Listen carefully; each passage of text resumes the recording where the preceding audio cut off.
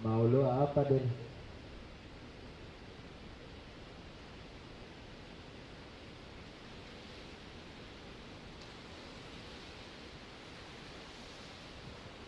Nah, harus ajar adanya. Urut duit.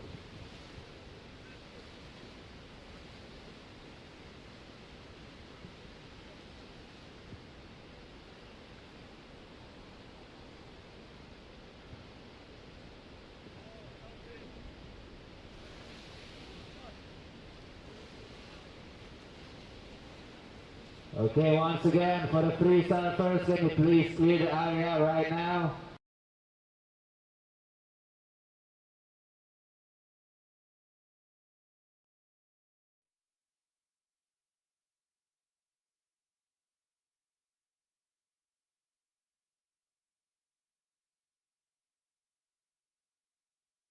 Once again, when you are already captured enough wave, please pedal in.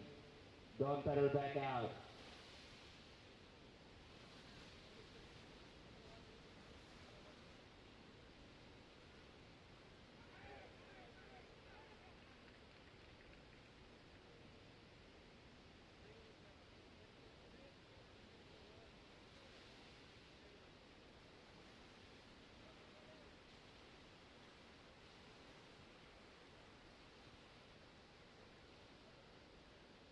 Once again, there is no one need to pedal back out. Pedal in.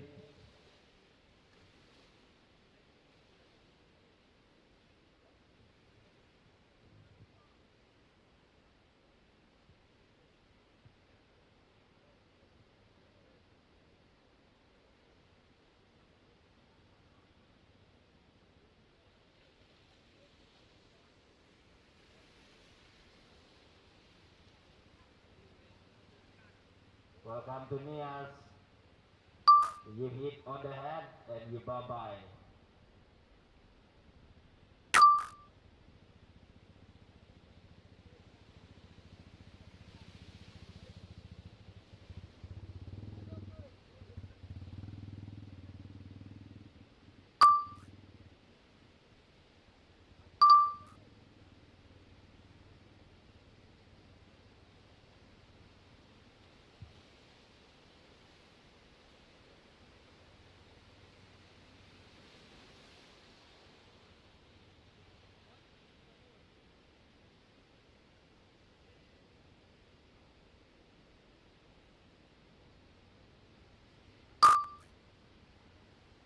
If the wave breaks there, don't be there or you're gonna get drilled.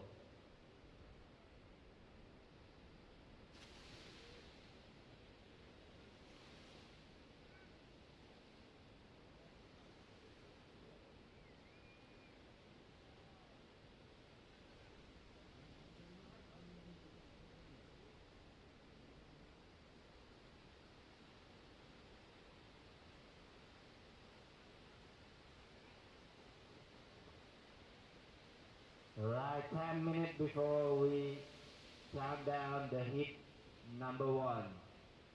Once again, for the freestyle first, can you please start to pedal in?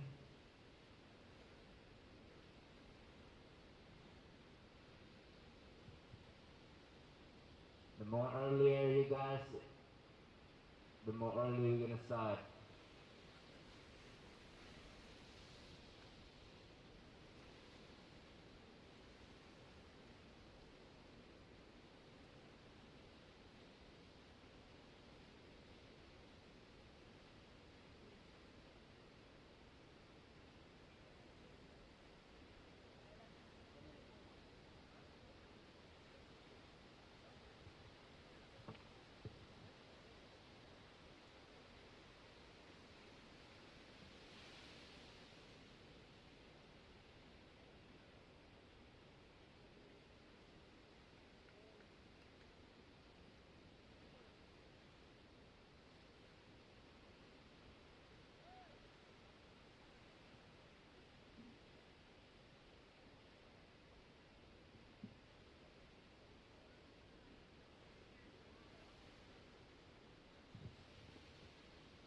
Alright, Free surfers, can you please start to paddle in?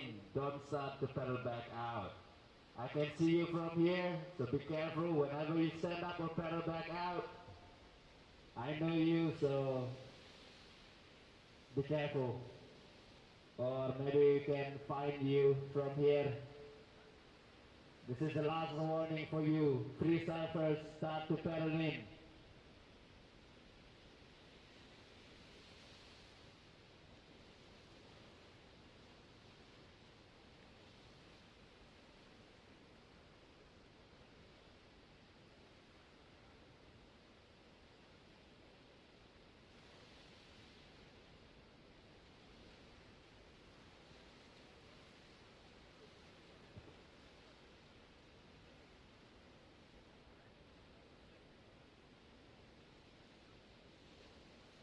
Thank you, free surfers, for being cooperative.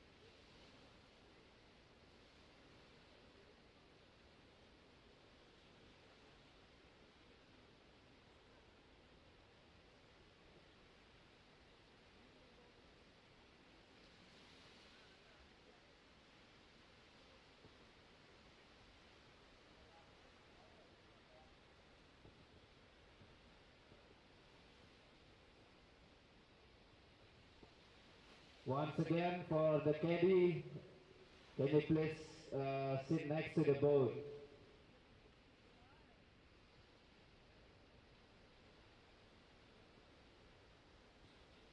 Once again, for the caddy, can you sit next to the boat?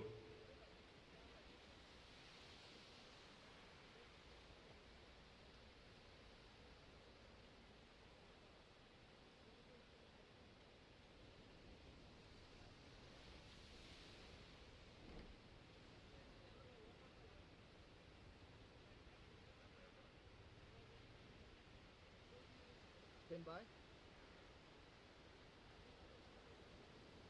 Okay.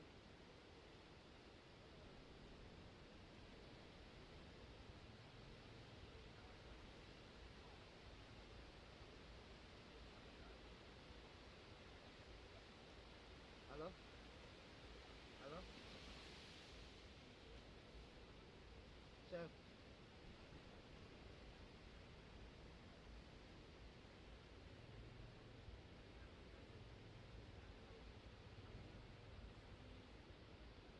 Chef. Okay, for hit number one, please do not catch any waves yet. Once again, for hit number one, please do not catch any waves yet. Thank you for the free surfer being cooperative. Love you, Kumulek. Test. Test. Chef. I'm stand by, ah. Jai Jai. Chef. Alright, 5 minutes before we count down.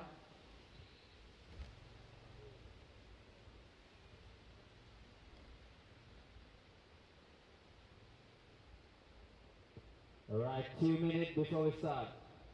2 minutes. Next hit, 2 minutes before we count down. Chef. Test. Chef.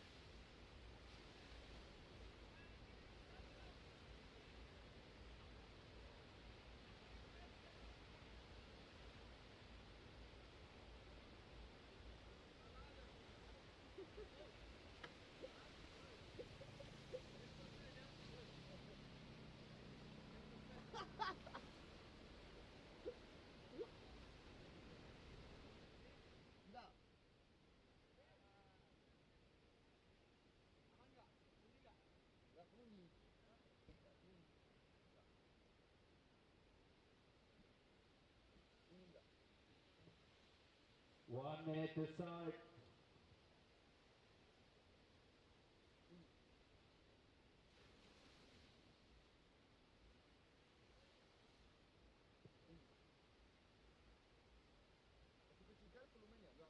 Belum ngomong ada. 30 seconds.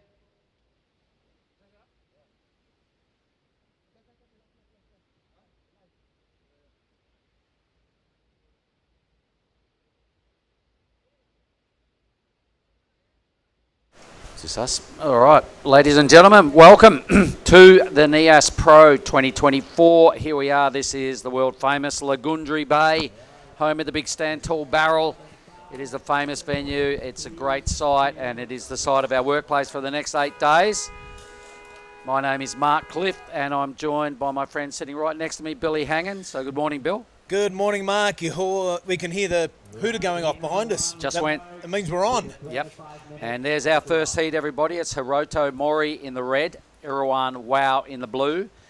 Bit of a tongue twister here. Kanapathi Ramesh Hala. We'll roll with that for now. I'm going with Ramesh. All right, Ramesh. He's in white out of Sri Lanka. And Adrian Ariston Wow from Indonesia. So we're going to see a lot of that today, Bill. There's a wow in just about every heat. Yep, well, they're a big clan down here, Mark, so let's hope they all get through so everybody's friendly on the point. Oh, they're cool, mate. They're cool. Win, lose or draw, it's competition. And this is a pretty strong way to start our very first heat. Right on, yep. It's the round of 128, everybody, as you can see. Thanks for joining us here this morning. 25-minute heats, round of 128. It's a big round. We've got 16 heats, potentially rolling into the round of 96 later on today. But we'll have time. It's only 8 o'clock here, so we could do a 20-heat day straight off the bat, Bill. Well, why not? That's what we're here for. I'm really liking the story you were telling me about Ramesh, mate. Yesterday you met him. He's out of Sri Lanka. Yep. And he's, I said, oh, Ramesh, I didn't see you in Krui. He said, no, I couldn't afford it. Wow. So he had to pick one of these events. He's come here. He is the man in white. He's gone, one day I'm hoping that I can get enough funding to come and do them all. But, and then he got the bad news that I said, I think we're starting with the men's tomorrow. And he's like, oh, I'm in heat one. I said, dude, get your head around it. Learn quick. Yeah, come on, Ramesh. Let's see you get through a few heats, mate. It's fantastic, those fledgling nations, young to new to competitive surfing. They're having a good old crack at things, and it's fantastic to see. I love these 5,000s through the Asian region. Yep, and I'm pretty certain I saw Ramesh and a few Sri Lankans when we did an event in the Maldives last August, mate, the Asian Surfing Games. It involved quite a few nations. There is our workplace, everybody. There's the scene. You can see our 4 competitors sitting at the bottom left of the screen. There is the build-up on the point. All those tents in the foreground on the point there, that's kind of mini stalls and everything, Billy, and that's where all the dancing and the music goes on as the week unfolds. Yep, presentation stage. I'm a bit tongue-tied first thing in the morning. It's just to the right of that. And we just had the police presence. They had the big parade out there. There's about 50 of them getting around. Big machine guns. I feel very safe. All right, so that is what the Lagundri Bay, Sorake Beach. That is actually Sorake Beach. That's the name of it, ladies and gentlemen. That's our workplace. We're getting down towards our place. We'll see it in a moment, but this is a really good way to start, just to let everybody settle and go, right, that's what it looks like. There's a little keyhole right in the middle of the screen right now, which is how you enter and paddle across. It's only about an 80-metre paddle to get where these 4 are sitting. The wave rolls right the way down. You stay on it. You can just cut back and ride it all the way down to about where we are now, and then you sort of cut in. And you'll see a judging tower in a moment. But we've had a wave ridden, and this is it. Bill, who is it? I think it's Moray out of Japan, looking through the morning glaze. And that is our surfer in red. So these are about the size of waves that have been coming through today, Mark, and they have seen some bigger sets with some tubes. So stand by for a lot of good action. 100%, mate. And silky smooth conditions here this morning, Bill, day one. The ocean temperature is around about 30 degrees, everybody. It is boiling hot. Everybody's made that comment when they've come out of the surf. And these 25-minute matchups, yep, they're judges. And it is high tide. right? So it's just going to keep dropping all day, and middle of the day will be low tide. It does its best work as it drops. Here goes blue, so Irawan, wow. Blue up and riding. I know this guy pretty well, Bill. Here's our first tube ride of the morning. Welcome to Nias, everybody. That is one of the wows, and expect to hear that name a lot through the early part of the draw. Yeah, look, he's a really good surfer. I've seen him a lot. He's come and did Cloud 9 event last year. It's a 5,000 in the Asian region. Pretty certain he made his way down to Krui as well, so he's really thrown his hat in the ring. And on any given day, mate, he does some ripping manoeuvres. But why do turns when you can just take off and pull straight into a hell of a barrel like that? So Yeah, well, we did promise to see tubes we're going to see a couple of minutes ago, and bang, second wave. Irawan delivers. So yeah, so for the crew online that are watching, you can expect a fair bit of that action today.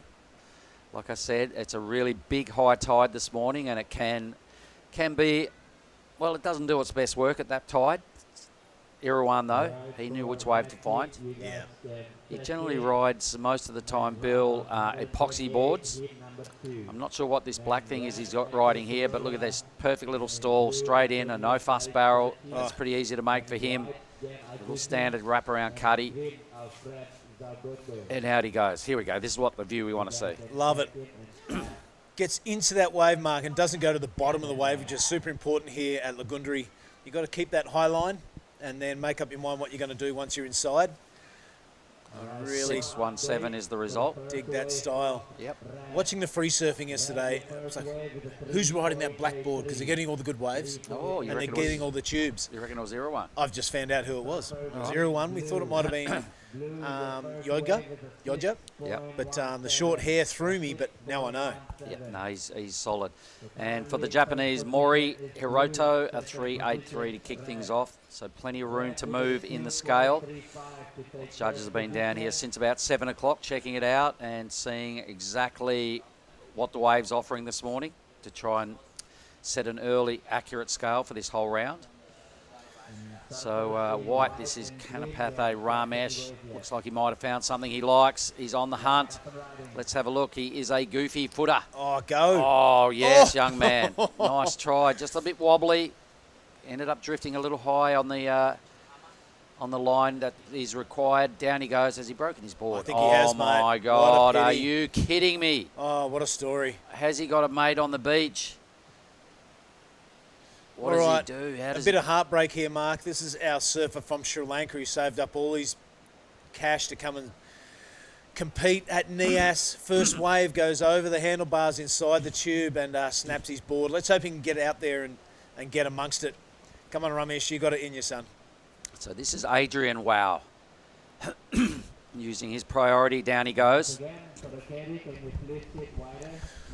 Well, the Nias Pro, not even half a heat old. We've got a bit of drama already. Well, Ramesh Halia from Sri Lanka has pulled in pig dog style, just a little bit high and gone over the handlebars and snapped his favourite shooter in half.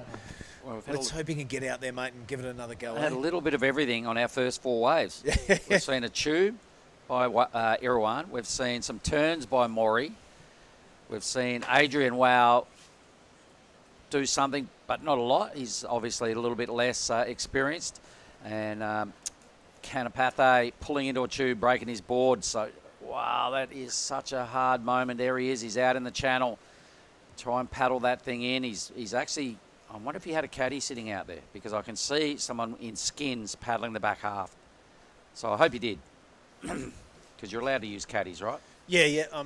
I'm pretty sure the same rules apply as in Krui, where you could have a caddy sit out in that area. That they can't paddle into the lineup and throw your board at you, because they're going to get in the way. But I'll just do the sneaky look over left shoulder, Mark, and he is paddling to someone in the channel, so that's great news. 1.17. All right, there's the indicator in the background, everybody. This wave here, pre-earthquake, was just an absolute golden, top to bottom, easy make barrel. These days, guys still surf it, not as often, and you do not want to fall off, Bill. I tell you what, I had a little bit of a chat to Josh Kerr this morning. Yeah. He reckons he's going to surf a couple before his heat out there. Well, good on him. And why not? I'd back him. if you pick the right angle, the right wave, and you take the right line, and you don't get too greedy, and when you're out, get out. Don't try and remilk it. It can be still offer an amazing tube ride. Have a look at this set breaking up there now, Bill. Check the picture. Wow. Wow, look at that outside business going on. Picturesque bay is Lagundri. Yep, watch this thing. It's called indicated for a reason, Mark, There and it one is. is showing its face now. Blues on the inside. Irrawan's having a good think about this. Let's have a look at the local knowledge. The drone footage. Here he is, straight back in the tube. Oh. Quick little weave, high line, all day long, every day. Ram. He hasn't got his hair wet. Super. Probably not. He has now.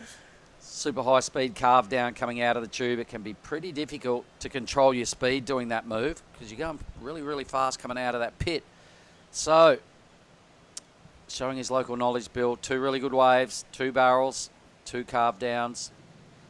Judges now got to decide whether that was a better tube than his first. And there's the scene of what you look at when you're sitting in the lineup. You look over at the point. Here, this is a good one, Bill. Have a look Love at the this. front on view, mate. You can see that they totally disappear when they get a really good funnel. No, you don't see the front of the board, you don't see their front hand. So that was a pretty decent one by Irrawan. Maybe a little bigger. Yeah, I think yeah. that wave was a bit bigger. Yeah. And definitely showing the way, that local knowledge apparent. Not sure what is happening with our Sri Lankan He's surfer. back in the lineup. He's There back he in is. there? Yep, there Number he is. white, He's in there white. he is, yep. Beautiful. So that's the scene on the beachfront, everybody. It's a busy little spot these days, unlike the very first time I came here, Bill, 30 years ago. Oh, jeez. Yeah, 94 when we had our first ACC event ever here at the point. Definitely looked a bit different to that. Yeah, well, it was a different landscape as well, wasn't it? It was about 4 metres subterranean. The reef, yeah. Yep. Yeah, and because of that, water used to wash right through the beachfront on big swells, high tides like today. Water would wash right up. Everybody stayed in huts on stilts. Water would wash underneath those. It would wash all the way to the road, which is just to the back of these huts and buildings. The wave started barreling properly once it got sort of in that 5 to 6 foot range, Bill. But days like this, right, later on when the tide drops out, what you're going to see is you're going to see more tubes.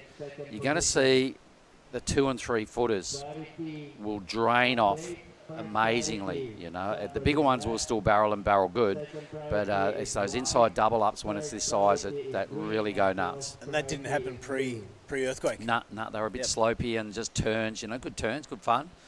But it didn't even barrel. If it was a 2 to 3 foot day all day, you'd be lucky to saw anyone get tubed. These days, it's a little different. It's probably one of the only waves that has been favoured by the earthquake.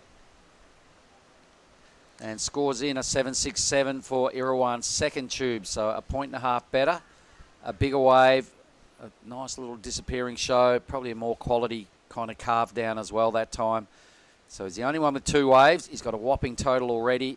He's just about, he's comboed everyone. Yep. What a way to start off the crew. Hey, there it is. There it is. First look, didn't take long. What a way to start off the Nias Pro. A couple of big tubes from Irrawan. It was a bit of a trek to get here from Koori, wasn't it? We had a couple of flights. We had a few bus rides. Staying there in a bugger resort. How good was the gala dinner last night? Food was excellent. The band was cranking. Yep. It's really good stuff down there. Thank you to all the crew at the bugger resort and hotel. Speakers were well and truly turned up to 12 out of 10, as they do at any ceremony or function. Yep. But that's cool. It's a big deal for them, and there was a lot of dignitaries down there, mate. The government, sole sponsors of this event again.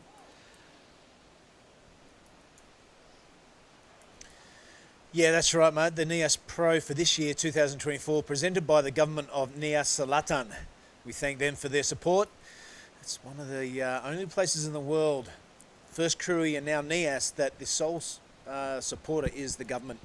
So we thank you and everyone involved in that. It's organised by the PSOE and the ASC media team is bringing you this footage from Lagundri Bay. How good is it? Stoked to be here with you, Mark. Let's have a good 128 strong field of men, 60 women and some pro juniors thrown in there. It's going to be a busy week. It is a little less hectic than what we had at Cruy, but the numbers are still large. I'm thinking we're still above 250 competitors across those 4 divisions. The men now are paddling out. Oh, look at that thing in the background, mate. Wow. That is like Kersey. Get out there. Yeah, come on. Someone. Are you kidding me? That is just great drone footage, thanks to Ryan. Another one unloads behind it. Check it out. It's just a perfect wave, really. You just don't want to know what's underneath that water, but if you make it, it's all smiles. If not, you probably need some betadine and some Band-Aids.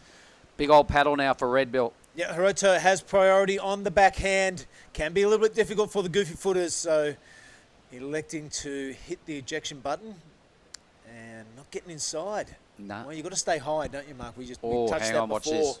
This is our Sri Lankan surfer. He knows how to ride a tube. Get in there, Ramesh, and make it out this time. He does. He pig dogs it. Come on. No. Just gets clipped on the end. The drama. That was a big wave, Bill. You could see his board just skittering a little bit. The goofy footers. Generally, this is... Oh, let's watch Irawan. Yeah, this is how you do it. Oh, my God. There we go. 3 waves, 3 tubes. No carve down this time. Little funky flick out. But he knows which waves to catch, buddy, and he knows the line that is needed. He certainly does. So sick. It's that easy when you've got the knowledge, Mark, and when you don't, it's hang on. You've got to work it out. For a little while, you know, it's not a wave pool. It's going to change up and down as it hits the reef. So, you know, Ramesh will be learning from those 2 waves, and let's hope he can get a full tube all the way through the channel before this heat has going to finish in 9 minutes' time. Man, here we go. Replays. Everybody watch this. The giant. Well, this is the front-on angle. There we go. A bit of a stand-tall pump. The thing breathes him out, and he's pretty happy with his morning's work. 3 waves, 3 great tubes. This was kind of looking all right for a little while. I think his board got a bit skittery. It was good until right about now. Right on the end, it kind of didn't even clamp that much, but it doesn't take much to clip you in the back of the head when you're a goofy footer, and it's all over. Man, like I think it looked like he swapped boards onto an epoxy. Right. And it just looked a bit unstable. He was trying to hold a line, and he had it looking sweet right from the takeoff, right? And then it kind of just got a little funky, and his board was just started skittering out. And I think the epoxy on that size wave, when you're going that fast, trying to hold a line in a mean, steep barrel, did not pay dividends. Here we go. So this is green, Adrian. Oh, decides against it. Running off a little fast. So Adrian Wow with one wave to his name, a 1.17. Oh, look at these things. Come on. We've had about 80 to 100 free surfers out here every day. There is no leftovers. Here comes a nice double up. Look at this thing. Yeah, look at that draining off the reef system, Mark. And who is in the spot with priority? It's Irawan. He knows how to ride a tube. Talk us through it, brother. All right. This time he drops to the bottom. He pulls up, bides his time. 4 waves, 4 tubes. Business as usual. He does that all day long, every day. And you've got to feel sorry for Adrian, who paddled for the wave before and put himself out of position. He might have got clobbered, actually. Look at these things. Could not have asked for a better way to kick off this year's Pro, Bill. No, fantastic. It's great to be here. Good news for Ramesh. His board's in one piece. So things going on the up for the Sri Lankan. Look at these little doubling things going on. Right? See, this is probably not going to connect. Yep, I can see it. But there's a lot of little double ups going on in the ocean, and this fella's just found every one of them. How was that quick pull up? Critical takeoff. That was so gnarly. Makes it look easy though, mate. That's just practice. He can do it blindfold. Look at this thing. Somebody. He goes canopy. He goes Ramesh. Let's go with Ramesh. This time, maybe some turns, brother. Come on. Oh, that's a good looking front on angle. It's great to see him complete a good tight turn in the pocket. Wraps around, gets onto that pesky whitewater again. All right, I like it. Guess who? No tube. What? Better just slice the dice in the pocket there for Irawan. Nice little tail drift. The wave gets the better of it. Mark, some massive numbers coming through. It certainly is. The 8.93 for his last wave, the 8 for his previous ride, and he's throwing away numbers that would be anyone else would be happy with would be still getting second, probably with his second numbers, or winning with his second numbers. Throwing away a 6.17 and a 7.67. Irawan set a mean standard here this morning, mate. Everyone's going to take a leaf out of that. Judges sending the clear message. Lagundri Bay, we're here for a reason. We want to see some stand tall pits. We got him. We got him. Yeah, well, Irawan's got 4 of them. So that's how you do it, folks. What a perfect display of Lagundri Bay knowledge and the line that is necessary. He's barely done any turns. He's got a whopping total, 17 points just about. He's still got 5 minutes to stomp another one. Maury picks up priority. Forget about winning. He needs 17 points. It's all about second. So I like the fact that Ramesh in the white went to some turns that time, because the tube riding didn't pay off, and he's gone, okay, I'm better than that. I'm not far off second spot. Do some turns. He only locks in a 2.6, but it's better than a fall off. And he's just got to learn fast here. He's got probably one more opportunity to track down just a 1.91 at this stage, but Maury needs to just only upgrade to 0.67. So apart from the blue column, there's really been no joy for the other 3. No, it's been one-way traffic all from Irawan Wa'u. This is the first heat of the Nias Pro. It's going to be like this for a good few days into the draw. Another swell coming. We'll see if that gets here on time. But wow, what a start. Really encouraging to see the Sri Lankan surfer out here, because, Mark, it wasn't that long ago. It's kind of the same deal for Indonesians going overseas, or Indonesian surf. That's really weird. Hope they do well. Yep. Now Rio's on tour, and we've got kids dominating up and down the QS. So Maury will be very nervous here. He needs to just upgrade to 0.67. His last wave, he had such a good opportunity to get barreled, but he kind of balked at it and decided to take the low line, and the thing just raced off without him. You see that happen a lot out here, Bill. If you don't know and you're not prepared to have a red-hot crack, this wave will leave you behind in a blink of an eyelid, and that's exactly what happened to Hiroto on his second wave. It's not a fun place to be, that white water, is it? Well, look, it was a potentially 6 or 7 point wave that he caught, and he turned it into a 0.67 by not pulling in. Not committing. He probably maybe hasn't had enough warm-up waves out here either, because you can't get one when there's 80 people out. It's really tough. I'm not sure whether he's been here before, but it was just showing a bit of lack of confidence. He's still in second place. He can still get there. He's just got to fend off Ramesh here. Hopefully they both get another shot at it. Look at Irawan just being sneaky under their guard. He knows. Yep. Go deep. Hope you've enjoyed the first heat, everybody. This will be a long 8 days. Big draw. Lots of famous surfers. There are dudes seeded all the way through to the round of 64. A lot of big hitters have come here to play, because the word on the street is you get Lagundri Bay with 3 other dudes and priority. Unheard of. Man. And Josh Kerr was pretty happy he got his entry in late, because he starts in round 1. He said that at Cruy. Sneaky. He'll be riding twin fins the entire event. Is that what he said? Told me this morning the only reason he rode a quad was because he was going left at Cruy. All right. So it's twin fins or nothing. All right. I like it. If anyone can get away with that, it's JK. So, one more chance. Look at the indicator going nuts, guys. There's been 4 waves. Look at these lines stretching out into the lagoon. There's a nice little wave here. Irawan's making these guys make a choice. Oh. No one bites at it. There's still more opportunity rolling in. Top priority sits with red. So this time, Hiroto, get a wave and pull in. He's not looking interested, He mate. doesn't want a piece of this one. White does, though. Here we go. Yeah, come on, Ramesh. This is our Sri Lankan surfer. Great front on view. The goofy foot has had a couple of bites at it. Hasn't really paid off. And again, that lip gets the better of him, Mark. Damn, he needs a 191. He just needed to perhaps not take off quite as deep. Get on the hoof early. He goes 0-1, making red take this wave. And he has to.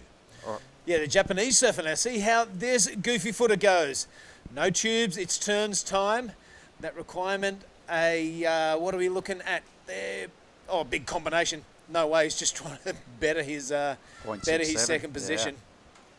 Yep, he's burned off his .67. He wouldn't have got the judges too excited with that performance. But this leaves Irwan lurking around out the back. Let's get back on him. Is there another wave for Blue? He's a gnarly competitor, isn't he? He's Well, got them he's- in combo land and he's pressuring them into every little set that comes through.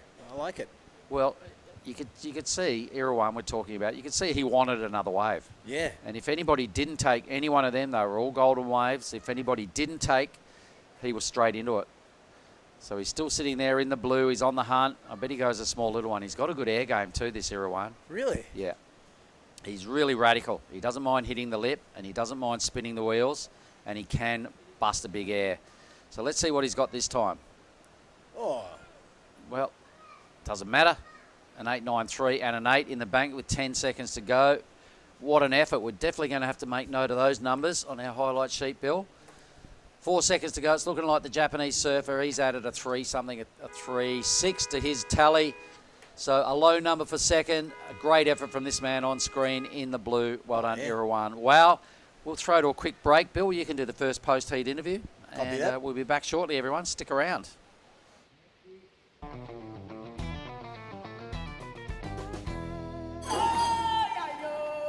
Far from the bustling crowd, a special kind of magic awaits just offshore in Lagundri Bay. Home to a world-famous barreling wave, South Nias has attracted surfers from across the globe for generations. This year, the Nias Pro promises to be another exciting spectacle, with the world's best up-and-coming surfers from Australia and Asia battling it out for QS glory on this legendary wave.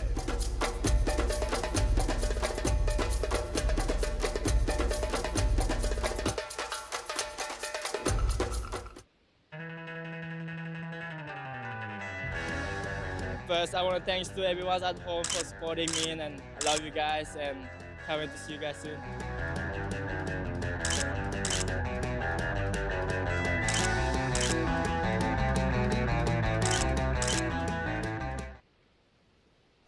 All right, I think we're back on Anwar. Here we are. This is Heat 2. This is the scene. Filming from one of the towers on the shoreline. Who is in Heat 2, Oni? And good morning, firstly, Oni Anwar. Well, good morning, Mark. Here we go at the beautiful Nias. How good to be here. Yeah, first couple of heat was a good local surfers. Now we have Axel Turado in red, and Antonio, one of the legend surfer from here. I've been hanging around with him, talking to him a lot the last couple of years I came here. And Jen Ajuti, one of the really good surfer from Japan. And of course the Yoza's brother, looks like Zagoto family here. Alfred is in green. Wow, what a great heat for a start of the day here, Mark. Yeah, you know, everybody that's ever been here will know exactly who Anton is. He's out there in the blue Rash Fest. We had him in here for an interview last year because he won his first heat. When it's 10 foot, Anton is the man. Yeah. Trust me, it's not 10 foot right now, but the veteran Nias local. Is that the Joy Burrell version of Lakey Peak of Nias? This guy Antonio. Kind of. He's just mean. He's a quiet dude, and you wouldn't expect it from him. But when he goes out and it's massive, everyone knows that if it's 10 foot, he waits for the 10 footers. Yeah. He doesn't fluff around on 6 to 8 footers. It's just the biggest waves of the day. Go to Anton. What can you tell me about Axel? Well, Axel has been competing in the QS, and I think last time he was here made it into quarters or semis, and he's a junior guy. He's still young.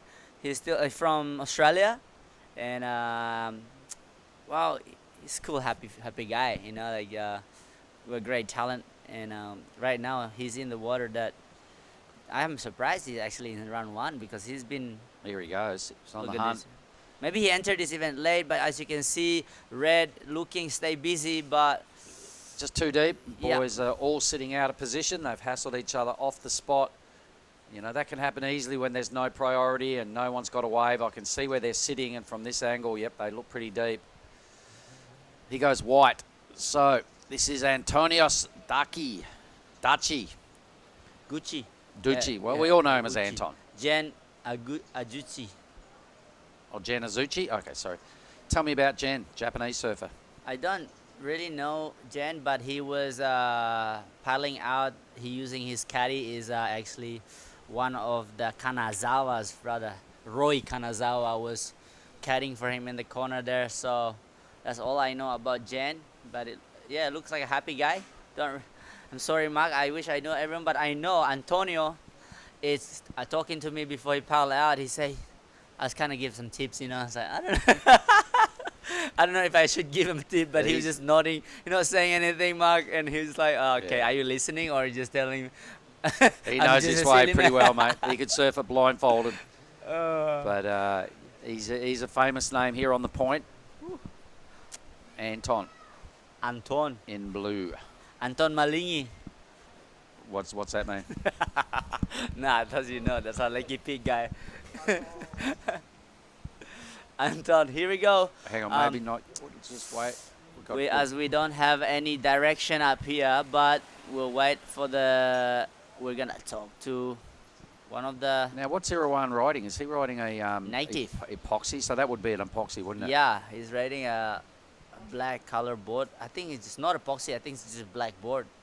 All right. Yeah, Well, because we'll wait till the production team are ready before we do our first post interview.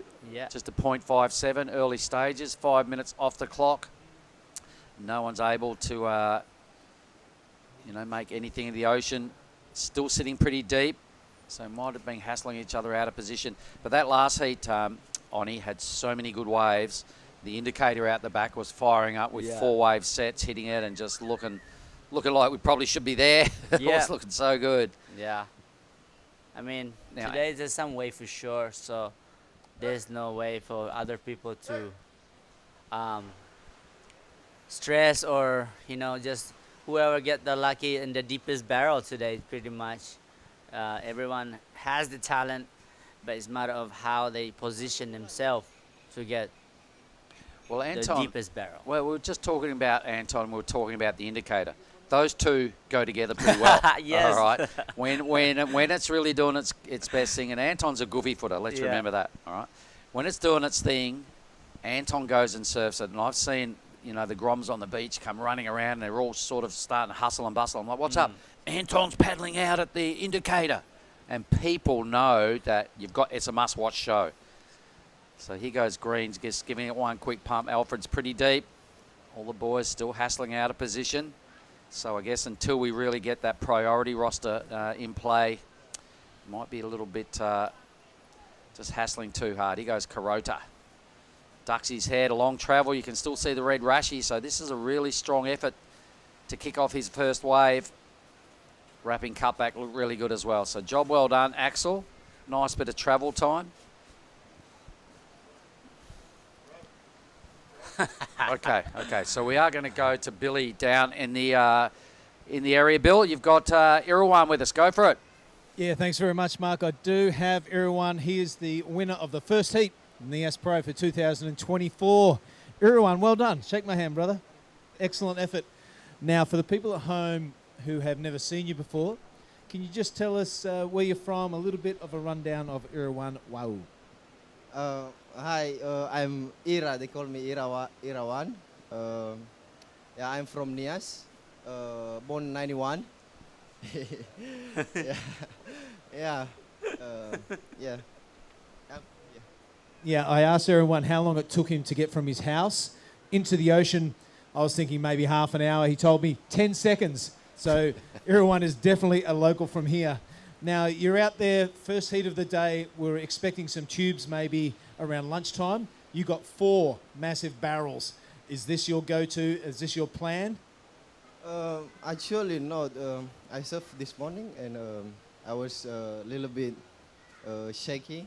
So, and then in my head, I feel like, I feel good again. I eat some eggs before and feel power.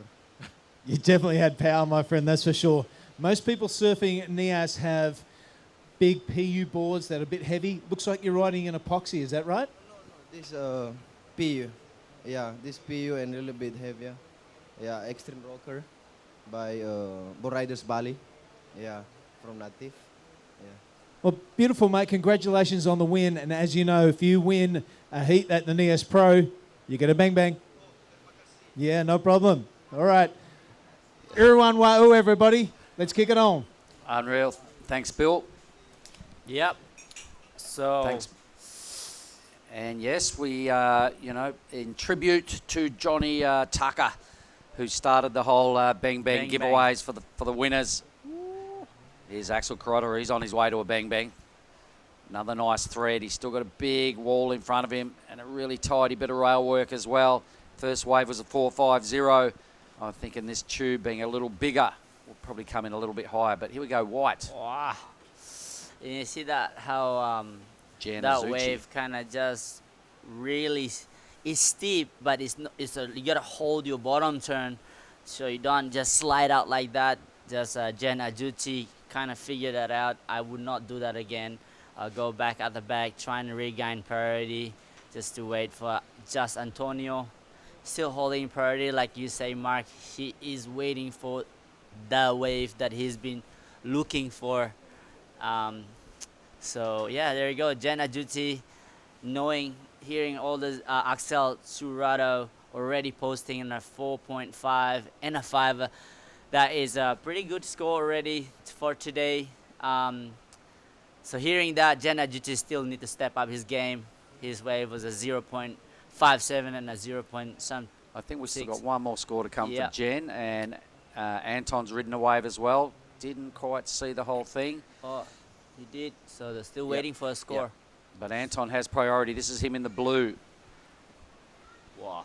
He'll Big want to get header. barreled. He's looking at that one. He's gone, nah, that's not sort of the one I want. Neither does white, so something's going on. There may be too deep, or there's no barrel. It's looking a little flat.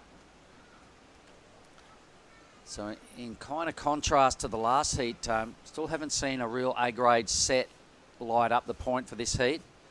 A 5 and a 4.5, they're still well short of what Irwan did in his heat. Yep.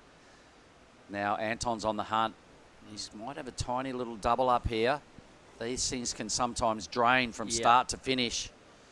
That's it, Mark. So why don't you take us through this way, Bonnie? Yeah, this is a medium size, but has that double up section that holds barrel, like open up like this way for Anton. So looks like he's gonna look for a nice turn section to finish the wave off. I'm sure he's gonna kick out. There you go, he does. That's a good start. You know, I want to see that different angle of what the judges see on that barrel, because in this angle sometimes looks like it's hard if he's in the barrel or not. Well, he's got the matching blue board and the blue rashi all going on. Really good style straight off the takeoff. He knew what he wanted to do. It was a really cool technique to take off and slow down instantly and wait for the wave to catch up to him. Yeah. And then he released and got the line right and probably milked that little tube section for all it was worth. So the judges will have to have a look at that compared to what Axel's done and confirm what sort of number they're going to throw at it.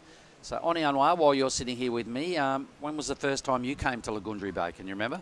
I came here 2014 with one of my friend Garud Widiata. He's actually the judge right now, and a photographer called Pete Frieden.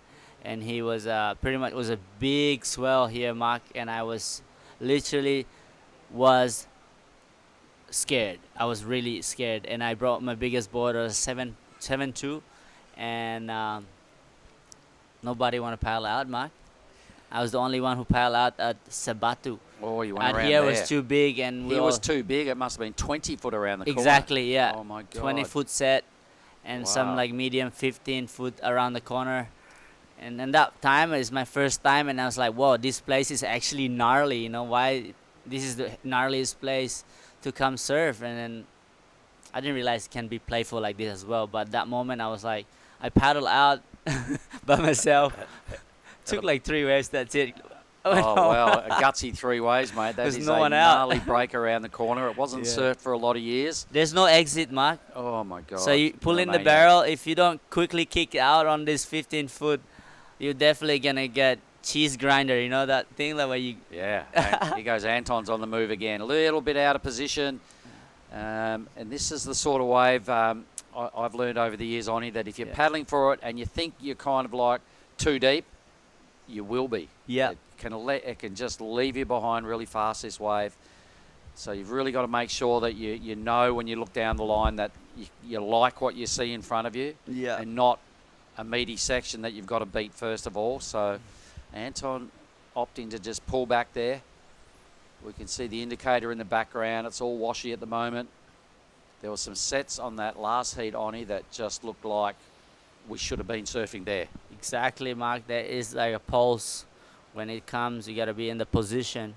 Sometimes when you just too excited, you started to get the small one, right? And then you miss the big set comes at the back. That's why sometimes you sit here and like, why is nobody on that wave? Because like these guys right now, you can see them few smaller one come, but that sometimes the smaller one can be the one that you actually want, because the big one can be too big and kind of like a little bit backwashy. As you can see right there, there's Pretty like high a tide lump, right now. high tide. So Anton knows which wave. As you can see, he's trying to pull in that small medium-sized one, but maybe it wasn't walled up enough for him. But you can see now paddling in green. Boys are still too deep, so they're all fussing each other around here. Nobody.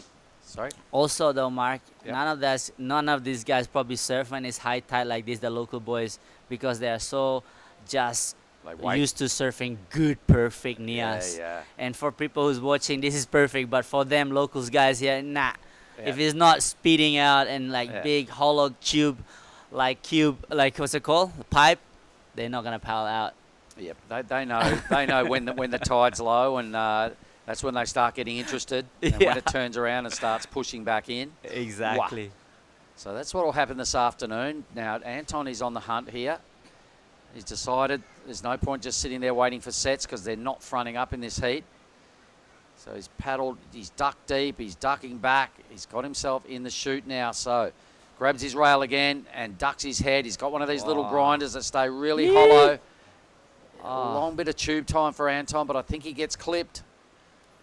Yep. So I was speaking of about competition. You know, like you gotta learn how to surf all type of tides out here. For these people that like all the locals that doing the wildcard, they can be one of the best surfer out here. But when there's the Mother Nature not allowing for that best day, they are gonna be struggling as well, because as like Axel Surado has been training all kind of condition before he comes to all these surfers that are competing in this event. They already like prepared in a way, like board size. Oh, hang on. Something's starting to light up out the back now, folks. Oh my God. Just have a look, top of your screen right now, everybody online. This is what we're talking about. Indicator's got a nice medium set, just chipping away on the reef. Looks pretty good. This is the result on the inside. There's a nice wave rolling through here, unattended, in a pretty wave-starved heat.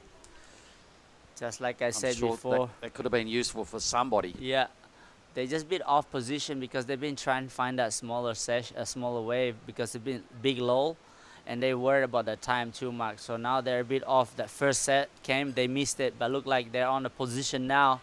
As you can see, some big sets rolling throughout the back. Will there be, who's the priority? We got Jen Ajuti, our Japanese surfer, with the second priority is green. Alfred Zagato, the local boy. I would like to see the international mix between all these guys. Here you go, paddling for white, looking to look for that score. Here we go. What he's gonna do? He's gonna pull in. Wow, can he come out? Oh, unfortunately he got pinched. Really needed to capitalise there, because he's sitting on 2 scores that are below 1 point. And he goes green now. He's got a pretty low number as well, so it'd be handy if Alfred could just connect with the lip here a couple of times, just do some surfing, get some sort of number to try and, kickstart his campaign with only 7 minutes remaining. This heat, they're all sort of fumbling around just a little bit, Oni. Yeah, Mark, I think a little bit of morning movement is not easy to wake up and having to do a heat. There's a time limit, and then you have to feel your feet. Normally, if you're on a free surf, you can take your time, wait for the right wave, not worry about the time. But these guys out here right now, they're playing the pressure in themselves. As you can see, Jen just took off on that one, kind of pulling deep, not really knowing where he should stall and not stall. And that's what cost him Well, in later fourth on, place right now. Later on, you know, we've just seen a couple of goofy footers try and get barreled, all right, and got a little bit clipped. Yeah. And that was the difference. As the tide drops out, they will stay more honest. Yeah. And more hollow. Here goes Anton again. So this time he gives it a little pump. He wants to get some turns going on here. This is a really close heat. Wow, that's a nice turn. Yep, that was probably his best manoeuvre so far in this heat. Tries it again. Just gets left behind. So not a huge scoring heat going on here. So Anton into second. Anton need a massage after that turn, Mark. Maybe his back's a bit crooked. That's just his style. No, look, that's his style. He's got. How old is he? Yeah, he's kind of. He would be one of the older local dudes on the point for sure. I know how it feels now, Mark. That's why I speak it out loud Come for on. you guys. You're still a grom, mate. You're still. I'm a grom. 18, but I'm in my mind. There you go. That's a good thing. Good place to be, mate. You're only as old as you think you are. So you could have entered the Pro Juniors. Is that what you're saying, Oni? There's a spot. I think there's a spot. I'm talking about Anton here. It's not me. I'm just saying the back should be like need a good massage from his wife after that wave. So. No, that's Anton's style. He likes to go upside down, and when he gets it right, it looks really good. Just fumbled the second move. Either way, it locks in as one of his numbers. It's a 2-3-3, so that's kind of extends second place, can you believe it or not? There's some really low numbers going on. The best of them is only a 5. Axel's got the 2 best numbers. Apart from that, Anton's got 2 waves in the 2-point ride. Alfred's just put together a 197. And the surfer in white, his last wave, his best, a 107. My goodness. The playing field is better than what these numbers are showing. I think these guys just got caught in a bit of hass, a bit too much at the start of the heat. Didn't really set up with some early numbers. So they're all struggling a little bit with their wave count. The fact that we're under 4 minutes. Yep, there you go, Mark. There is 4 minutes to go. And our Japanese surfer, who's been traveling all the way from Japan to here, I mean, it's going to be a really bit of shocking kind of heat for him as he been... Why am I not getting any scores? The waves are pumping, and as you can see, Anton is staying busy, looking. He goes his backhand blast again. Boom, that's better. Forget about a sore back. There's nothing wrong with his back. Look at that on Anwar. 2 huge hits. Damn. All right, he needs a big number for the knee. Take us through this one, Oni. Well, there you go. Nice, better turn now for Jen Ajutsu. He knows that doing some nice turn like that can get him that 4.03. That's all he needs. But also Anton had a nice upside down turn on that one. As you can see now, Alfred Zagotto, smaller wave, not much offering, a bit sticky here. He's in 3rd place right now. That's certainly going to change the situation of white and blue. Well, 3 goofy footers back to back to back. So the judges have a very easy task now to compare those waves. For me, I reckon Anton's was the best. It was a bigger wave. He did 2 really strong blasts. And then we saw Jen do some work, which was pretty good. Probably going to be his best number for sure. And Alfred just looking a little bit inexperienced in comparison to the other goofy footers. Axel Kuroda, he's paced himself. He's only caught 2 waves. But due to the fact that you don't get many waves during free surf, Sonny, I'm sure he would love to ride 1 more wave and just bring it in and just work this wave out a little more. He's got 2 tubes, a 5 and a 4-5. So which wave did you like best out of those, the Goofy Footers act? I like Antonio much better because he actually went vert and straight his nose of the board all the way down. Where if you look at Zen, he did a lot of power, but he kind of went not upside down, but he has the flow. So the judges now has to decide what they're gonna do with that. But for me, I like blue. Yeah, but, definitely me too. A bit more brutal, bigger wave. Yeah. Really tight in the pocket, like you said. It's had that upside down aspect to it, which is what it's a signature move by Anton, basically. He's great in the tube, but he's got that turn he can dial in at random. He might have another wave here. The boys are on the move. Out wide, here goes Jen again. Okay, here we go. He knows he can't do the barrel, but he's gonna do a vertical snap. Can he make it out? No. This is more the turn that actually I want to see. today, but at the back, our currently heat leader, Axel Turado, can he come out? Yes, he does. Oh, nice layback, what you call it, drop wallet kind of carve. So nice little chop up to kick out of that wave. Yep. 1 minute to go. Here we go. Whoa, Everybody someone is went down staying hard. busy. The wave is coming, pulsing for the last minute to go. I think that might have been Anton. Anton, yeah. Yep. So he caught the biggest wave out there, which doesn't surprise me. I don't know what happened or what went wrong, but I just saw this little blur out the corner of my eye. Someone go down pretty hard. I'm pretty sure that was Anton. So anyway, Axel Kuroda has surfed a great heat. It's only caught 3 waves on it. I think he's got better with every score. And that's left this fella in green at the other end of the scale in 4th. As Anton's recovered. That's him in the blue, 35 seconds. Score to come for red is the only number we're waiting on. Here's the drone footage of this last wave of Axel. So a really nice thread, clear vision the whole way through. Nice solid heel turn there. Bit of a carve down slash kind of deal. He's pretty happy with his heat. Why wouldn't you be? So that'll be his best number, I reckon. It's in Oni. It's a 5, 6, 7. So he has improved with every single ride. He's picked really good waves in comparison to Anton and Jen, who have had 5 waves each. Yep. They fumbled around a little bit. And that is the end of that heat. So it's going to be congratulations to Axel. So I'll go and have a chat with him. We'll bring in Giada in a minute, and we'll be right back with heat 3. Good job, Martin. Thank you. Far from the bustling crowd, a special kind of magic awaits just offshore in Lagundri Bay. Home to a world-famous barreling wave, South Nias has attracted surfers from across the globe for generations. This year, the Nias Pro promises to be another exciting spectacle, with the world's best up-and-coming surfers from Australia and Asia battling it out for QS glory on this legendary wave.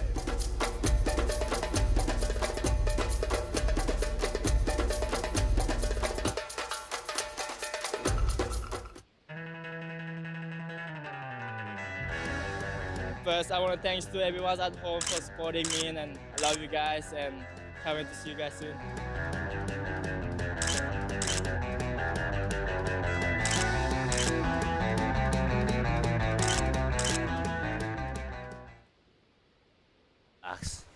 How dare. Oh, sorry. Excuse me. We are back live again in the Nias Pro 2024. As you can see, our last heat winner was our friend from Australia, Axel Turado. Congratulations. Also a second place, Antonios Daci, one of the local legend. But in the water right now, I'm going to welcome Mrs. Giada. Good morning, Giada. Morning, Mr. Oni Anwa. How are you this morning? You know what? Morning is my favorite part of the day. I get my coffee, watching the sunrise. Look, the waves are firing. You know what? What else to complain about that? You're right. How many times in your life have you seen the sunrise? Not all the time, but when I do, when the sun's out, I'm happy, you know? That's great. So, in this heat, we have Josh Van Neerkerk in the red. We have in blue Saint Fujimoto, in white Christoph Wow, and in the green Kristen Tianus Wow. And this is man in red on a beautiful looking wave here in Nias. This is the third heat of the day. Look at that backdrop. It's my favorite. Thank you, Billy. Right here behind him, Shane Fujimoto. Huge for, unfortunately, just falls off on that one. Gets his nose stuck on the way down, but he will quickly make it back out. Look at that. Look at that wave, guys. Whoever is watching, did we only hit number 3 of round 128? There's going to be a crazy and excellent action coming in hot in the next couple of rounds. Next few days, it looks like a good forecast of the swell coming. So, good action as we running through this heat. Right now, we have in red. Thank you, Billy. 2.5 for first wave of red. Here we go. Up and riding now. Surfers in white. This is Christoph Wow, one of the local legends. Still not. Wow, looks stylish. Really good. Thank you to Christoph Wow yesterday. Yes, he haven't really surfed much, but when he does, just let all of us kind of catch waves here, letting us rule kind of the lineup out the back here. Having so many people coming. There's pro, junior, women's, men's, and Key West 5,000 for the women's and the men's. So it's full pack of surfers in the lineup every morning or every afternoon when the contests are finished. That's exactly right. And the past 2 days has been so packed of all these QS and pro junior surfers. Pack of out talent. there. Yeah. So no waves are being left unridden. Every time a wave comes, there's always someone on it. You know what, though? It's the cool things that I see in the water.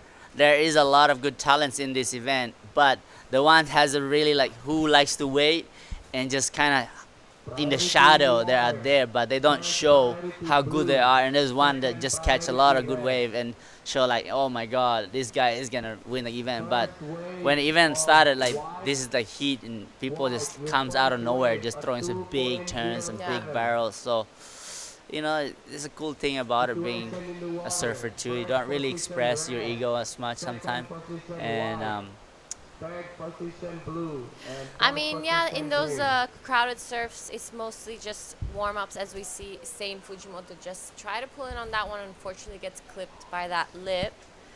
But yeah, you're saying it's not those surfs with so much people and not so many waves ridden are mostly just warm-ups, you know, just standing up, making sure you don't fall out of rhythm. Well, I've been, one of my favorite big wave surfer are not big wave, but the juniors is Ryoru Uto. Well, he's just sitting there waiting for a wave yesterday, and literally, I think it's an hour he didn't catch wave, and he's just sitting there and waiting. And I know one of the best surfers out here, just waiting for his turn, catch a wave, but then. Yeah, he knows he's out there, one of the best, and I'm excited to see him rolling into this in a heat when his heat is actually on. So Josh Van Dijk, is that what nationality is Josh representing right now? Josh is Australian. Okay, so Josh that is Australian. is probably has a little bit of Dutch maybe. Probably. Van Niekerk, sorry, excuse my pronunciation. I'm sure the family says shout out to Josh's family at home. Good morning in Indonesia.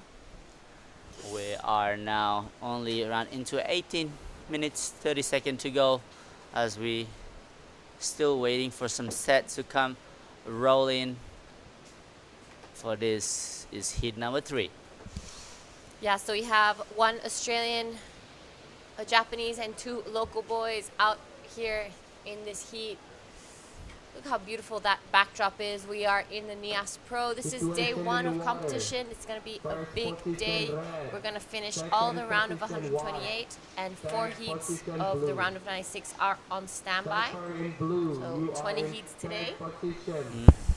It's going to be a beautiful day of competition. As the tide starts to lower, we will see some big barrels getting ridden. Look how glassy and clean these conditions are. We have one time had Nias Pro be the most watched event of a QS, I think.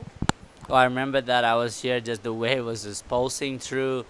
But meanwhile, we're going to go down with Mr. Mark and our last heat winner. Go ahead, Mark. Thanks, guys. Yes, here with the winner of the second heat of the morning, Axel Kuroda. It's got to be nice to be back to Lagundri Bay, yeah? Yeah, it was pretty sick. First day of the comp, it's pumping, and yeah, it was really good to finally get a couple in a heat with no one out. So yeah, it's frothing. Is that a part of everyone's plan coming here, going, oh man, I'll get to Lagundri with priority and only 3 other dudes because free surfs have been hectic, yeah? Yeah, it's always hectic surfing here, but I mean, you just got to deal with it. Like, it's definitely worth it once you get a heat and it's good. That's what everyone's kind of looking out for. Like, I was meant to be in 64, but I forgot to enter the comp, so I got pushed into the first round. But I wasn't too upset because, like, it's cooking Nias, so can't be too bummed at all. As a Grom, when you were surfing, did you ever dream of this place and hear of it early and gone, man, that place looks like a dream? Yeah, it's pretty dreamy to be a regular footer and loves forehand tubes. I've always seen clips, and first thing I saw was I think 6 or something years ago when the boat went over the falls, and that was like the first kind of time I saw it, and I always wanted to come here since. I'd love to do just a strike mission here one time when the comp's not on, but just to come in with the comp and surf it with everyone, it's sick. It's been fun. Yeah, good times here on the Asian Tour, and it's the only event in the world where you win one of these when you win a heat, mate. How good's a bang bang? Yeah, it's pretty good. I'm on a strict athlete diet, so I'll give it to Jackie T. He loves a couple bang bangs. So. He's on no diet at all. Axel, I'm going to shake your hand and say well done, brother. See you in the next round. Thank you. Appreciate it. Cheers, guys. All right. Thank you, Mark. That was a great interview with the winner of the last heat. So just under 16 minutes left of this heat. No real significant score just yet. We're sitting on 2s and 2.5s just now. So I'm sure these boys just itching to just get this heat started and underway. Yeah, it's just good. It's smart move by Axel to actually enter it late and get to surf early. Why not? I would love to do that same. No, actually don't. Actually, I want to stay in round 64. We can put you down. It's okay. I'm joking. I'm Careful joking. what you wish for. I know. You're right. You're right. I wish to get barrel. That's what I wish for today. I want to get big barrel. Stand up barrel. 9-point ride, please. And I'm sure you will, as the forecast of this event is looking absolutely incredible. Yeah. It will not be anything smaller than this that you're seeing on your screen. And Sein Fujimoto pulls in, and unfortunately it looks like he will not make it out of that one. So I'm excited to see my first barrel of the day. I haven't seen any just yet. You see mine. I will. You gonna cheer for me? Of course. No, you Number won't. one fan. No. Asked to commentate your specifically. No, it's not fair for cheering for your teammate. So here we go. Look at the wave at the back here. It hits all the reef. It's pretty high tide right now. You know, when you're gonna see the barrel is when the tide slowly dropped in. So that's, you can see the reef. That's when you're gonna see some nice big barrel. What a pair! Look at that. It's still barreling out there right now. Yep, so it's currently 9 o'clock here in Nias, and we are looking at a dropping tide. So the low tide will be at almost 1 o'clock.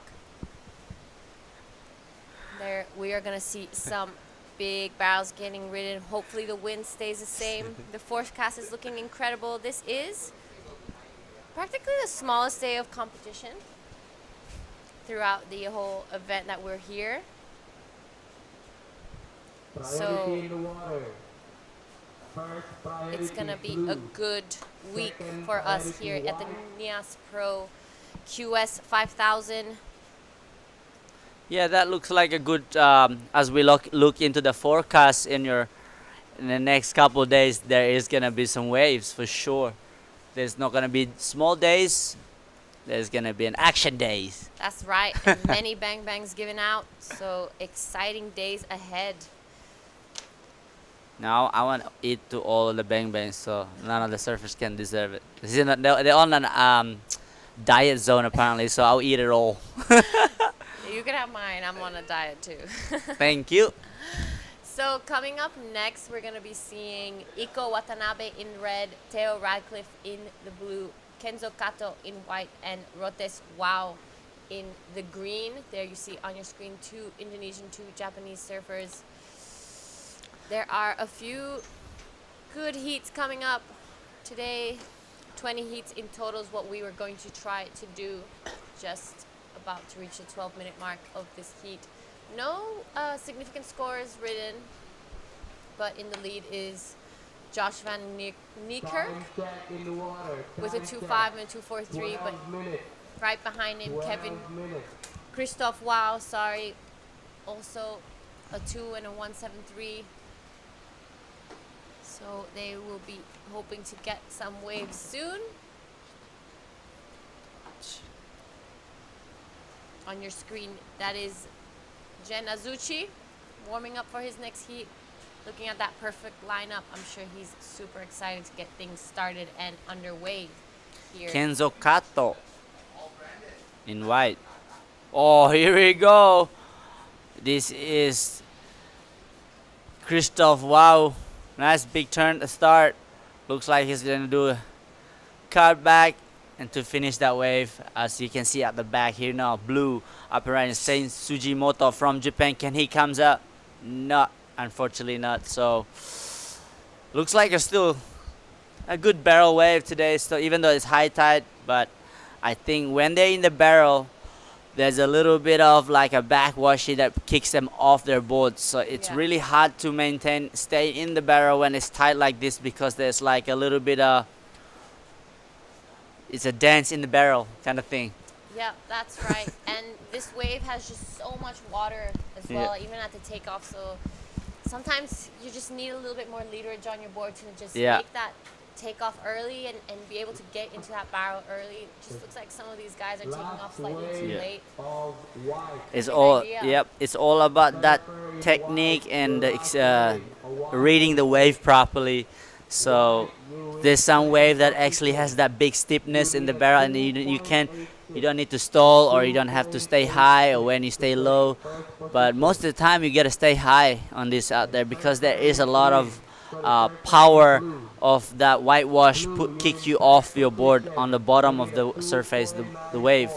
So as you can see from this angle it's hard, but when you see on a drone angle, you can see everybody's kind of have to stick up a little bit, stay high line, which is hard, but that's what the judges want to see. If you're gonna do big barrel, might as well risking it. Yep, that is absolutely correct. So there's 9 minutes to go. There is priority in first place right now with Josh in red. White is in second place, looking for a 2.86. Currently in second priority right now is Saint Sujimoto, looking for a 2.94, as we're still waiting for some opening rides for Christian Nias. Wow, I think he's just waiting for that big bomb. Is he out there? I'm sorry, I didn't see that in the screen. Looking in the screen, looking. Left, right, no see. See, only there's red and blue. 9 minutes.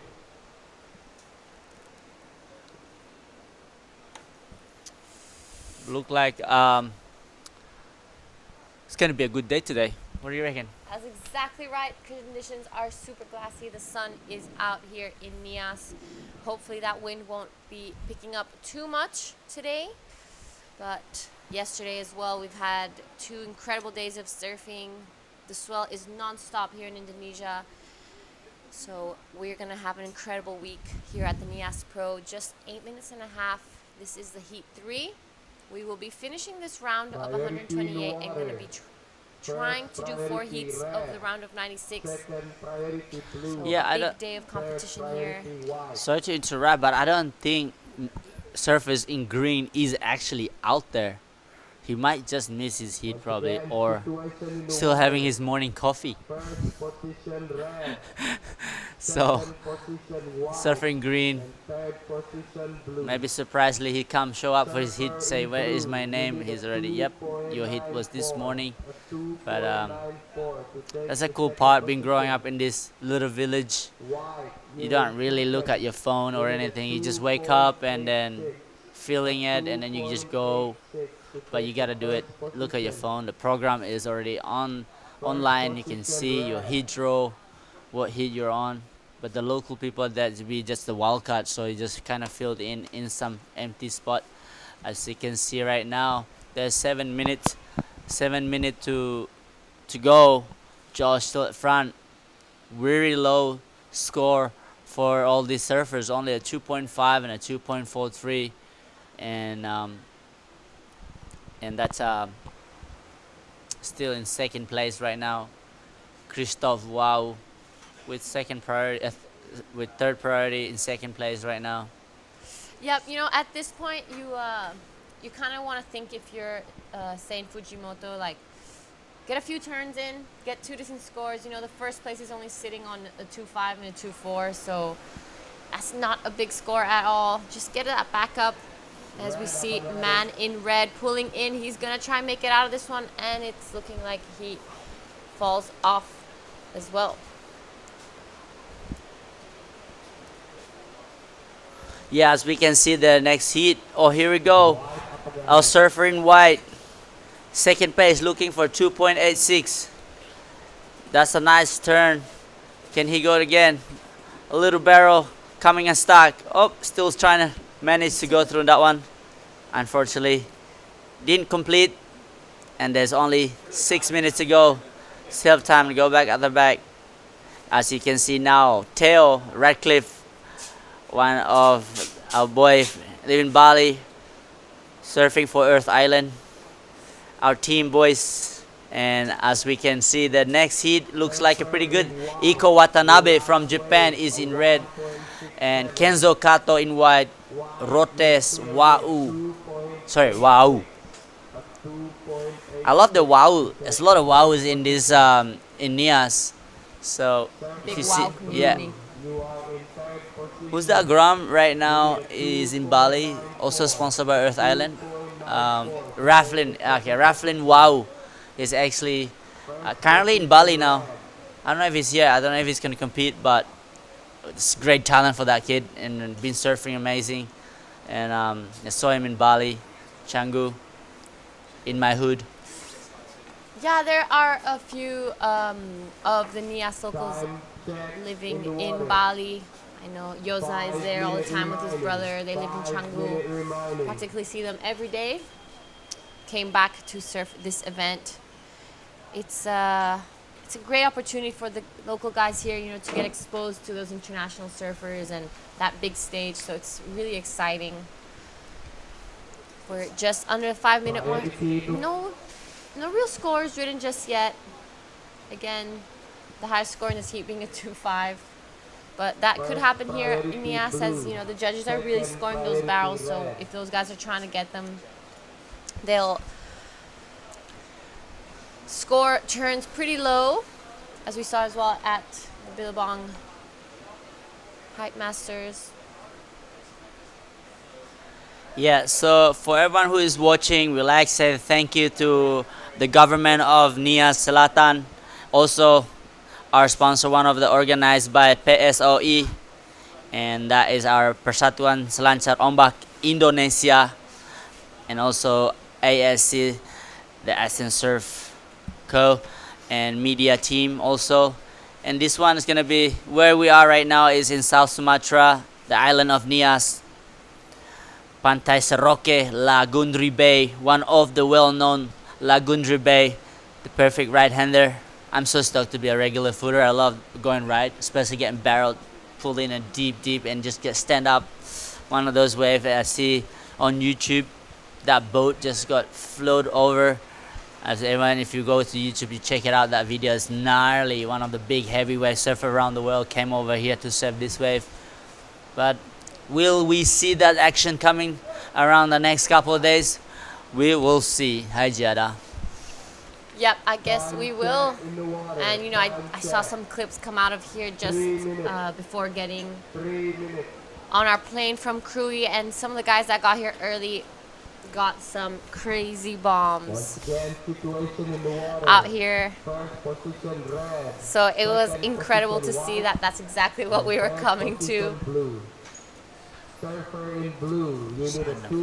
Okay, 2 minutes and 40 seconds to go. This heat still a really low scoring wave, but I think there will be some big sets coming for the next heat. Like as we see our first heat, Irawan Wow got some nice score, and Antonio, one of our local surfers, still made it in this round. Is gonna be in round 96. So is it? Yeah. First priority blue. Look at the line, Sabatu. I can see the Sabatu over there. See over there? As you can see on the screen, that's where the wave I surfed there, like 18 foot. Nobody was out there, and I got forced to go surfing that heavy wave. There's no exit in that one, just all rock. But if you manage to get one wave, like so many pros come here, like Shane Durian, Mikala John, our rest in peace on our legendary surfer, always be remembered, and also all like Billy Camper, Qua Smith, all big name, big surfers, as we can see right now. That is the drone work. Thank you to Ryan, and I love it. Look at that. All this accommodation are filled up with all the athletes, the front view, and that is the tent on the beach there, where we do our ceremony, opening ceremony. But behind all of this building, it's just all nature, just nature, coconut tree. You can see that. And as you go, up and riding now, Shane Sujimoto, looking for a 2.94. 50 seconds. It's just that little fatness coming through, as you can see, looking for this one. Bang. All right, 2.93 requirement. As you can see, our currently heat leader, 30 seconds to go, and that is still going for red. And here we go, our second place, looking to reply. Whoa, can he make it out? Oh,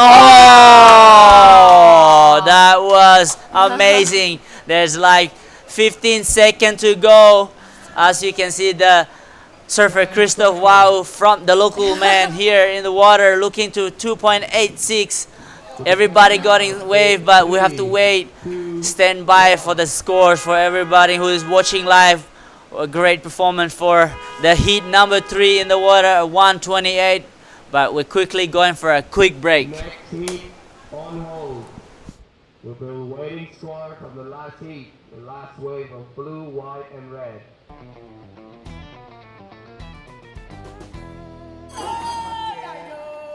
Far from the bustling crowd, a special kind of magic awaits just offshore in Lagundri Bay. Home to a world-famous barreling wave, South Nias has attracted surfers from across the globe for generations. This year, the Nias Pro promises to be another exciting spectacle, with the world's best up-and-coming surfers from Australia and Asia battling it out for QS glory on this legendary wave. White, once again, the last wave of 5.83.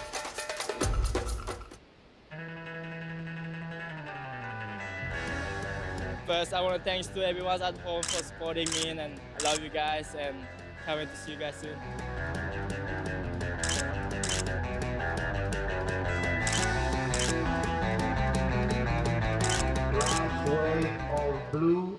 All right, guys, welcome back to the Nias Pro QS 5000. We are just waiting for some scores to come through from the last heat. That was a super exciting finish. Welcome back to my Japanese co-commentator, Dai. Good morning. That was a great surfing from the local legend. That was absolutely the perfect end of the heat. Yep, that was super exciting. And actually, Christoph Wow managed to take the win from that heat. Second, Josh Van Nierkerk. Congratulations to those two guys. They're going to be going into the next round. And now in the water, we have in red, Iko Watanabe, in blue, Theo Radcliffe, in white, Kenzo Kato, and in the green, Rotes Wow. So here is our Japanese surfer, Iko Watanabe, on the first wave, racing down the line, trying to get turns in this one. Nice floats off the top and straight into the carve. A little bit stuck on the rail, but still managed to put 2 turns in. It was a smart way to start a day, because it's a high tide right now and there's not much big barrels out there, so you might just want to go for turns to get the couple of scores first. Yep, that's exactly right. And I'm sure Iko saw that last heat, saw that they practically sat there for 25 minutes with right. nothing higher than a 2.5. So he wants to get those two scores early. And this is looking like Kenzo Kato, a replay from our Japanese surfer. Unfortunately, did not make it out of that one. This is Iko Watanabe. That was a nice flows the first section. A little bit stuck on the rail on the second turn, but still managed to put a couple turns in. And that was 2.67 for Iko Watanabe. So Kenzo Kato, he wasn't in Korea Pro, but he just came here for Nias Pro, and he is a brother of Shohei Kato. They are three Kato brothers, and Kenzo is the youngest brother of the Kato family. Here is Kenzo up and riding again, trying to get us scores first. That's a nice turn, but just pushed it a little bit too hard.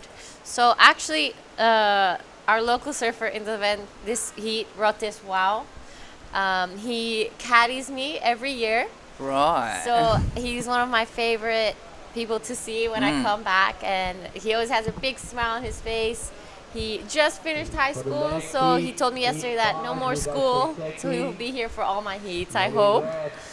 And there is Theo Radcliffe, our boy from Bali. Nice first opening turn. Gets a little bit stuck on the top, but manages to drop nicely. Gets around the section, wraps it around here, and decides to pull off as the section gets a little bit fat on the inside. So scores for Theo Radcliffe to come through now. Rotis Wow sitting with priority out the back. He's going to be using his local knowledge to, pick the best ones, and right. He knows where to sit better than anyone out in the lineup right now. So I'm sure that the other boys are going to be sitting pretty close to him. In the last couple of heats, they are kind of struggling to get which line they should take when you go, when you pull into the barrel. You don't want to go too high because rip's gonna hit you hard, but you don't want to go too low of the wave. So local knowledge will appear in this heat. 日本からご覧の皆様、おはようございます。ニアスプロ Day1 スタート。本日はラウンドオブ128メンズディビジョンを行っていきます。このヒートにはゼッケンレッド渡辺一行選手、ゼッケンホワイトに加藤健三選手2名の日本人選手がクレジットされています。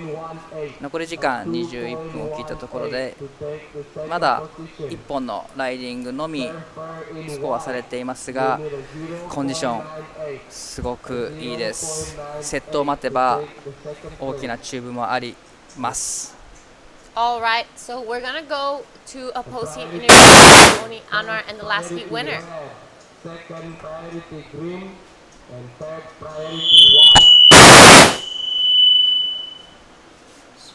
Surfer in blue, you are in second. You need a 0.51 and 0.51 to take the first position.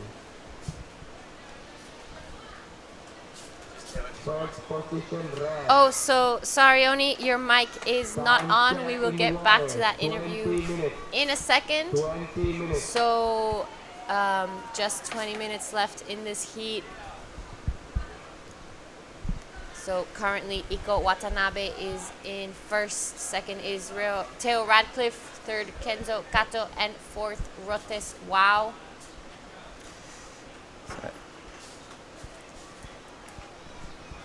So it's looking like maybe Rotis had a paddle, unfortunately lost his priority. He is currently in second priority. Just looking for a wave. Go Rotis!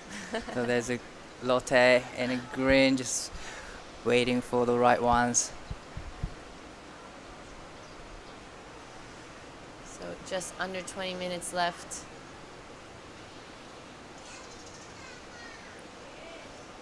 Probably these guys are too excited to get the next, sets and trying to get a barrel, but also they want to make through this heat, so they have to play really smart. you don't really wanna, always focusing on the getting barrels. That's exactly right. So I think that's probably what Iko Watanabe right. and some of these guys saw in that last heat. They tried to get barreled the whole Right. heat. No one did anything, and then finally, Christoph Wow got that one barrel. So it's good to get those smaller scores, create that base, and then afterwards try get barreled, because we do know that's what the judges are going to be looking for here in Right. Nias. Judges are still scoring those maneuvers, turns, great turns. It's not a pipeline masters, so you don't have to wait for only barrels. So people, you can just do turns and get scores, get through. That's exactly right. This isn't Pipe Masters. You can still do turns. Yeah. Yes. So exciting stuff. This is the Heat 4. In Heat 5, we will be seeing Koda Killorn. We will see Josh Kerr, Noah Stocka, and Bedi Zagotto. Exciting day ahead of us. Nias Pro QS 5000. We will be finishing this round of men's as we see Theo Radcliffe taking off on a good-looking wave. Under priority, manages to snatch this one. Unfortunately, pushes that one a little too hard off the top and flies. To me, down to the yeah, sky. right. That was an air drop from Theo. Oh, All right, so we're back with Oni Anwar and the last heat winner. Take it away. Okay, jadi sorry everyone who's watching live. We just had a few things going on with the microphone, but okay, I'm gonna speak Indonesian. So, gimana bang? Sorry, jadi dari bangun pagi melihat ombaknya bagus, dan apa game plan-nya tadi pagi? Oh iya, tadi saya lihat tadi pagi melihat ombak sangat bagus di pagi hari ini. Game plan saya adalah mencoba mendapatkan ombak terbaik, ombak besar untuk mendapatkan barrel. Iya. Tapi udah minum kopi dulu apa belum? Tadi sudah minum air putih sih. Tapi hit sebelum itu saya nonton Abang Antonio juga masuk ke ronde berikutnya. Jadi ada nggak belajar dari Abang Antonio untuk waktu itu sebelum main? Ya, jadi Anton adalah seorang legend ya. Dia seorang ghost rider.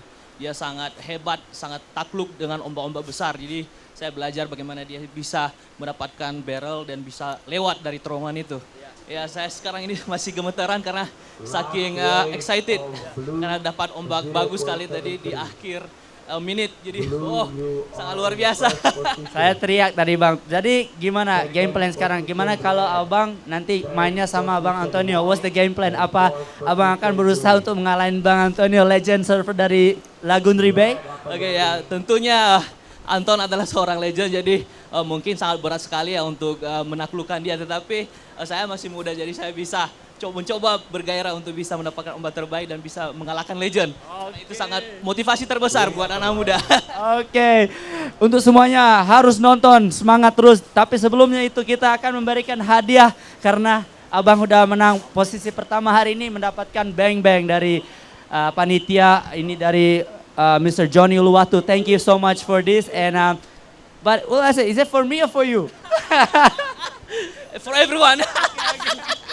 All right, enjoy. Thank you. Good luck in your next. Thank you.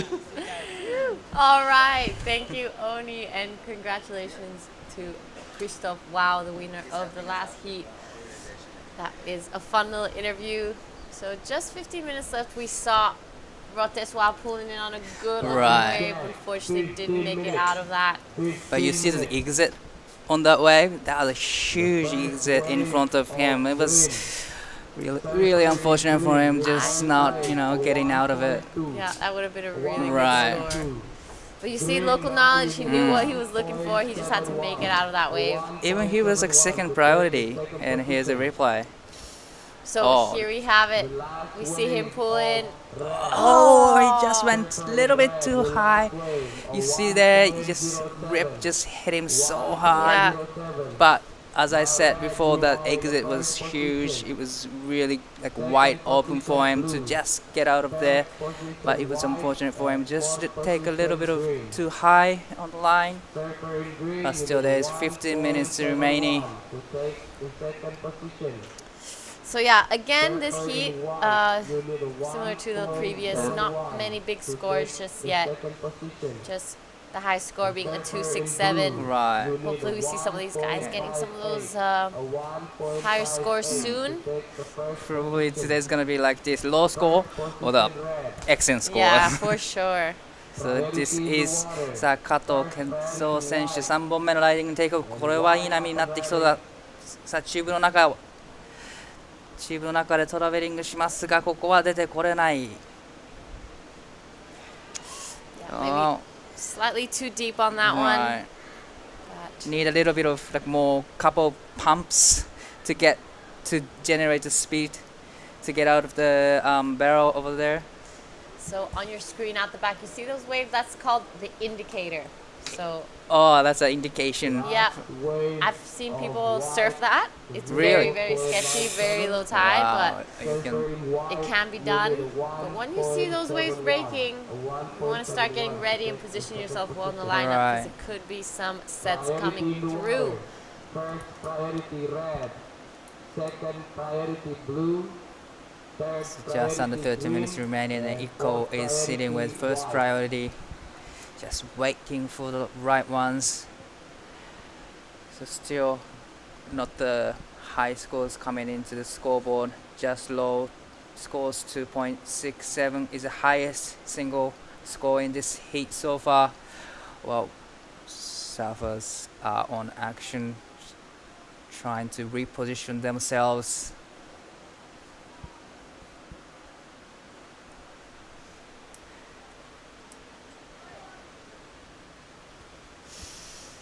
So this is Heat 4, round of 128 here at the Nias Pro QS 5000. We will be finishing this round until Heat 16, and hopefully the plan is to do 4 heats of the round of 96.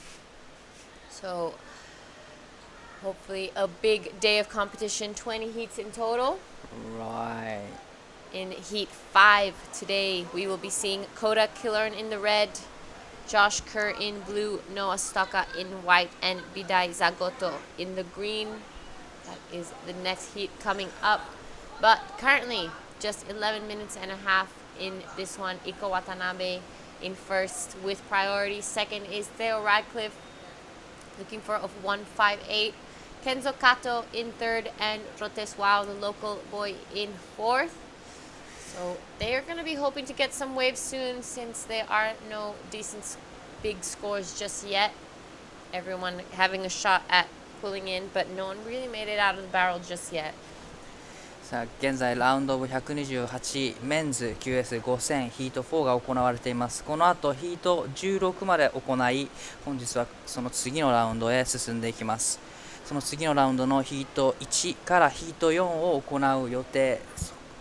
そこが終了すると Day1 のスケジュールが終了となってきます。素晴らしいコンディションで行われてニアスプロ。さあこの波は誰が行くのか。So there's a medium-sized waves, but nobody's on it. But looks like great walls.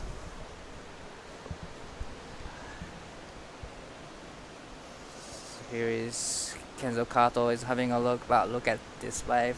Oh, I would surf that for sure. Me too. Yeah. I'll be all over those insiders. Right.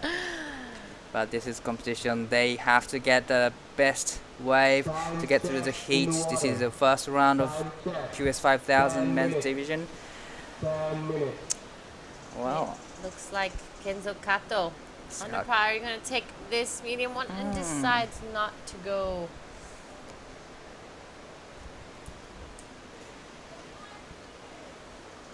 Just under 10 minutes remaining, and this is a time where you have to decide whether you want to go for turns and just get the fours, and then you just wait for the barrel wave. That's right.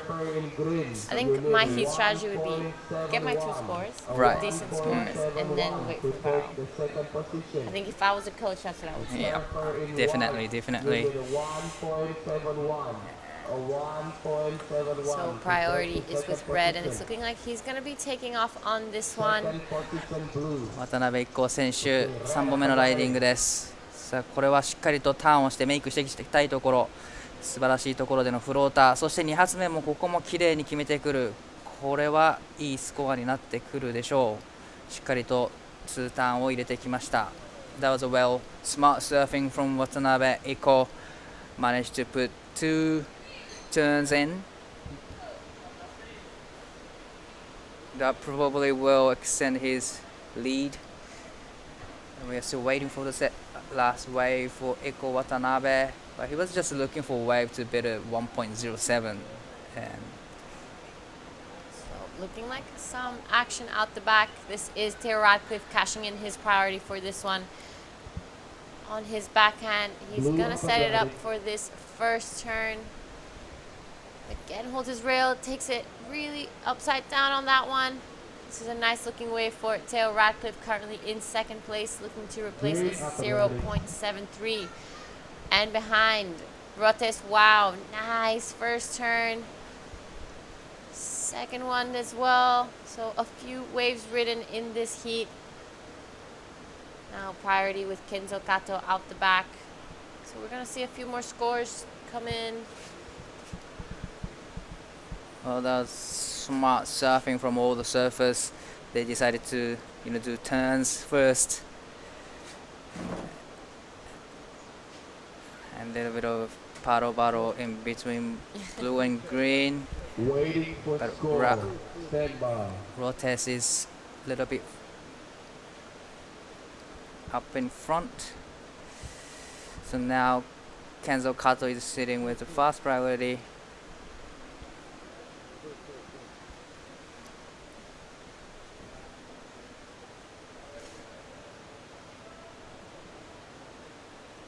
Time check, 7 minutes. 7 minutes. Just 7 minutes left. So priorities with White, he's out the back. Theo Radcliffe, last wave, comes in at a 2.73. Iko Watanabe, a 3.50. Rotes, wow, a 2.23. So there has not been a change in the situation except for Rotes while moving into third. Now looking for a 2.68 to go into an advancing position. 渡辺一行選手の3本目のライディング 3.50 このヒートでのベストスコアとなります。これ、So this is Rotes, wow. Catches a medium-sized set. 2 good turns. Oh, and unfortunately just falls off on that second one. So he... 加藤健三選手、こちらの波、チューブに入り、しっかりとメイクしてきたこのヒート、1本目のチューブライディングとなります。必要なスコアが 3.70。3.70 スコアすると2位のポジションへ。さあ、このヒート初めてのチューブライディング、ここをしっかり決めてきた加藤健三選手、残り時間6分を切ってきています。Well, that was the very first tube riding in this heat. Oh, look at that. Kenzo Kato pulls in, comes out, looks for this. Come back to the whitewash. That was a beautiful wave from Kenzo Kato. That will definitely be the best wave of this heat for now.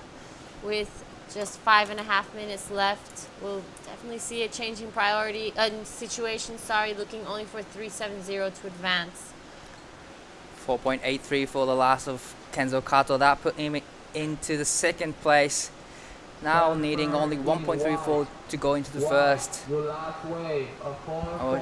probably he learned from his mistakes. The last of couple of waves he was too deep, or like he went too high, and he just adjusted that mistake, and he got first barrel in this heat in 4.83. Now he's in second. Yeah, that's right. So just under 5 minutes. He looks really comfortable in the barrel. So does he come from a place in Japan where he can get good barrels, or does he travel to Indo a lot? He travels a lot with 2 other brothers, but he's actually from Tokyo area, which they don't have surf sport. Wow. So they travel in Japan as well to practice all kind of waves. And he's also the good skater as well as Shohei Kato. Yeah, I like his style, like relaxed, chill, with the two best scores. The back knee tucked in really well. Yeah. I really love his style. Very stylish surfer. It's good to watch. Mm. That was really well done from Kenzo Kato. Iko Watanabe in first and with priority. So he saw what Kenzo did. He's going to be wanting to do the same now. Definitely, because Iko has first priority right now. So because he's in the lead, so he doesn't need to worry about to get into the third or fourth, because he got only three. He only he got.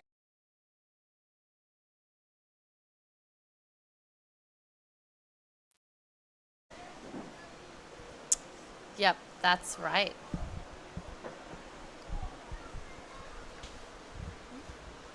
So beautiful day here in the Nias Pro QS 5000. Heat 4 of the day. We will be doing all 16 heats of the round of 128. Good day of competition.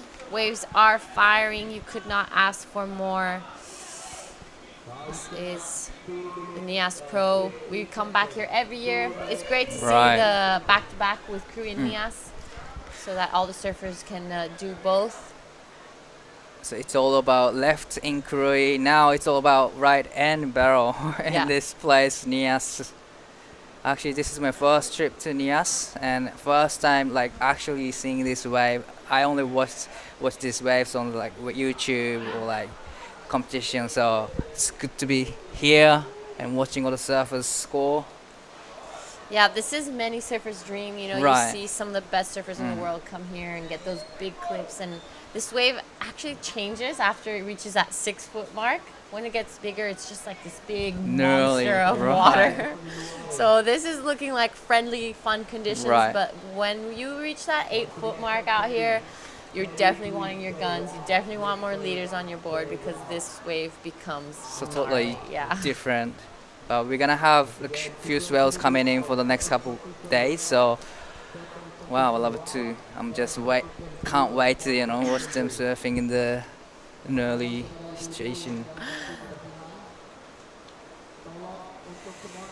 And now down to 1 minute and 30 seconds remaining. So Iko is having a look. さあ渡辺iko選手。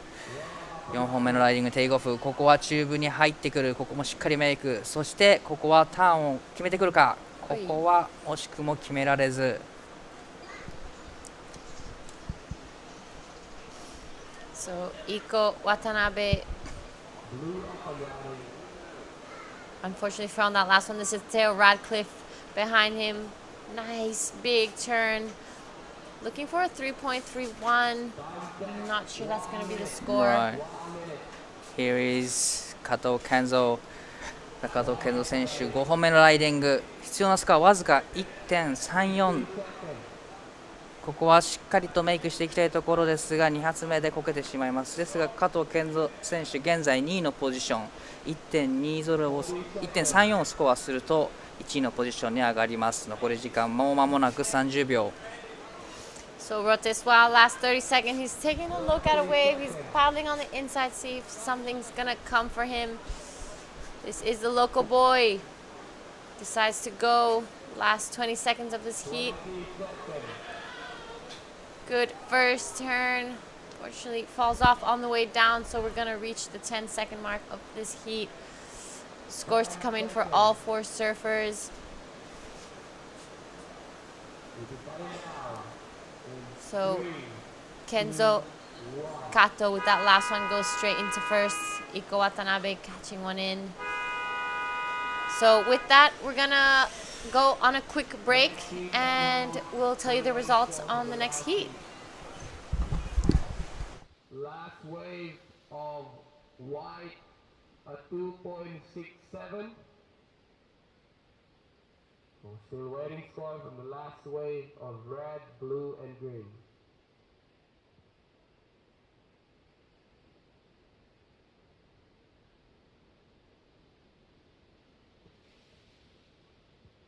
Another exciting spectacle with the world's best up-and-coming surfers from Australia and Asia battling it out for QS glory on this legendary wave.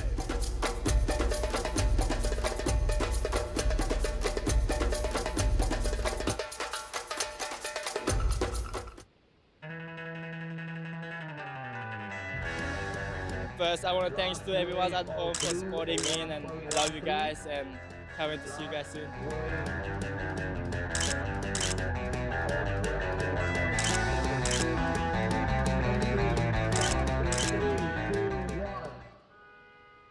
All right, we are back, ladies and gentlemen, and this is Heat 5, the round at 128 of the men's. Let's have a look who's in it. It's Coda Killorn, the Australian, in red. It's Josh Kerr, the veteran ex-pro, all-round good guy, in blue. Noah Stocker in white, and Betty Zagota, the goofy footer, out of Lagundri Bay, in green. Billy Hangen, welcome back, mate. Yeah, thanks, mate. What a great morning it has been thus far. Only going to get better with heat number 5. Coda Killorn on a bit of a mission. He's strutting around the contest site with his chest pumped out, so look for fireworks there. Josh Kerr, always the reliable performer. Noah Stocker, young guy on the rise, and Betty Zagota, mate. He surfs here day in, day out. He's a likeable lad, goofy footer, strong with his manoeuvres. So I think he's every chance to really rattle some feathers in this one. But you're right, it has been a good mornings down here, mate. Steaming hot. It doesn't take long before that sun really starts to take its toll. My shirt feels like I've already worn it for a day, and it's only, 9:40. So for the crew around the world that are watching, this is a famous beach, Sorake Beach. First for mine, Bill. I remember seeing it on a Coca-Cola ad. Yes. Jody Cooper and the team. Stuart Bedford-Brown, if I'm not mistaken. I think it might have been a Joel Fitzgerald as well, maybe thrown in. Just a couple of good-looking people there, and Jody Cooper and... it's Stewie Bedford-Brown Bedford. back in the day. So if you're watching for you guys, Jody or Stu or the crew that were involved in that first advertisement, was probably one of the first times I laid eyes on this wave and went, I want a big piece of that. It was one of the first times you've seen surfing featured in a major label ad campaign. So hats off to that particular soft drink provider. It was a great ad. I loved it. There we go. That's what the athlete zone looks like. Not a lot of crew down there. Is that Emily? Yeah, it looks like Emily Cassoni. Yeah. All right, on the hunt, no waves in the bank just yet, so everybody would be a little anxious. What I find at the start of these heats, Bill, is people can push a little too deep because there's no priority. Let's have a look at White. Well slotted. Oh, I don't think the tide did him any favours right there. It's a big, thick doggy door, isn't it, mate? Not many people kind of go through the lip and make a successful exit. It's usually you've got to make it through the hole or you're tripping. Here goes Josh Kerr on the 20. Finds a bit of cover, but cannot drive out of that thing. Well, so as you alluded to, mate, looks like the whole field is a little bit deep. Yep. And if Josh Kerr can't make it, well, it was unmakeable. Golden scenes here, brother. Here goes Betty now on his backhand, grabs his rail. He's got a good bit of travel time and comes out. Look at him. So this was what I was talking about, mate. He's no slouch. He mightn't be a big name on the point that people will really know, but when you're in the water, you know he's out there because of the stuff you see him do, plus the amount of waves he gets, obviously, but that's part of the deal. Geez, how did that thing go through unridden? Sure, there's a lot of people around the world mind surfing these empty ones, mate, a bit like myself. For sure. Mick Wilson's just been slotted for 5 seconds, he's telling me. Look how clean that is. Are you kidding me? Perfect Indo glass here this morning. It's only day one. You can see the sign in the background, Sorake. That is the name of this famous beach. It is in the world famous bay of Lagundri Bay in Sumatra, Nias Selatan, Bill. Yep. And it's on Sumatra Barat province. We're about, I don't know how many miles off the coast of Sumatra, straight out west of Sumatra. It's one of the bigger islands off that archipelago off the mainland of Sumatra. How's the backdrop there? Just coconut trees everywhere. Now we've got a few punters down there in the athlete zone. There's Dai Wacko waiting for his interview. Doing a great job, I reckon. I love the Japanese connection. Really good move by the ASC to include the Japanese crew in this broadcast for 2024 and make up a big majority of the viewers. Yep, and that's why we're doing it for the crew online, that wondering, okay, well, we don't understand it. Well, you know what? You're probably half the audience. Here goes Betty. Betty. Nice thread. Look at him, arms How's straight that up. He's pretty pumped. Celebration. He's been practicing that. A Come on. 5.5. It's got to be one of the better goofy foot barrels I've seen this morning. Yep. But look at that backdrop, Bill. That will never go out of fashion, folks. That is just poster card stuff. And whenever you see a photo of someone doing a big slash and the photo's taken from the shore, that's always the backdrop. 100%. That is super famous. You can't build it. You can't manufacture it.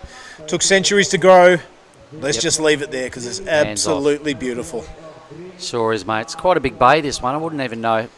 It must be close to a kilometre or thereabouts across to the other side. We think so, mate. We saw that big battleship come in this morning, which is our water safety, and that was even minnowed by the size of this Lagundri Bay.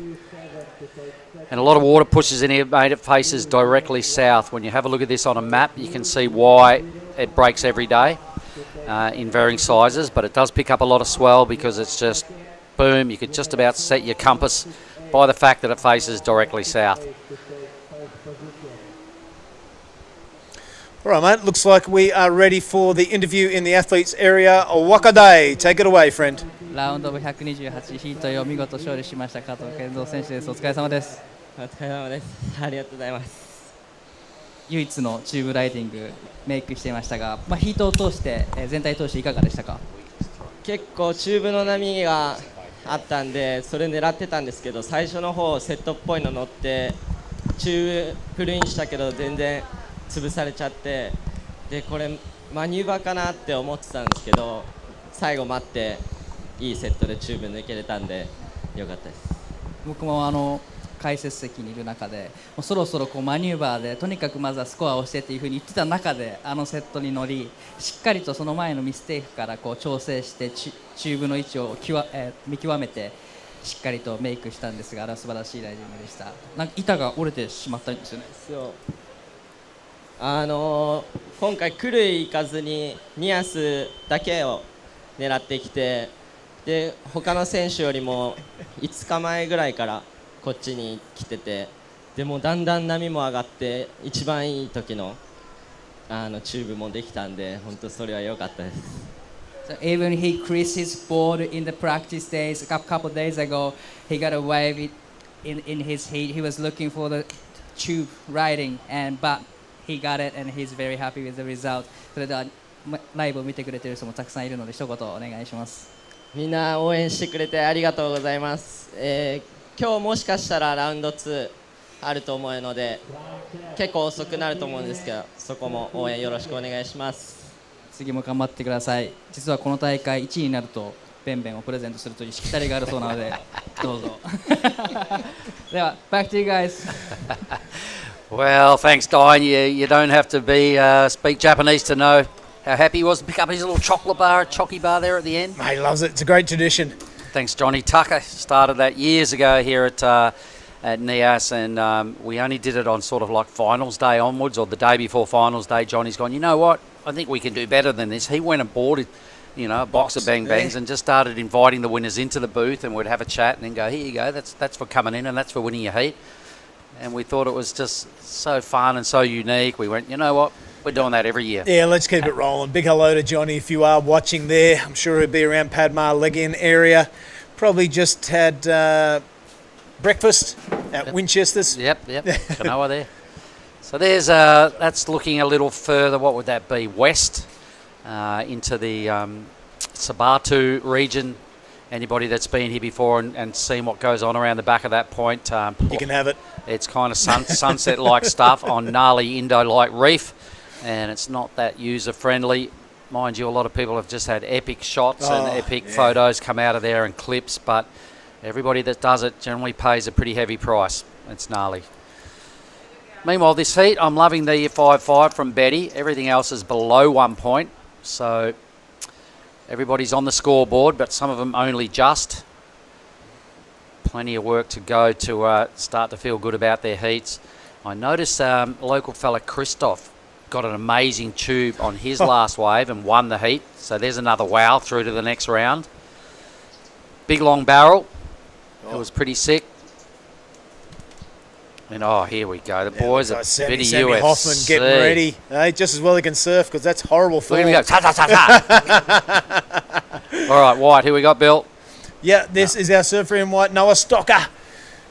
All right, the natural footer looking comfortable. This has got to be on point to make these turns. He does really well. So I didn't see any tubes on that one. Betty, yet again, ducks his head, the young fella. Oh. Staying high, and out he comes. A little bit of fluff on the noggin on the way. He's going to double up. Oh, awesome. Get the little bonus tube out right by the section they call the well, and just pulls his boardies back down. Doesn't want to get too sunburned. But that was sick. He's definitely staying out of the sun, mate. He's 2 good barrels there for Betty. We've seen a lot of hit and misses by the goofies this morning already, but Betty's got the right line going on. He certainly does. It looks effortless for the young man. And look at the paddle out there. He's going to absolutely smoke Noah Stocker. Got his tail up, that's for sure. Yep, he runs off confidence, mate. When he's having a good surf, he's really on, and he's in the lead now. He'll know it, and he just paddles away from Noah Stocker like he's sitting there caddying. Blue and red in the lineup. So we've got Kersey in blue with priority and a no-make wave. Same with Coda. Second priority for red and another no-result effort. So these boys want to stay in the draw. They want to keep surfing heat after heat at Lagundri Bay with a big swell. Look at the background. There we go. That's what we're talking about. Wow. Stuff that goes on back there, guys. It's gnarly. It's it's definitely in the Hellman zone. You've got to know what you're doing if you're going to go around there. Kudos to Sasha Stocker, who won one of the events here years ago around on that big slab. Wow. Yep. Wasn't enough swell to do it here, but they took it around there, and Stocksy on his backhand. There you go, mate. A little shout out to yourself.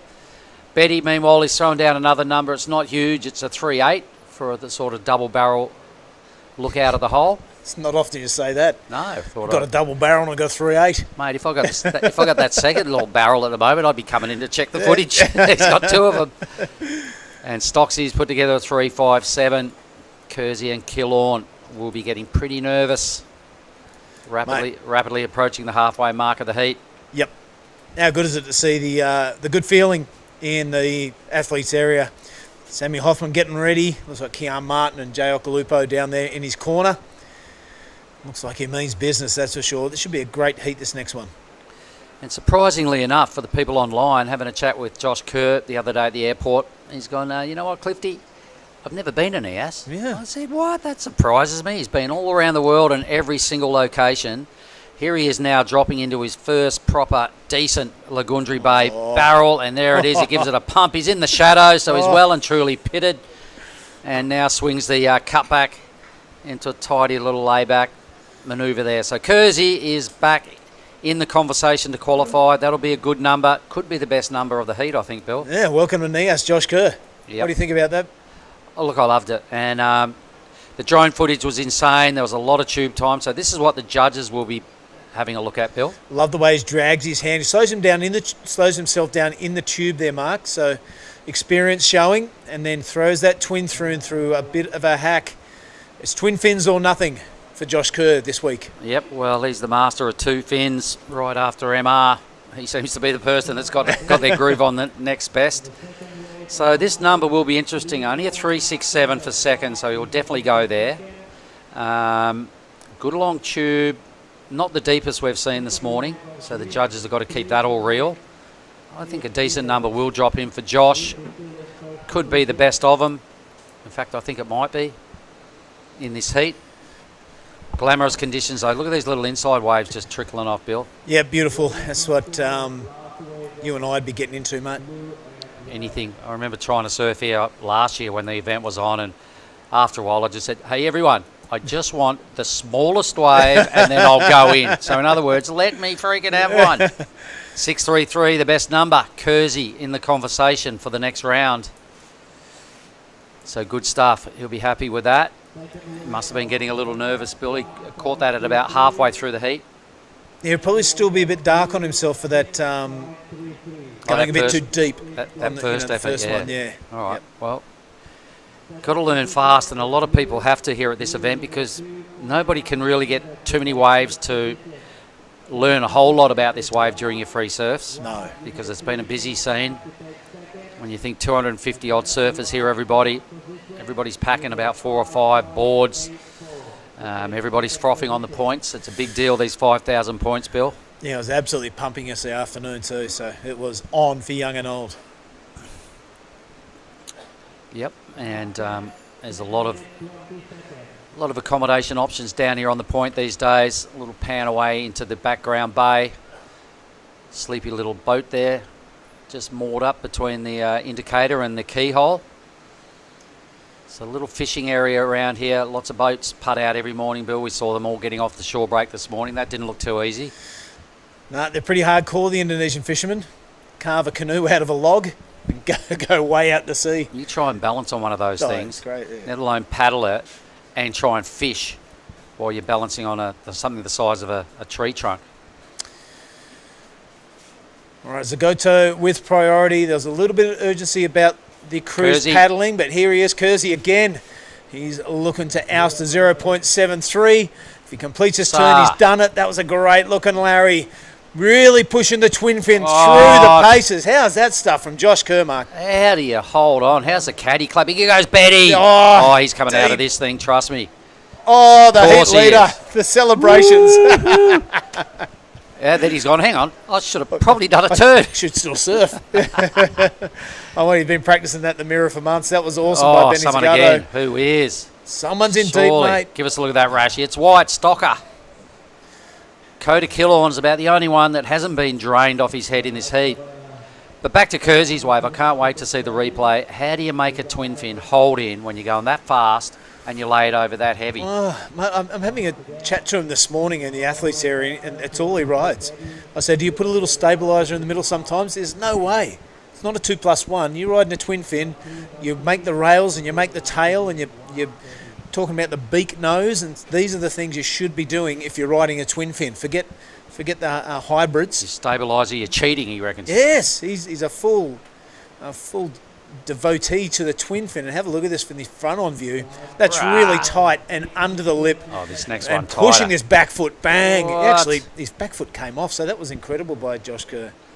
Amazing control. He goes, I love this, Betty. Geez, he got another pump when he went out of sight, and you can see how stoked he is because he knows that was a real good thread, and he had a bit of work to do in the tube to make sure he came out of that exit. So just the perfect line, and Stocksy. Yeah, Stocksy also putting the pie in the oven, slowing down, bit of a flex on the way out. The big fella loves it. That was really well surfed by Noah Stocker. It's going to be interesting, this bunch of scores. Yep, three scores, all pretty good. Kersey's is just under 5 points. There was no barrel involved, so the judges can't get too carried away. Insane surfing on two fins. Betty's wave goes excellent, 8-0.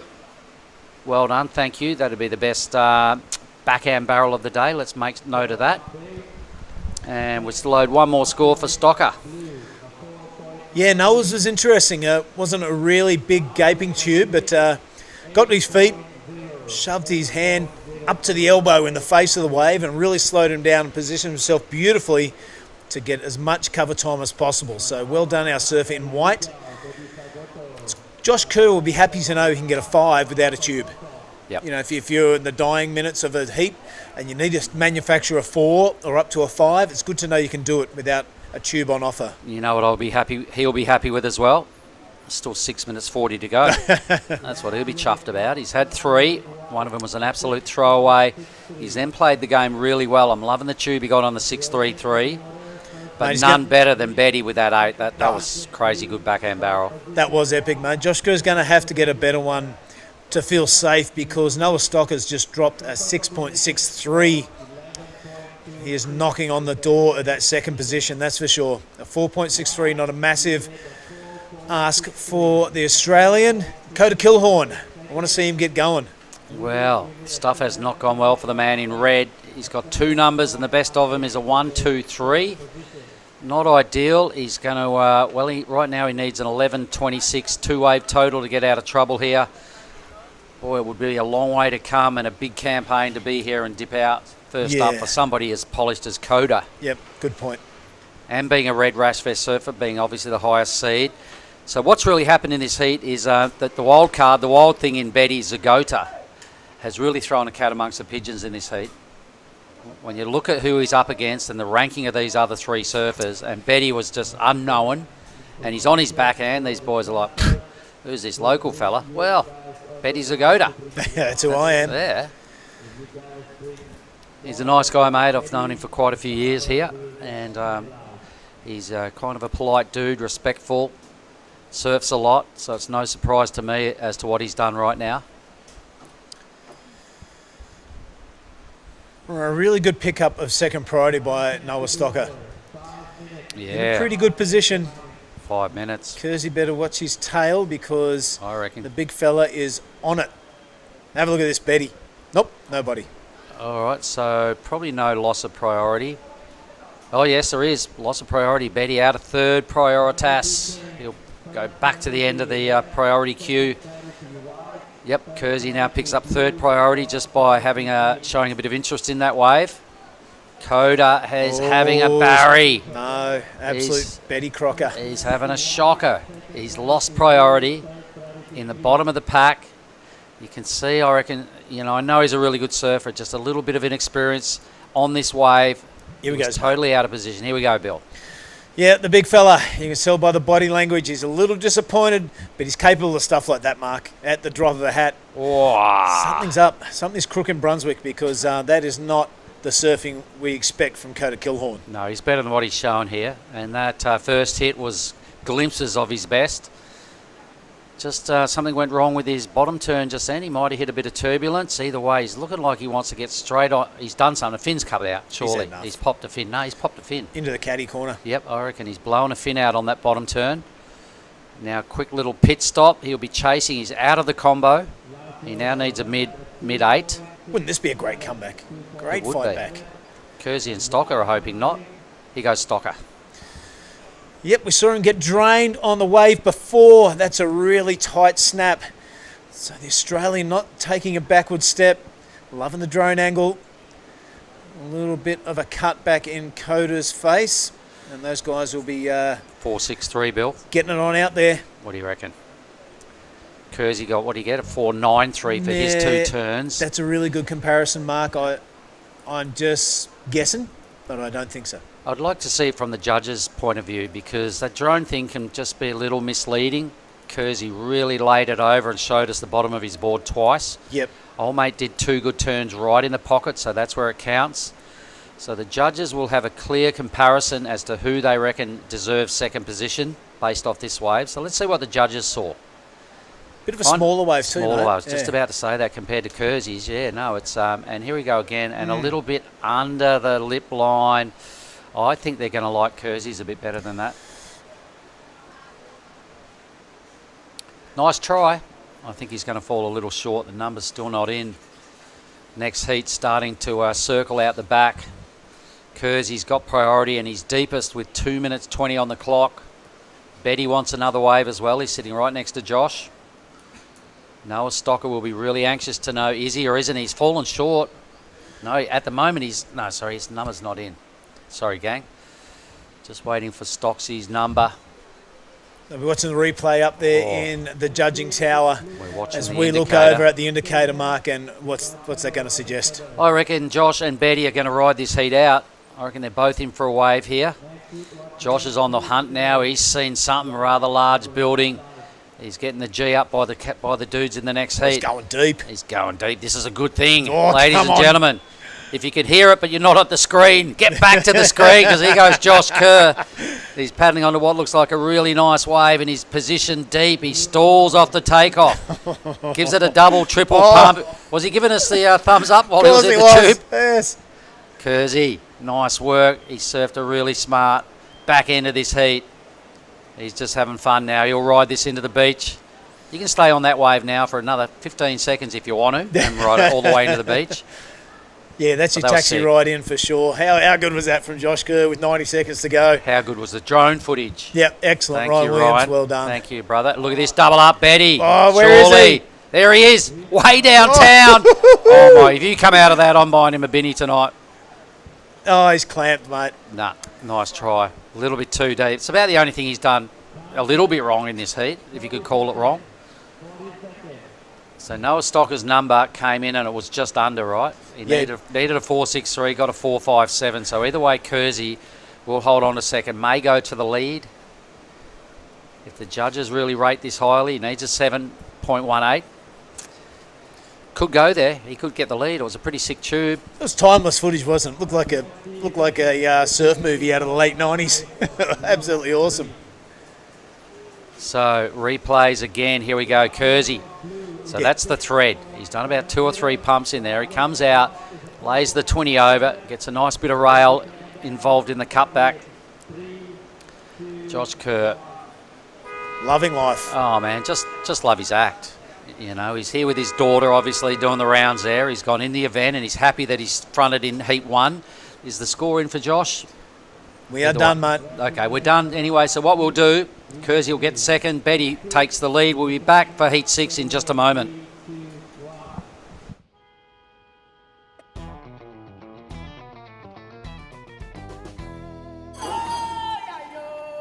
Far from the bustling crowd, a special kind of magic awaits just offshore in Lagundri Bay.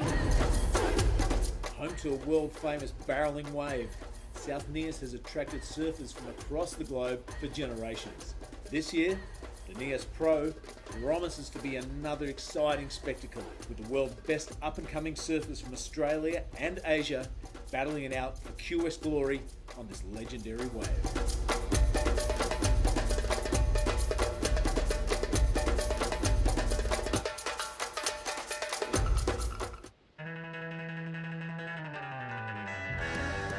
First, I want to thanks to everyone at home for supporting me, and I love you guys, and can't wait to see you guys soon.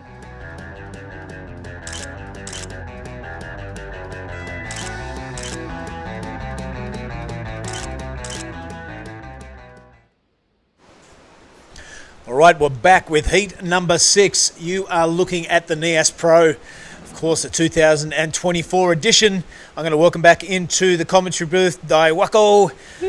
Bruddy, why don't you run us through the names of heat number 6? So this is a heat number 6. We have Yuji Nishi in red, Raimo Yamamoto in blue from Japan, Rahel Wau in white from Indonesia, Sammy Hoffman in green from Australia.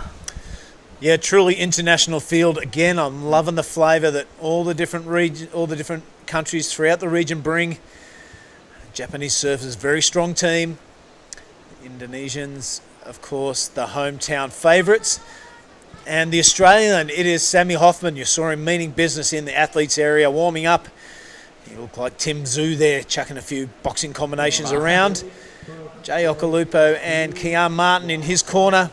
Expect fireworks from the big Australian, but also expect a strong performance from the Japanese and Indonesian surfers.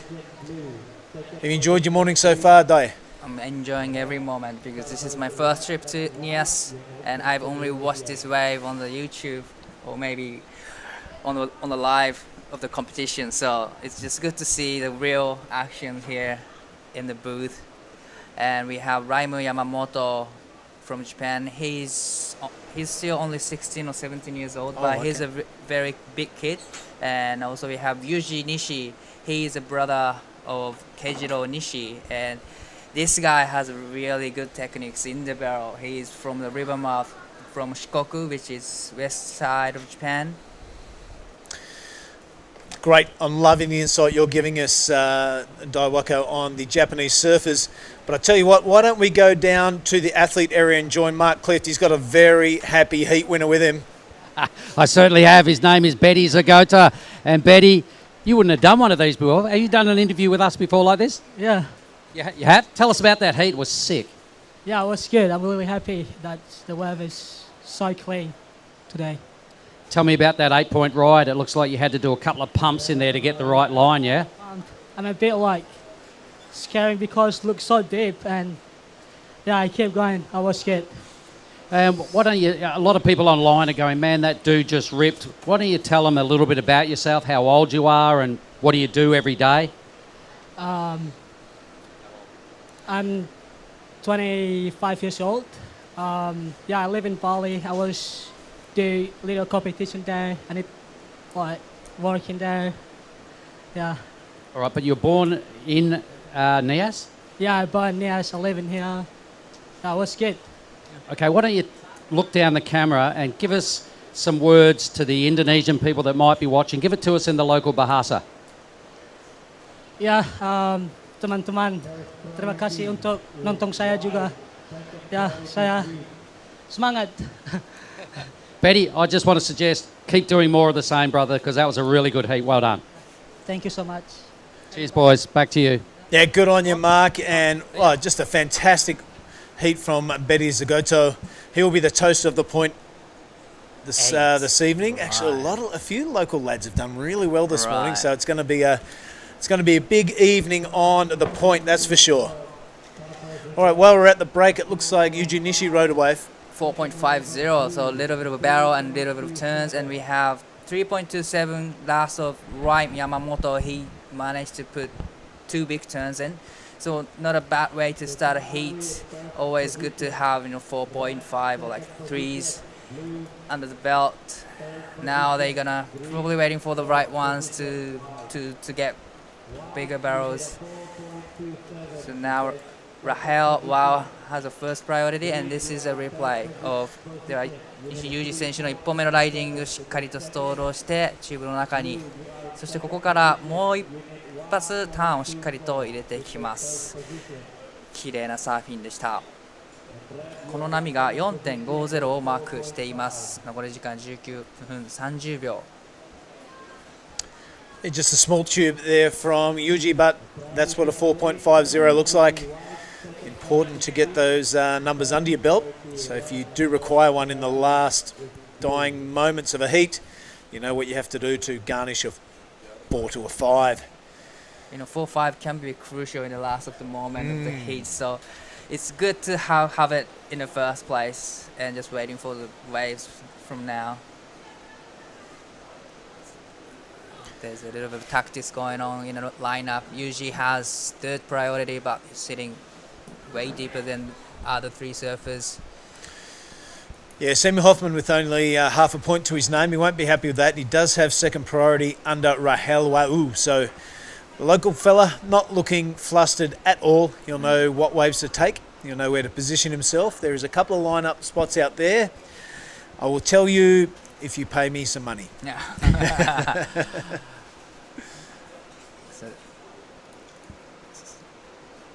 I really love the drone footage. Every time put it on the screen, it's such a beautiful way to watch the tube riding from the angle.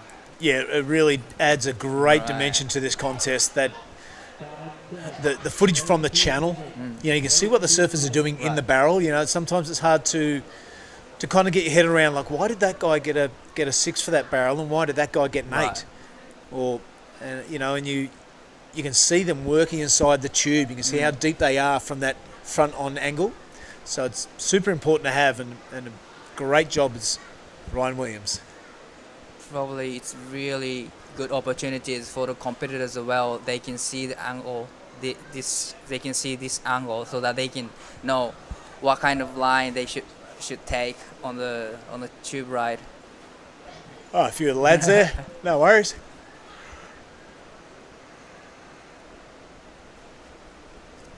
Yeah, so that's our athletes area. Great view of the wave.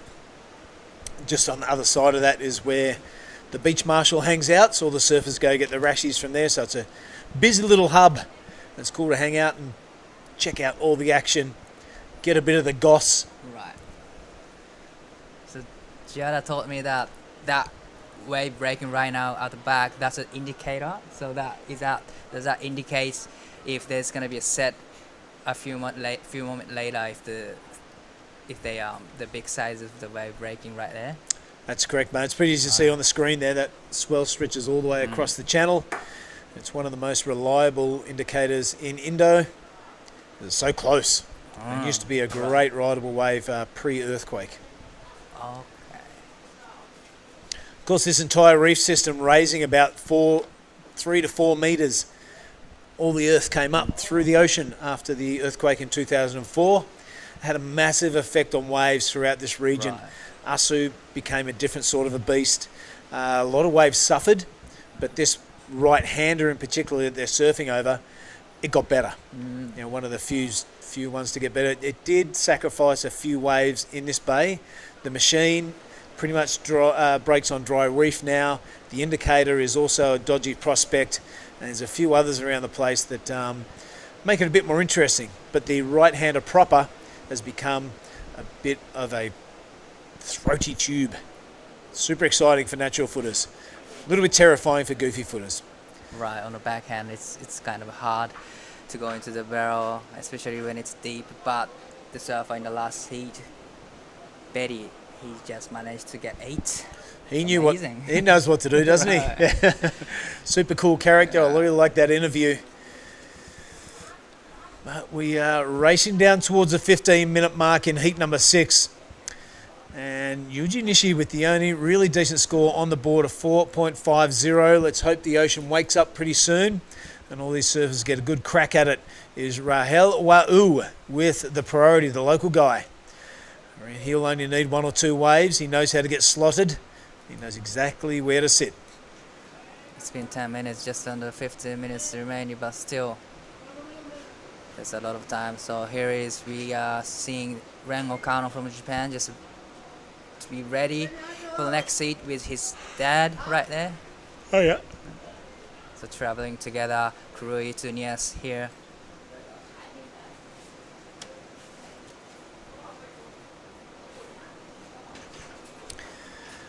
It was a good night last night at the gala dinner down at Banga Resort. Thank you for all the staff and crew down there. The food was excellent and there was heaps of it. Let's talk about that later, because right now it's the local guy, and this is Rahel Wa'u tucking under. We can see the front of his surfboard there, so not too deep. He's going to have to go to turns and slices a top off the well. We'll see where that sits, but we're used to seeing Rahel totally disappear behind the curtain. Right. So he wasn't the wave probably he was looking for, but still, it's under 40 minutes remaining. Yep. Probably get some scores first and waiting for the ones that he can disappear in the barrel. Now Sammy Hoffman has the first priority. So 2.07, nothing big for Rahel Wow for the first wave. Yeah, so those people are kind of new to pro surfing. If you are tuning in somewhere around the world, that's a good indicator. You can see the front of the surfboard sticking out of the tube, or their front arm. It kind of indicates that they're not too deep. You want to be sitting there wondering if he's coming out or not. So you need to be disappeared. Yeah, and that's what's going to get you the big scores. It's a dangerous tube, big score. Yeah. Not so dangerous tube, small score. Very simple. Some actions, paddling. Yeah, first priority is now sitting with Sammy Hoffman. A little bit of urgency about his paddling. He wants to get the right position. This is a beautiful looking right-hander about to explode into Lagundri Bay. Sammy taking the drop. Not much happening on the tube side of things, so he goes to turn and spins the wheels. Sammy Hoffman will not be happy with that.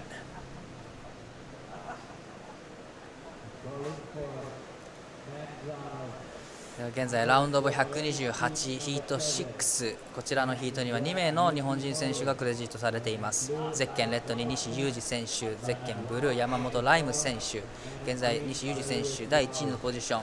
最初のライディングでチューブ、そして大きなターンを披露し 4.50 をマークしています。山本ライム選手は 3.20、こちらは2ターンでスコアしてきました。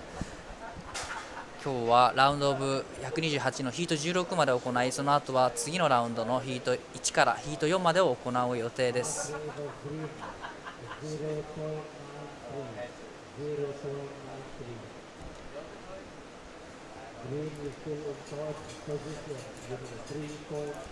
Right, Yuji Nishi has first priority and the lead. It's a really slender one though, just a 4.50 next to the zone, one solitary wave. No one really impressing the judges thus far. A little bit of a sleepy heat and a bit of a case of opportunities missed, both from Rahel and Sammy. Positioning super important on this wave, but saying that, you don't want to get caught behind the section. So here's some paddling actions. Surfers probably see some lineup out the back Just under 11 minutes remaining. Yuji Nishi has first priority. Yeah, comparing to the last heat, it's a little bit of sleepy heat here. We see some sixes in the first of the heat, last heat, but we don't really see it in this heat. Yeah, having said that, Dai, there were a few waves that didn't offer the tube. And we saw some surfers get really close to that 5 mark. So it's knowing which waves to catch and what to do on the subpar ones that'll get you through a heat. All right, a bit of action now. The horizon going a little bit corduroy. Let's hope this translates into a few tubes. We want to see one. It's been about 5 minutes and we see someone get slotted. We're getting anxious. All right, the lads have seen it now. A bit of purpose in the paddle. First priority is our surfer in red. He's going to turn. Looking like he's interested. 西裕二選手、ファーストプライオリティを持っています。こちらの波、セットの波にテイクオフしていきます。そしてストールをしてチューブの中へ綺麗なチューブをメイクしていきます。そのままアクションへしっかりと大きなファーストターンしていきますが、ここでバランスを崩してしまう。Right, an impressive wave by Yuji, and have a look at now. It is Yamamoto going to turns and going to the belly flopper. So not much going to plan there for our surfer in blue. Rahel now has priority. 9 minutes and 20 seconds remaining. Wow, I wonder what went on there for blue. We've seen that last heat too, and the heat popped out probably finished last time. Right, here's the front on view. Love the stalling tactics there. Totally disappearing. That's what the judges want to see. Straight up into the pocket and bailed on the way down. Probably not a bad move. You got a long way to go. A round of 128, if you don't mind. 3.67 for the Yuji's last wave, and that put him into the lead and extend his lead. So not a bad way to, closing out the... Yeah, not a massive score. Probably something to do with the positioning. By the time Yuji had taken off, the wave had already been barreling already for a couple of seconds, you know what I mean? So, we saw those 8s rewarded this morning, especially from Betty. He was really deep and the wave was just feathering, and that's where he took off under the lip and got barreled all the way through the reef system. That is what the judges are looking for. But a 3.67, very handy nonetheless. さあ残り時間8分になったところで西裕二選手の2本目のライディング 3.67 をマークし、現在第1位、そしてそのポジションを伸ばしていきます。第2位には山本ライム選手、必要なスコア 4.90 スコアをすると1位のポジションへ。まだまだ波の方はこの後やってくると思います。3位にはローカルサーファーのラヘル・ワウ選手がいますので、ここはまだまだ安心できない、そんないった状況です。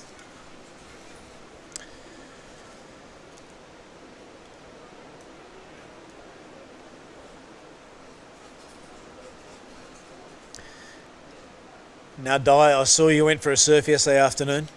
Yeah, a little bay. It was a small but fun wave. Small but fun? Yep. I saw you were on a small twin fin, a lot of foam in that thing. Yeah. You have a good time? I had a good time. That was my first surf in Nias, and it wasn't a wave that I was expecting, but still, I got my 20 out, 5-2 20 out, so I got a couple turns in. It was fun. Tell you what, Garut Witiata and Gogo, the two judges, they go all right, don't they? Really good surfers. Yeah. Some of the best backhand surfing you will see is from Garut Witiata from halfway. He's now on the judging panel for a couple of years, so staying involved, which is fantastic. But it also fills you full of confidence when you know that, someone of the calibre of those two guys, Mare Lepur included, and Gogo, that they're the guys that are judging you. So they've been there, they've done it, right. And they're not just getting it out of the textbook. Speaking of textbooks, look at that wave looking at us right now. Who holds priority? It's the local fella letting it go. And so is our Japanese surfer. 山本ライム選手、チューブの中へ消えていくが、ここはメイクできず、今板が出てきたので途中でこけてしまったようです。ここで 4.90 をマークし1位になりたかったところ、残り時間6分を切っています。 The local lad now doesn't get the result he's after because we saw him bottom turning through the back of that wave. So Rahel feeling the pressure, 5 minutes 40 to go. We would expect the local lad to be threading those things all the way through to the channel.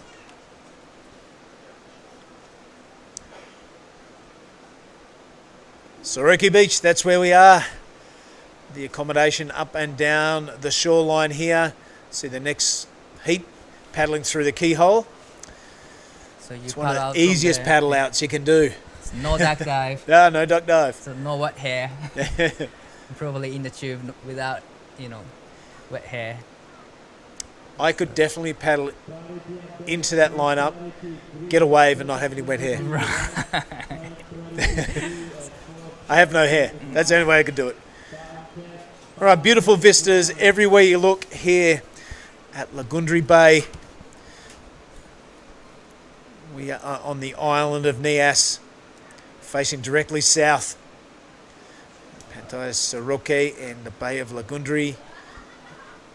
Absolutely postcard perfect.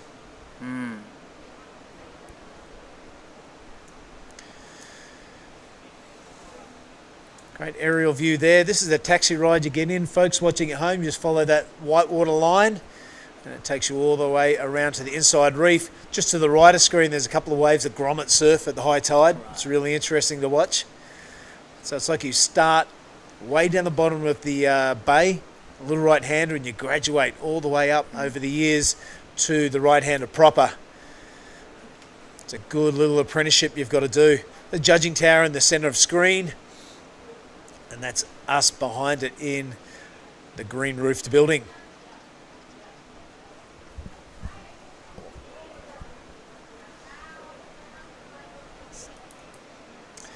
All right, this one clicking down rapidly. It's gone by really quickly, this heat number 6, considering there's been not many waves ridden and none with a real hefty score.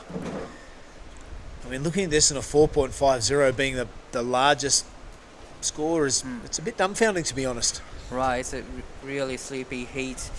We we love to see the big barreling tube ride from these surfers. But unfortunately, the ocean doesn't offer too much. We've seen the waves. I've got to have a little disagreement with you there. The waves have been delivered.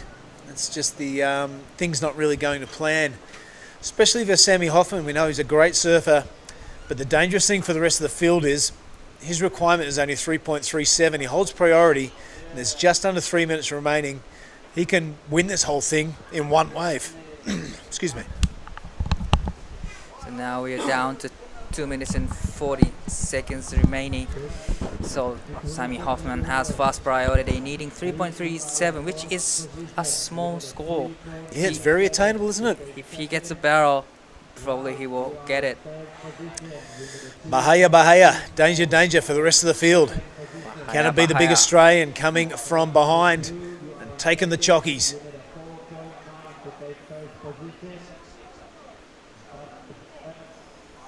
Let's hope Huey throws down a couple of good sets before this heat is over.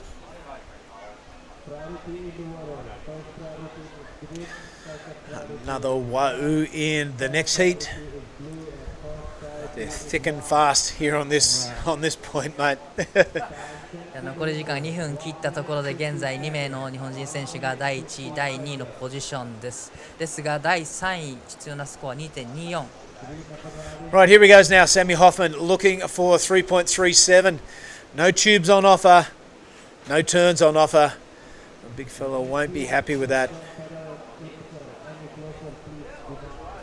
Sometimes it's frustrating, Di. Here goes the local guy. Now, this is Rahel. Can't find a tube either, but with under 90 seconds remaining, this could be what he's after. A little shampoo there in the well, but goes down. Yuchi, a very small heat total of 8.17. He's looking like he's going to take it out. 2 Japanese surfers still waiting for the next wave out the back. Usually sitting with first priority. Probably Reimer is not in the safe zone yet. He only got 3.27 and 1.07, 1.03. She probably wants to get another score in before the heat finishes. But here is 山本ライム選手5本目のライディング。ここは 1.03 を塗り替えていきたいところ。小さめの波ですが綺麗なターンを入れていきます。セクションを抜けてここでカットバックをしますがここで引っかかってしまう。さあ 1.03 を塗り替えてこれるのか。一発目はとても綺麗なライディング。2.33 で塗り替えていきます。That was a 2.33. Extend his lead slightly. Now local boy needs 3.53. Still, it's not a big score. Yeah, 5 seconds to go, mate. I think that is all she wrote. I think all scores are in. A smaller wave coming through for Yuji. He'll take this taxi ride all the way to the inside and be comfortable in knowing that he has won heat number 6. Wherever you're watching around the world, make sure you stick with us. You are looking at the Nias Pro for 2024. We'll be back right after this break.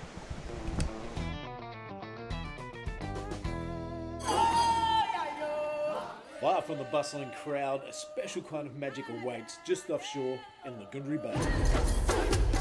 Home to a world-famous barreling wave, South Nias has attracted surfers from across the globe for generations. This year, the Nias Pro promises to be another exciting spectacle with the world's best up-and-coming surfers from Australia and Asia battling it out for QS glory on this legendary wave.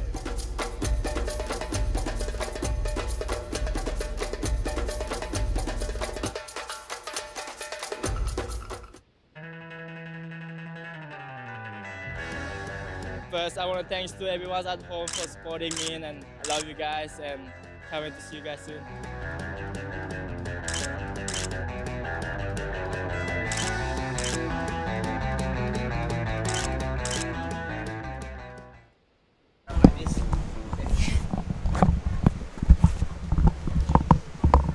All right, guys, welcome back to the Nias Pro. This is round of 128, heat 7.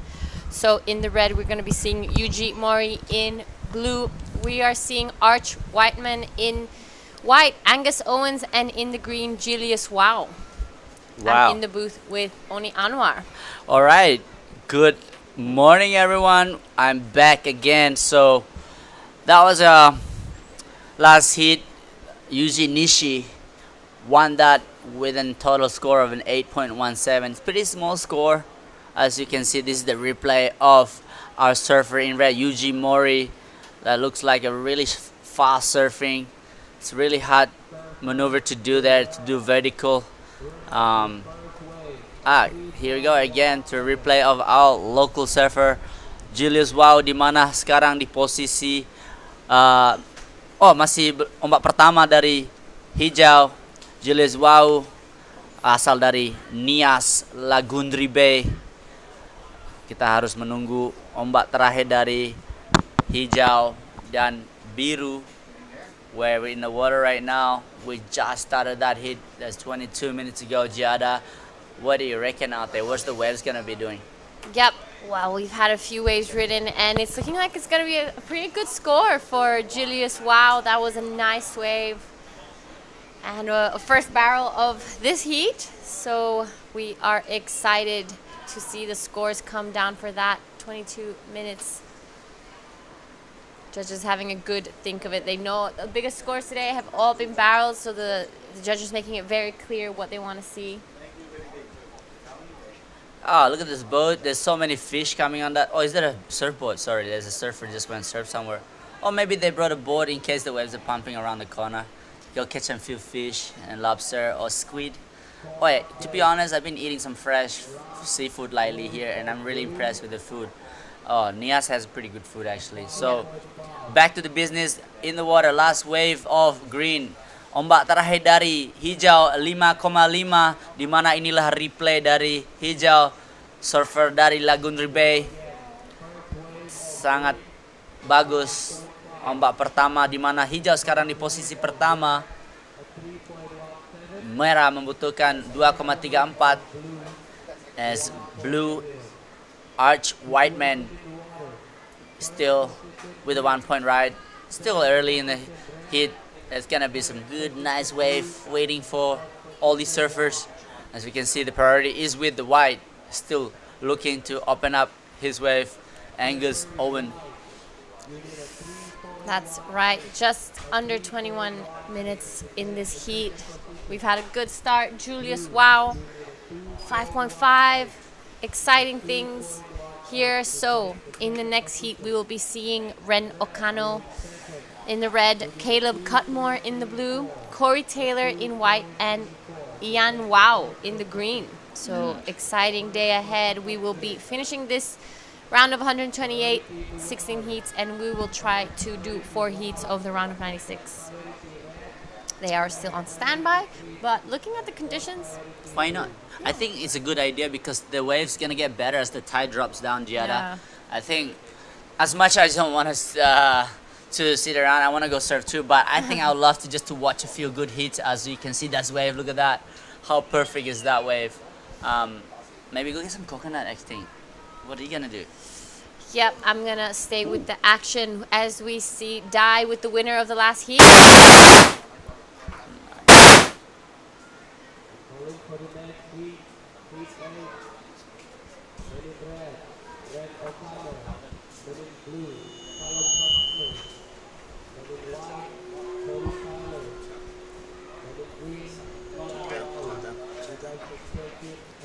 All right, so I think Dai, your microphone is off. We will be right back with that interview once we sort it out, but currently back to this heat. No waves ridden just yet, but priority is with Angus Owens still to start up his heat. Only one wave ridden from the other 3 surfers, so it's still early days. We have our Japanese surfer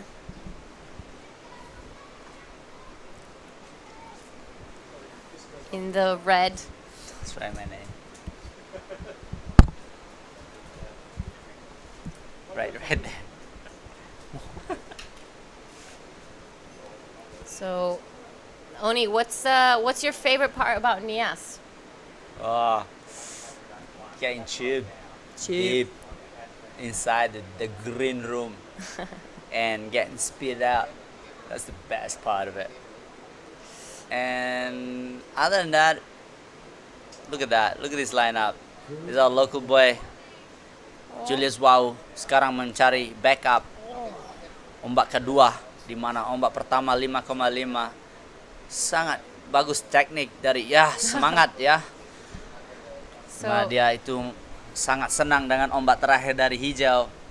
Dan sekarang dia akan extend dari posisi pertama, membuat merah akan mencari nilai akan lebih besar lagi. Sementara merah membutuhkan 2,35. Dan beberapa menit lagi merah akan membutuhkan nilai agak lebih besar lagi karena ombak terakhir dari hijau akan mengangkat posisi pertamanya di belakang. Wow, look at the wave. Oh my lord. Here's a set coming, everyone who's watching live. Where we got from here? Ohayo gozaimasu. Team Yuji Mori. Namiもいいよね。今これジャパニーズサーファーレートすごいのサーフィン。Yuji Mori は今secondのプライオリティ。International. Oni Anwar's international. これは今私はまあ腹減ったよね。Not sure what you said. ナミこんにちは。こんにちはのも今違う。Where did you learn Japanese? わかんない。ちょっと友達だ。Okay, here we go. The set's coming. Who is the position for this wave? There is blue looking for a backup of a 1 point, but priority is with Angus Owen. Will Angus Owen get on this wave? No, looks like he is waiting for the one, a bigger one. He's sitting really deep in right now, so is he in a good position for the sets? Looks like red is looking for this wave with his second priority. No, he let it go to Arch Whiteman. Here we go. Surfer in blue. Nice backside snap. Vertical turn right there. Into the next one. Wow, throw a lot of spread. Smooth surfing for our surfer in blue. Finish it with a nice scarf. Kicks out right there. So let's see what is gonna situation will change in shortly as with there's 15 minutes to go. Yep. So there we have it. We are now going to throw to Dai with the winner of the last heat. Take it away. ラウンドオブ128ヒート6見事に勝利しました西入選手お疲れ様でした。お疲れ様です。多分ヒート中もっとこういいチューブを置くからっていうのがもう見ていてこう思ってるんだろうなって分かったんですが、ヒートを通していかがでしたか？位置がちょっと分からなくて、でいいセット乗ったんですけど、ちょっと決めたいっていうのがあって、消極的になっておおでやってちょっと浅くなっちゃって。結構ウェブで見てるとどの波もいい波ですごくこういい波が分かりやすいかなと思うんですが、入っているとそうではない。分かりますですけど、ちょっと自分のそのメンタル的な。Oh my! Wow! Wow! 素晴らしいライディングでしたが、今日もしかしたらこの後もヒートがあるかもしれません。この後どういう風に過ごしていきますか？ちょっとリラックスして次は積極的にガンガン行きたいと思います。ありがとうございました。次も頑張ってください。ではこちら1位に贈られるベンベンになります。では back to you guys. Thank you. All right, thank you so much, Dai. So while that interview was going on, there were some crazy waves being ridden out the back. I'm so excited to see that wave from Julius. Wow. What will the score be? I think it's going to be pretty good. He got into that barrel, arms wide. He was confident. He made it out.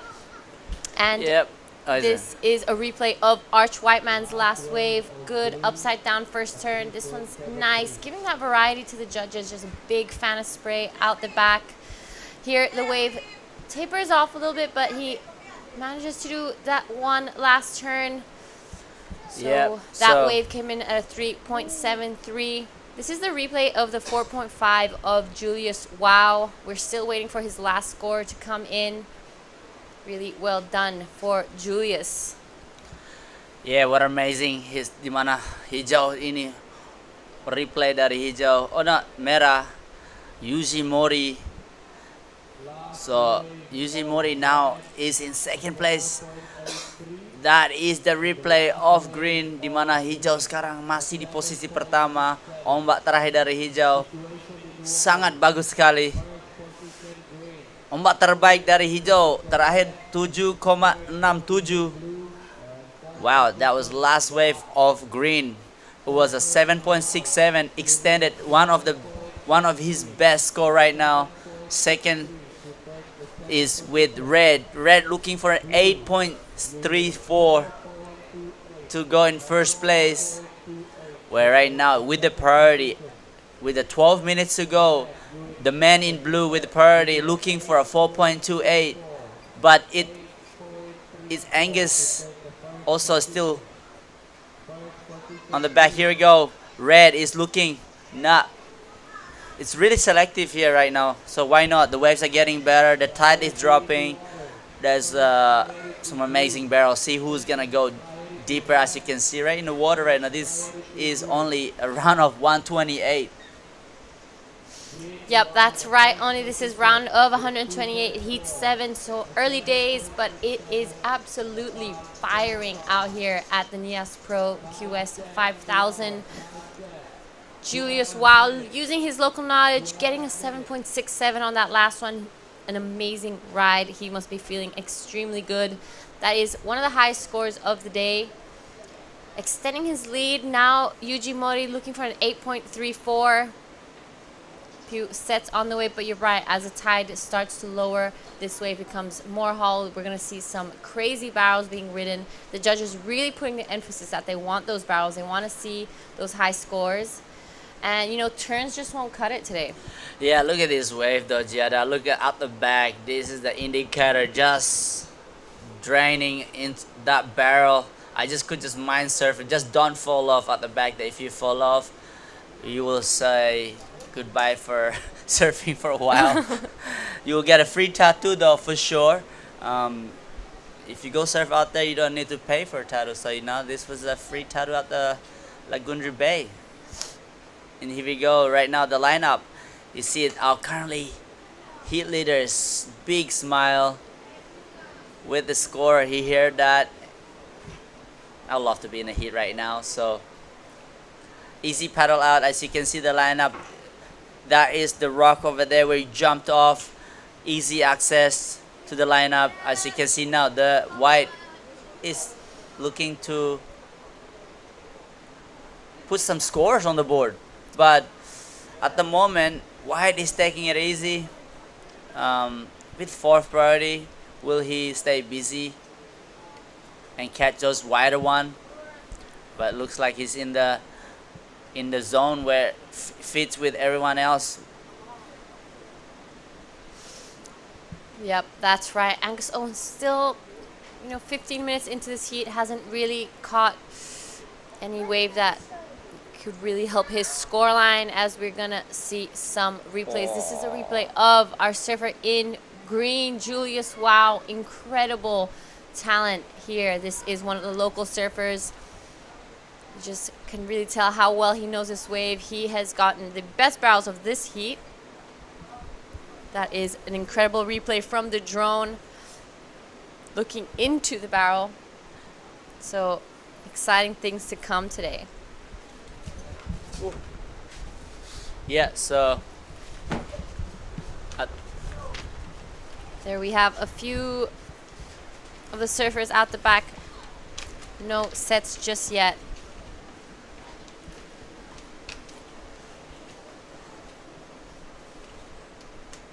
So requirement is not that big for second place. A surfer in blue, Arch Whiteman with the priority.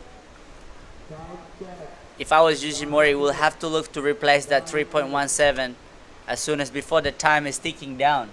So the time can be his enemy as the thing, because if this white Arch Whiteman gets a wave, it will put a lot of pressure for red. While now he's in second place with the second priority. He's probably looking to get back the priority against Giada. So there's a few options of strategy out there for all the surfer, for red, blue, and white, because green is sitting comfortably at the front with a 7.67 and a 5.5. You did an 8.34 to take the first position. First position green. What a day. Look at that coconut tree. It's like a picture. I would have that in my house. Yep, that is what paradise looks like, guys. We really? are. Does the paradise look like that? To me, it does. I guess yours not. I don't know what type of surfer you are then. Just teasing you up a little bit. Look at that tree. There's a nice keyhole out there. You can go swim around those reef when it's small days, and you can, as Jed has probably been exploring a little bit of the reef around here. Is it nice? It's absolutely gorgeous. There are rock pools out the back. There are so many lovely beaches that you can just lie down by yourself. Nias is absolute gorgeous island. You can drive around, find your own secret little spot. There are plenty waves to be figured out here, but right now we are with this heat. So Julius Wow in a comfortable lead, 7.67 and a 5.5 to his name. Yujimori in second. Arch Whiteman in third, a 4.28 to go to an advancing position, and Angus Owen still to really catch some scores, looking for a 7.63. This is a four-man heat, so only the first and second pass on to the next round. Priority system aboard. So there we have it, the requirements on your screen. So we saw the indicator break, but no one really taking a look at these ones. They yeah, looks like this is sets coming now. Here we go. There's a little bit of movement of red. You can see he's position himself. his board pointing down the beach. As you see, White also scratching down. Maybe there is a double up on this one, but the local boy, he has third priority over that Angus Owen. Looks like he's just staying busy because he knows he had a good score, looking to replace 5.5. And that is a nice turn. Another backup. Definitely not a replacement of a 5.5. But why not? If you're already winning, staying busy, trying to catch a few waves before the heat's over. That's but right. definitely not getting too comfortable because these guys can also change the situation by one wave, Ziada. One wave. And that set come and you get a really nice clean barrel. And you shake things down a really bit not nice to look. Yep, this is a replay of the last of Julius Wow, so his score comes in at 3.3, will not be going into his top 2. But just imagine how amazing it must feel for him, getting those scores, getting incredible waves with just 3 other people out. Exactly. Coming to live the dream. Coming here to surf, not to scratching on those close-out waves or like putting a wetsuit on or have to find a zone where you need to scratch on the wave to make a score. And also, it's a QS 5000.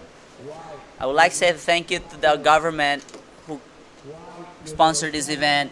Also, government of Nias Selatan, organized by PSOE and ISC, the media team. We are located in Sumatra Barat, island of Nias, Pantai Sorake. And the name of this wave is called Lagundri Bay.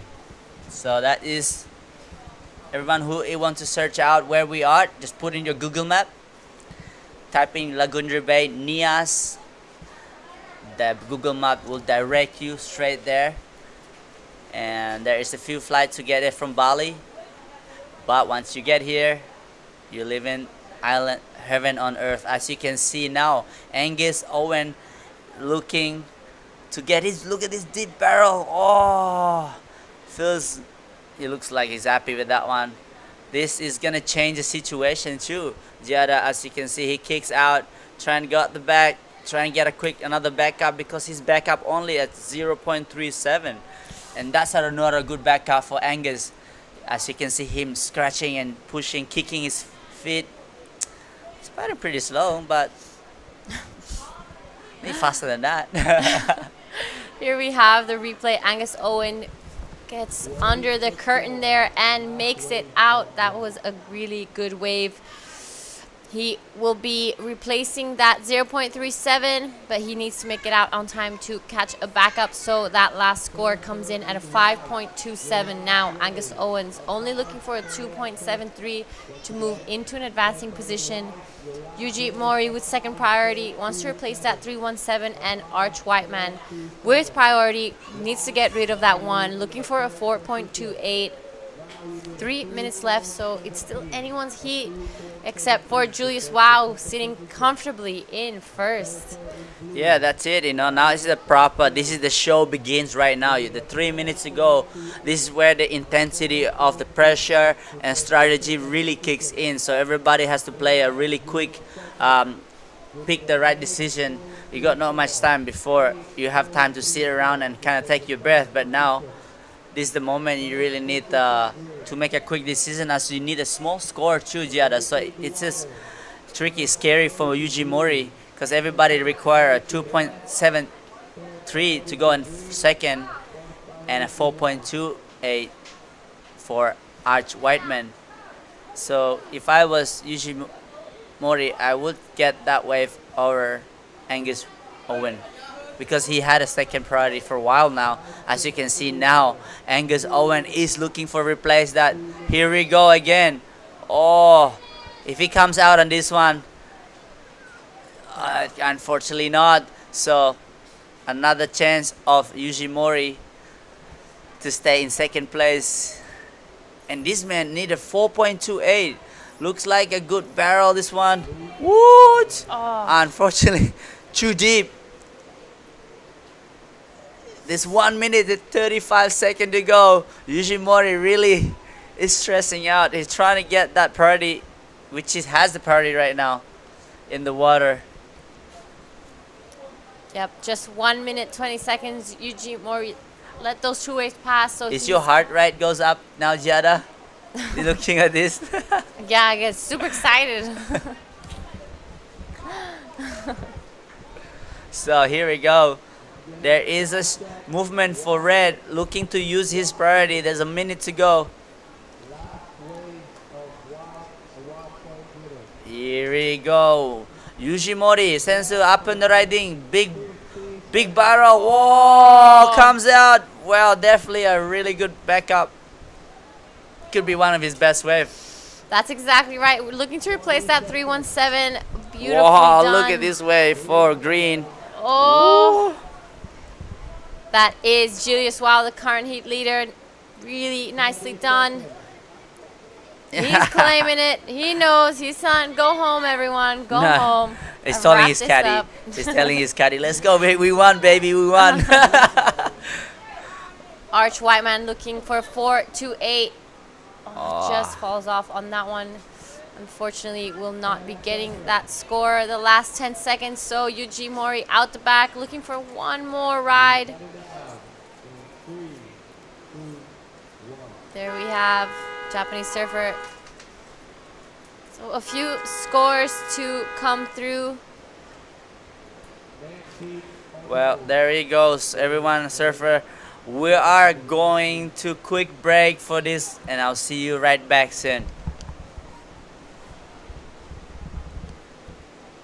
Last wave of previous wave of red of 5.77.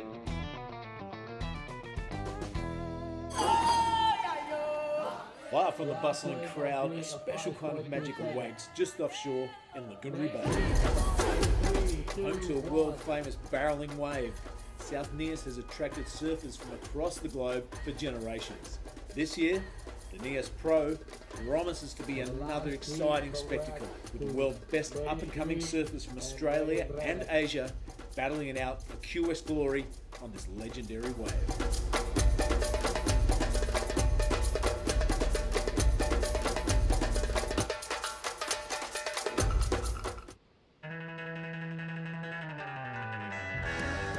First, I want to thank to everyone at home for supporting me, and I love you guys, and can't wait to see you guys soon.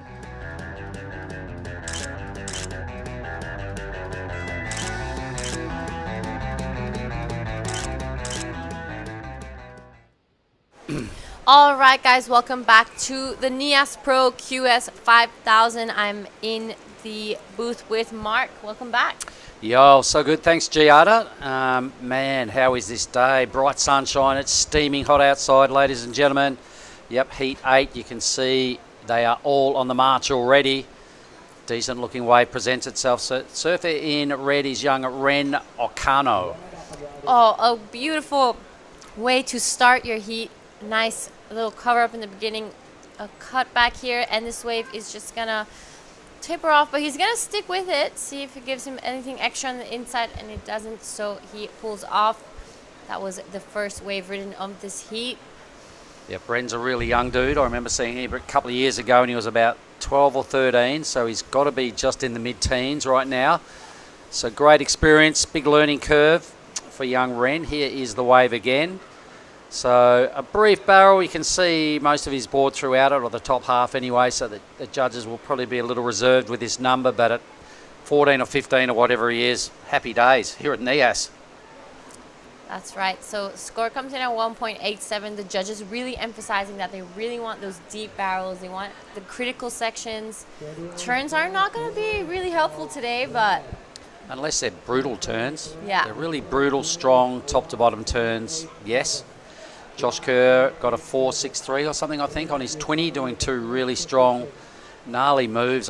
You know, at that speed, it's a credit to how good he is to be able to do that. But we're going to, I think, Oni Anwar, can you hear us, Oni? I think we're going to cut down to the athlete zone and winner of the last heat. Go for it, brother. Be here to interview one of the local boys. Congratulations, bro. Selamat ya, sudah menang. Ayo, tolong dijelasin pas ombak dapat barrel tuh gimana rasanya? Wow, so good. Oh, bagus sekali. Perfect lah hari ini. Jadi ada game plan tadi nggak? pas lagi main? Gameplay ada satu. Ya 3 poin tadi. Kamu udah masih di barrel sekarang ya, nggak ada like you don't feel like you're here yet. You're still in the barrel, so he can't really talk right now, but because his mind is still thinking about how good is that barrel. Tell me. So perfect, clean, smooth. Make my day so good, great. So everyone who's watching, there's not much talking, but just smiling and laughing. That's all we can give. But before you go, brother, congratulations. And also we have some, I don't know if I should give it to you though. I want to keep it. Okay, congratulations. We got a bang bang to Johnny. And this always keeps the storyline. Here we go, bro. Ada mau ucapan apa kepada teman-teman yang nonton? Ya, terima kasih untuk teman saya. Thank you so much for Steve who watching this live today. Thank you for your help. Yo, have a good day. And see you in September. Woo, a long time, September, not here right now. Okay, guys, back you guys in the booth. Yoo-hoo. Well, thanks, Oni, and thanks, Jalius. Wow. Taking that heat out with the big 7.67 there right at the end. Was it G? Was it a No, it was in the beginning. He caught a 5.5 and then backed it up with that 7.67. Big total, yeah. Yep, catching the best waves of the heat, using that local knowledge. He was on fire. He was, proudly claiming those waves, and they were incredible. So it was a really good heat to watch. All right, well, there we go. The scene of the Lagundri Bay takeoff. Sorake Beach, the keyhole's just over there to the right of picture, not far from where that boat is parked up. But what a day. Let's have a look. It is 11 o'clock now here at the point. We're watching Heat 8 slowly unfold. We've potentially got 20 heats on our cards today, Giada. And so far, round one, none better than that very first heat, Irawan. Wow. With an 8.93 and an 8, a 7.67, a 6.17. It was just, what a way to start today. You can see waves firing off in the background in the bay there at Sabatu. A pretty heavy addition to what goes on here at Lagundri Bay. Have you ever been for a walk around there, Giada, and had a look at that area? Yep, I have. Every year I like to go out that back area. There's some beautiful rock pools and some incredible waves that I don't know if I'm brave enough to take a go yet, but I definitely like to look at it from the shore. It's a serious business around there. And a couple of quick shout outs. I've got my good mate Justin Majek, who was here with us. He's been here before doing the beach, the web comms. So Justin Majek's mate, and also Steve Pigo just dropped us a message saying that he's tuning in as well. And Nat Day, there's a whole bunch of people. I mean, the broadcast is really good. This wave sells itself, Giada. If it said there's a contest on and you can enter it, and you'll get to surf with 3 people. You go, oh my God, sign me up. Exactly right. And you are signed up. Exactly. Sister, go for it. I'm very excited for my heat. The waves are firing. I've been practicing my backhand barrel riding. So what do you do in front of the mirror, or what do you do? How do you practice your back? A little bit in front of the mirror. I spent some time in HDs and in Kandui Resort. We were going to bank faults quite a little bit. So I'm not going to say it was super successful, but I gave it my best shot. A quick up and down for Ivan Wow. There's that name again, this heat. It's also got Caleb Cutmore in the blue. No wave yet out of Caleb.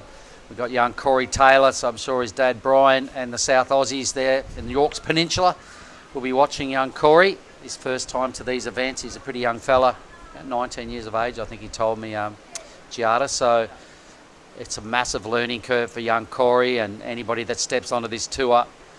They find out in a hurry that it's pretty damn hard. A lot of shredders here. 128-man draw. To get some prize money and some meaningful points, you've probably got to make it all the way to pretty much the man-on-man stuff, which is 8 surfers only. That's right. It's a big stage, and you can even tell in the free surfs, especially here, everyone's like pretty cramped up on that one lineup. So there's like around 200 surfers out there at the time, especially in the mornings before the contest starts. And you just see every wave that gets ridden is just incredibly well surfed. All right, here goes young Corey Taylor. So the pride of the Yorks Peninsula down there in South Australia. Can't quite get the right bite required out of the hillside rail to complete that move. So Corey goes down on his first effort. Kind of doesn't matter. Everyone's fumbled. The first 3 waves are all fumble, fumble, fumble. Ran Okana, the best of them, with just a 187 from the young fella. But we were talking about earlier, Giada, tubes are where it's at, and turns do cut it if they're done really well. Somebody coming up in the next heat I know can lay down a serious track here. It's Justin Bulolo coming up in heat 9.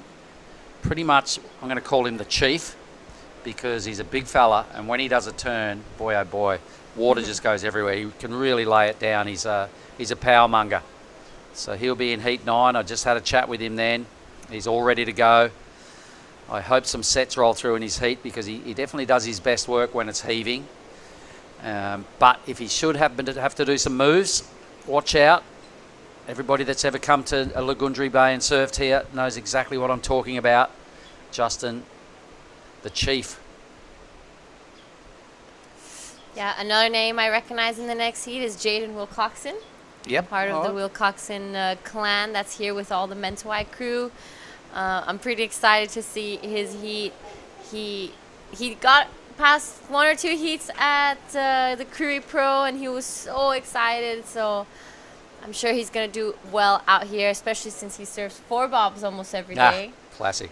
A little bit of a step up from 4 bobs, but what a step up it is. It's Oh, don't push 4 bobs down like that. a little bit of a step up, I said. It's kind of, you know, it probably wouldn't be regarded as the A-greatest wave in that zone, not considering where they are, but it is a pretty good backup spot. But, you know, he'll be stoked out of his brain he's here. Here goes young Corey Taylor again.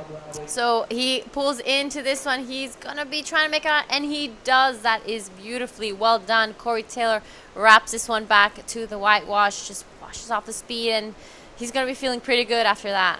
Super clean tube. Disappeared for a long time. His old man Brian, there you go. Your young man's charged his way into a really good barrel. Had a perfect read on it. He didn't need much to. He'll definitely go to first, but it's the first decent number of this heat. So big advantage now to Corey Taylor. Here it is again. Let's have a look. Let's see what the judges saw here. So he disappears for quite a long time, so he probably had to give it a pump or 2 in there. Comes out, lays down a nice solid carve just to add a little bit of fruit to the score. The judges have thrown a 5-5 at that. So easily the best number. His backup still needs a bit of work. Just sitting on a 0.8 as his second score. So being a young fella, went out in straight heats down there at Cruy, juniors and opens. So he'll really be keen to redeem himself here at this event, Giada. Now, some of these heats can be a bit slow, right? Yeah. So some heats pump. Sometimes there's one really, really good set per heat. Then other times you've got to lay down some turns and hope that becomes enough. A lot of these heats are pretty stacked here this morning, G. Yep, that's right. And this is only round of 128. You know, we have quite a few rounds left to get to the top seeded surfers. So exciting stuff. We have an incredible forecast out here. It is currently 10 past 11. So we are about 2 hours away from the low tide. That is good news. We are going to be seeing some crazy barrels all day. I just feel like a little bit wind just started to pick up, but it's looking like it's a straight offshore. Yeah, it is. Blowing straight up the middle of the bay. Yeah, that is also good news, meaning that it's just going to keep that barrel open and make it easier for the exit. So, yeah, the round of 128 of the men's is what we're doing. Round of 64 is where we start from with the women's. Having a look at the men's pro junior, we start from the round of 36. And the women's pro juniors, where are we at? Well, we're sort of into some 4-person quarterfinals, so the round of 16 that would be. So when you add up all those numbers, it's still well and truly up near the 250-person mark. Long way to go, eight days to do it. 20 heats, it would be a good start here today. I'd like to get some big days done early, G, while everyone's kind of fresh. Yeah, that's right. And I think that's the plan. Yeah. It's good to get those massive rounds out of the way so that we can be a little bit more picky when the top-seeded surfers and the big swell rolls around. Yeah. The big swell rolls around. They're telling me the 11th. Sometimes we then have the luxury of extending heats. Or maybe if it goes on shore and gets a bit ugly, we probably potentially could wedge in half a lay day, maybe. That's right. Anyway, good looking wave now coming for Caleb Cutmore. This is our surfer from New Zealand on his backhand, pulls in. He's going to be trying to make it out of this one. And it looks like he was not able to get past that foam ball, so he will be paddling back out. That is his first wave of this heat. Corey Taylor trying to back up his good work he did on his last effort when he got barreled. So Corey gives it a pump. He's got a lot of white fluffy stuff to deal with, but gets on the face, jams it hard on the heels. Nice recovery to make that thing. A little bit of a glitch in the move, but a good recovery. His 0.8 will be gone. He'll definitely have a nice number now. He'll have the 2 best scores of this heat. And Cutmore will be ruining himself. Just a 1-1-3. So for the crew in South Australia, have a look at the young fella go now, Corey. That was a nice turn. Just a little questionable moment where it could have come unstuck, but he did regain and rode out of it. Into the lead. Already with the 5-5. Adds a 2-7. So the judges are sending that message as well, G. They need to see big moves done cleanly with no sort of stuck time in between. I thought that was pretty well done, though, from Corey Taylor. You know, he's the only one with the score, so he wanted to back that up. And here is Caleb Cutmore. Goes upside down on that one, looking to back up a 1.13. So besides the 5-5, no real big scores happened just yet. Yep, so you can see the boat out there in the channel. They quite often take video and snaps from there and sell them to the surfers, and they look straight into the barrel. And so have we plenty of times today with the drone work out of Riser. So pretty hot work though, sitting out there in that channel on that boat, man. You can only do it for so long. Can't sit there all day. Limited shade. Is that Tim Hain? Might be. Not sure, maybe. All right, so the Nias Pro, let's watch green now. In the chute, Ivan, wow. So nice slash to add some points to the tube ride. And red's on the move. All right, so this is Ren Okano, our Japanese surfer. Good first opening turn. This wave is going to keep giving him more to work with. Airdrops, and unfortunately just doesn't make it out of that second ride, but just under 10 minutes, so plenty of time for everyone to paddle back out and catch one more wave. We've seen so many of these heats. You either have those big scores coming through or just nothing. This is a real grindy heat now, so this could be a really important wave for green. Ivan, a short barrel, could still see the nose of his board. Pretty decent manoeuvre right there. He was sitting on just a 0.5, and that was definitely Blue's best turn. Pity he couldn't connect the dots again on that one, so Caleb's going to have to settle for a low number. I think it's in actually, just a 2.57. One manoeuvre, looked pretty good. Did go upside down as you suggested, G. A number for Ren, kind of some junior surfing on that wave. He got a little stuck and a bit bounced at the bottom. So the number is in for Ivan's barrel. It's only a 2.2. Here goes the big fella again. Now, time to get it together. He needs 2 of these to get back in the hunt. So just not a second gnarly section. So he'll be hanging all these points pretty much on this wave on that first hanger in the pocket. It potentially could still be his best wave. He needs only a 1.77 for second. It's really low scoring for second spot here. Even Corey would be pretty nervous in the lead, sitting on just a 2.7. So these opportunities, Giada, like this wave, it's such a good wave, but the steep sections are only there for so long. And if you don't tag them while they're there, then your next turn looks a bit like this. Yeah, that's exactly right. And as that wave just reaches like the inside, it kind of just tapers off. So you really want to get all the work done out the back. And those are where the biggest points come through, because the judges really want to see that critical surfing in the pocket. And that's how you're going to be passing heats. So Caleb Cutmore's last wave, a 2.93, so it does push him into second, but the only significant score really is a 5.5 from Corey Taylor. everything else is starting to look a bit same. There's a lot of 2s on the scoreboard. So old mate was getting a little bit of input, Caleb, from his caddies in the lineup, going, dude, you're better than that. Do it twice. He's getting some reasonable numbers for one hit, but he's just, you know, you've backhanders flashing back last year to Tully Wiley, Jack Thomas, Geordie Marie. They were able to find that really steep vertical backhand blast 2 to 3 times before it hit that fatter cutbacky section out in the channel. And I think that's the formula, because Caleb's doing some nice surfing, upside down, he's going up and really squaring it off the top. But when you only find it once, the judges don't have too much to think about. You need to give them a bit more than that before they start going, righto, pull, really good, how far good, where does it go? But when they see it once, they don't really think much. It's straight away between a 2 and a 3 in reality.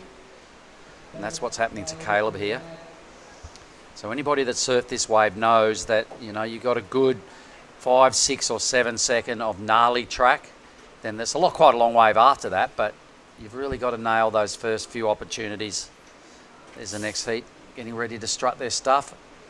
Yeah, so we see Jaden Wilcoxon paddling for his heat, and his brother's sister and friends all paddle out with him, so they would go as a gang. Corey, get in the hole, brother. A quick investigation of a kind of a stand-up, little bit of tube time, hanging right in there in the entrance. Oh, look at this thing for green. This is Ian Wow, a big looking set. He's going to set it up, open face turn, and so we've not really giving him what he was looking for, so he's going to paddle back out, looking to replace that 0.5. Oh, third good wave now. The young fella, Ren, can he get in the hole? He's trying. He doesn't like what he sees. Kind of a lot of energy not being utilised that well in that little moment there, G. Is there a fourth wave? Not looking like it. No, maybe there is. Yeah, smaller one of the set. This is the fourth one, but Caleb Cutmore decides to pull the trigger on it. Nice first turn. There's lots of whitewash on this face, so the board will be hard to control. Just that one turn decides to pull off. Just under 5 minutes left in this heat, so it's still in the lead. Corey Taylor. Second is Caleb Cutmore. I don't think we'll be seeing a big change in... There we have it. There won't be any change in situation just yet, but as everyone paddles out for one last chance, we're going to see some of the replays. Corey Taylor tries to stall, but unfortunately just a little out the front.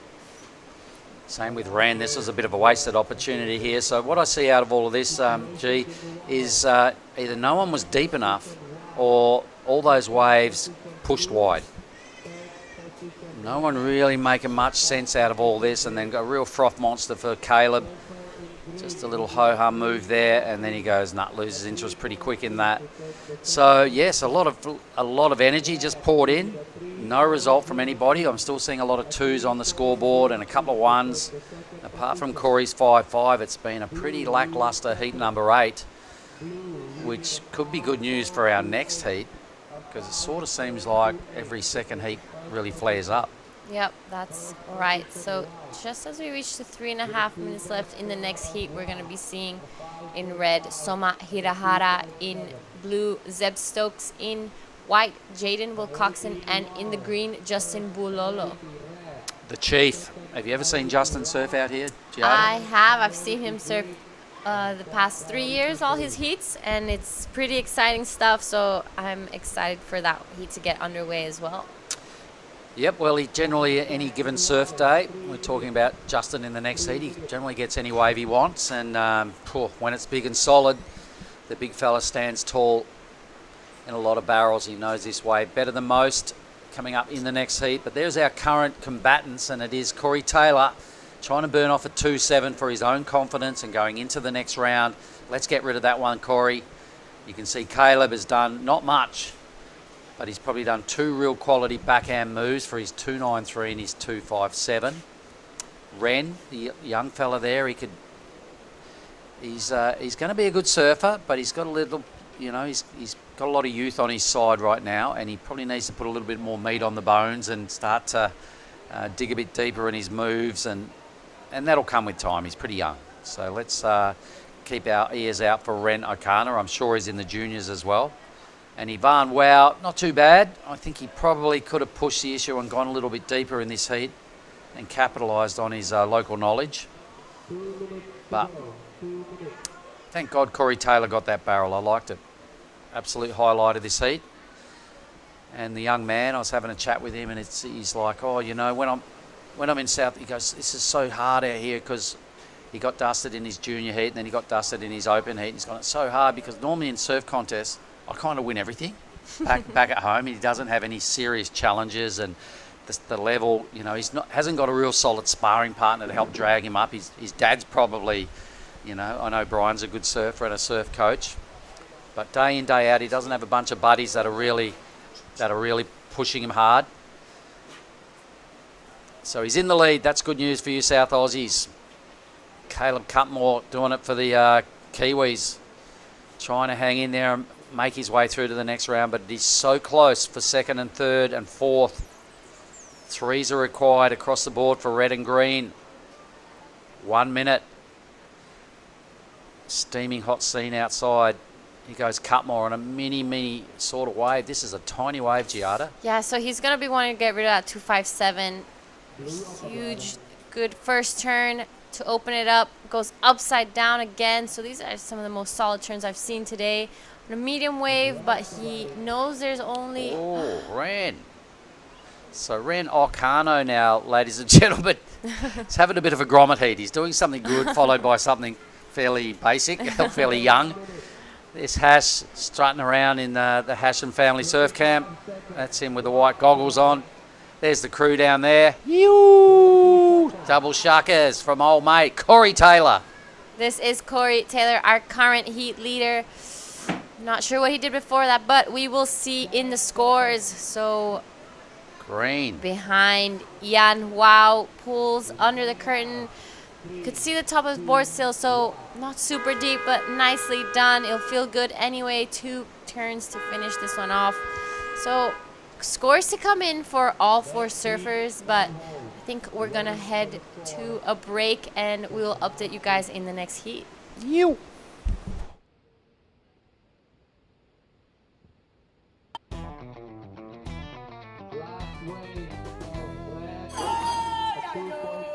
Live from the bustling crowd, a special kind of magic awaits just offshore in Lagundri Bay. Home to a world-famous barreling wave, South Nias has attracted surfers from across the globe for generations. This year, the Nias Pro promises to be another exciting spectacle. The world's best up-and-coming surfers from Australia and Asia battling it out for QS glory on this legendary wave.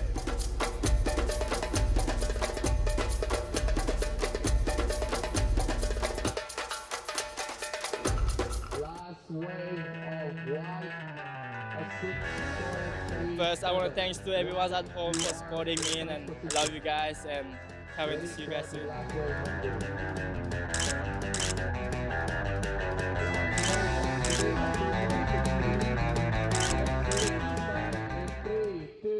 Back, the famous Lagundri Bay. You might hear the siren in the background, everybody. So that is bounce down for Heat 9. And my good mate Billy Hangen is sitting next to me. Bill, g'day.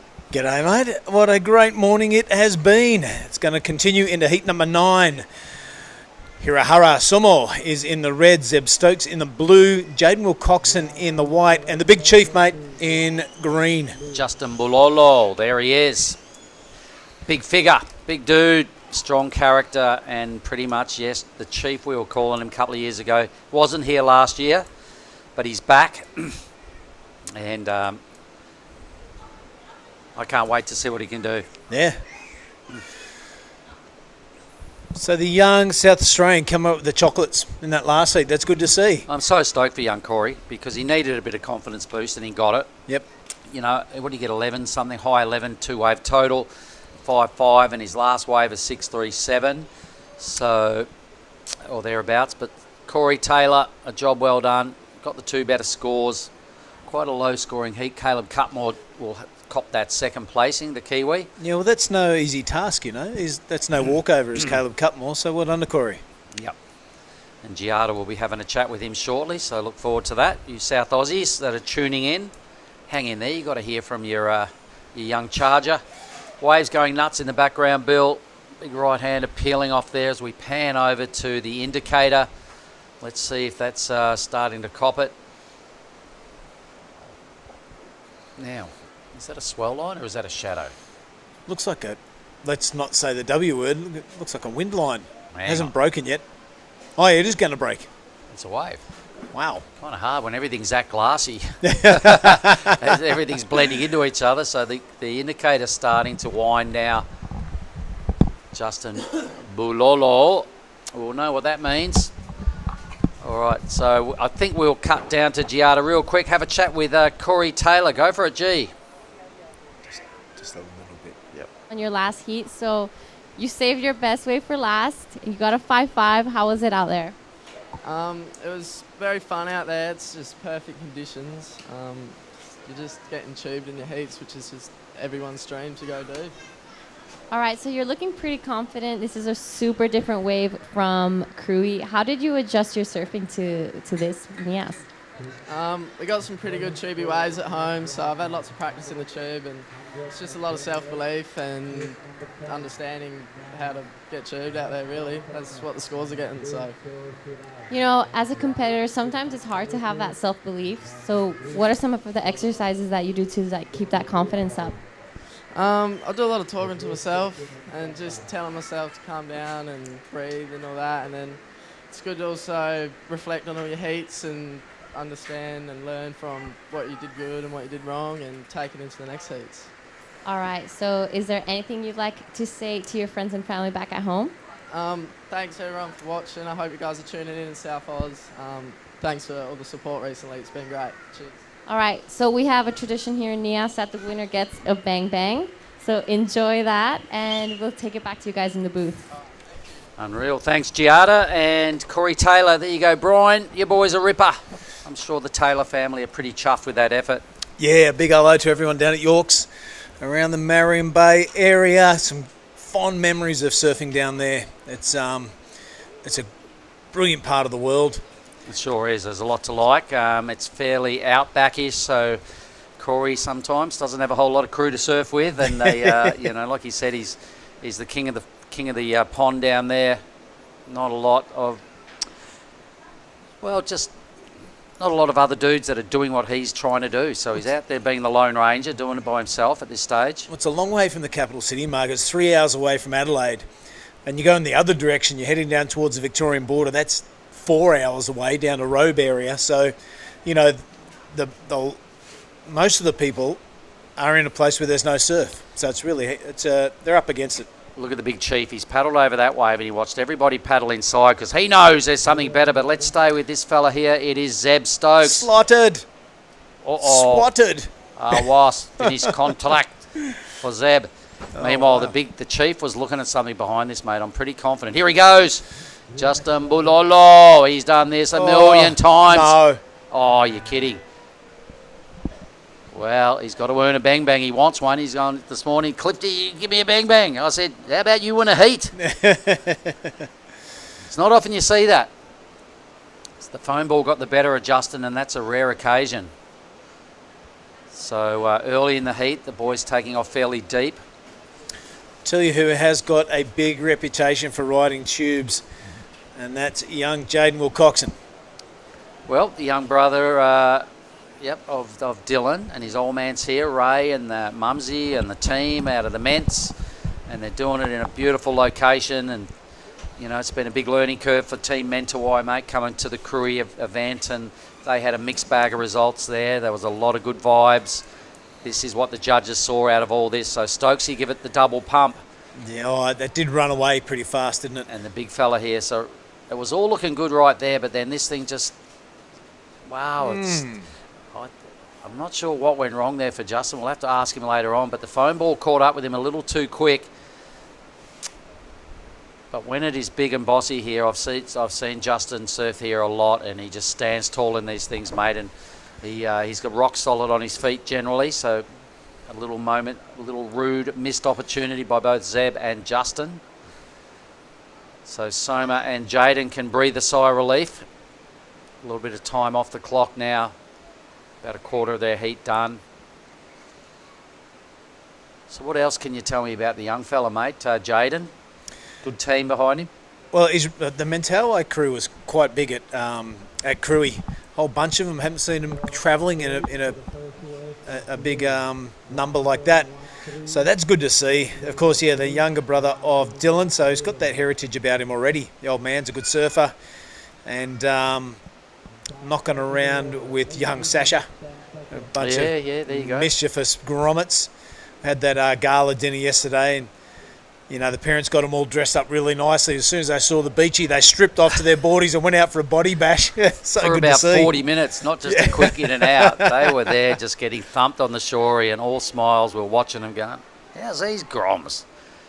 You're right, they were dressed up at first and they couldn't help themselves. They didn't have their boards, but they just saw the shore break and went, either way, we want a piece of that. No boards, but we're getting out there. Yeah, fantastic time in life. Absolutely obsessed by the ocean and surfing. And here he is at Nias with 3 other dudes. Yep, and he's all his heats are a big deal because he's surfing well out of his weight bracket. Let's say that he's a little grommet in the opens. So kudos. We'll see him in the juniors as well when we get to that point. But to sit there, he might not even know who Justin is because he's such a young little fella that I doubt whether he's even been here. He might have come last year. He may have had a sniff around. He's spent a lot of time up around this part of the world, and I reckon he knows who Justin is. All right. A nice steamy line, oil slick, clean, starts to present. Soma wants in on this thing. Look how shimmery and just perfect this wave is, Bill. Yeah, it drops down on his backhand and drags the inside bum, but doesn't get a tube. It gets a good turn away. I'm liking the style of Hirara. All right, so no funnel time, but a handy turn. Yeah, with a pretty good slice out wide as well. A high-speed kind of hack out of the top. So a couple of decent moves. Easily the best wave of the heat. Had to take that wave, Bill. How could you pass it up? It's just, look at the quality have a look at of the water texture here. Yeah. So he thought about it, and he's gone, no, that's not going to work. So up into the pocket, quick, smart, big, heavy crunch. I even like this as well. Yeah, pretty good. You've got to be able to get those turns away. A lot of people struggle there, Mark, because it's steep, but only for a short time. And if you don't have that semi-roundhouse nailed, you're going to miss out on scoring potential. 4-3-3, so the judges are keeping it right in that bracket under the 5-point range. Kersey got 2 really good turns this morning for that 4-6-3, Bill. So the judges really want to see some barrels.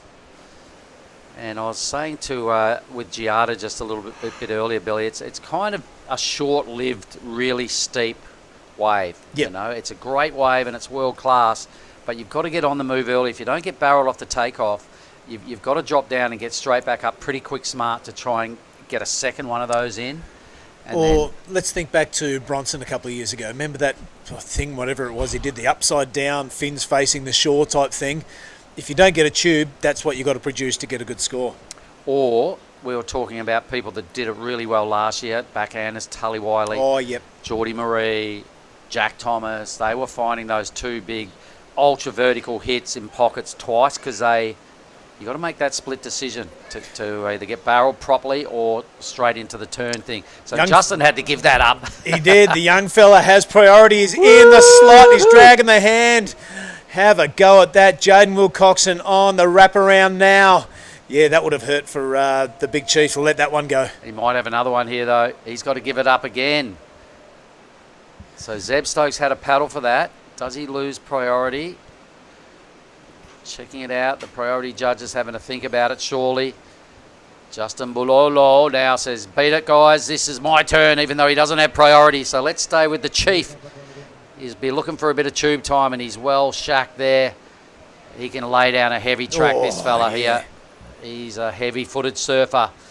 He can't quite ride out and flick off in the channel, but a tube and a turn in a low-scoring heat is a worthy moment there for Green.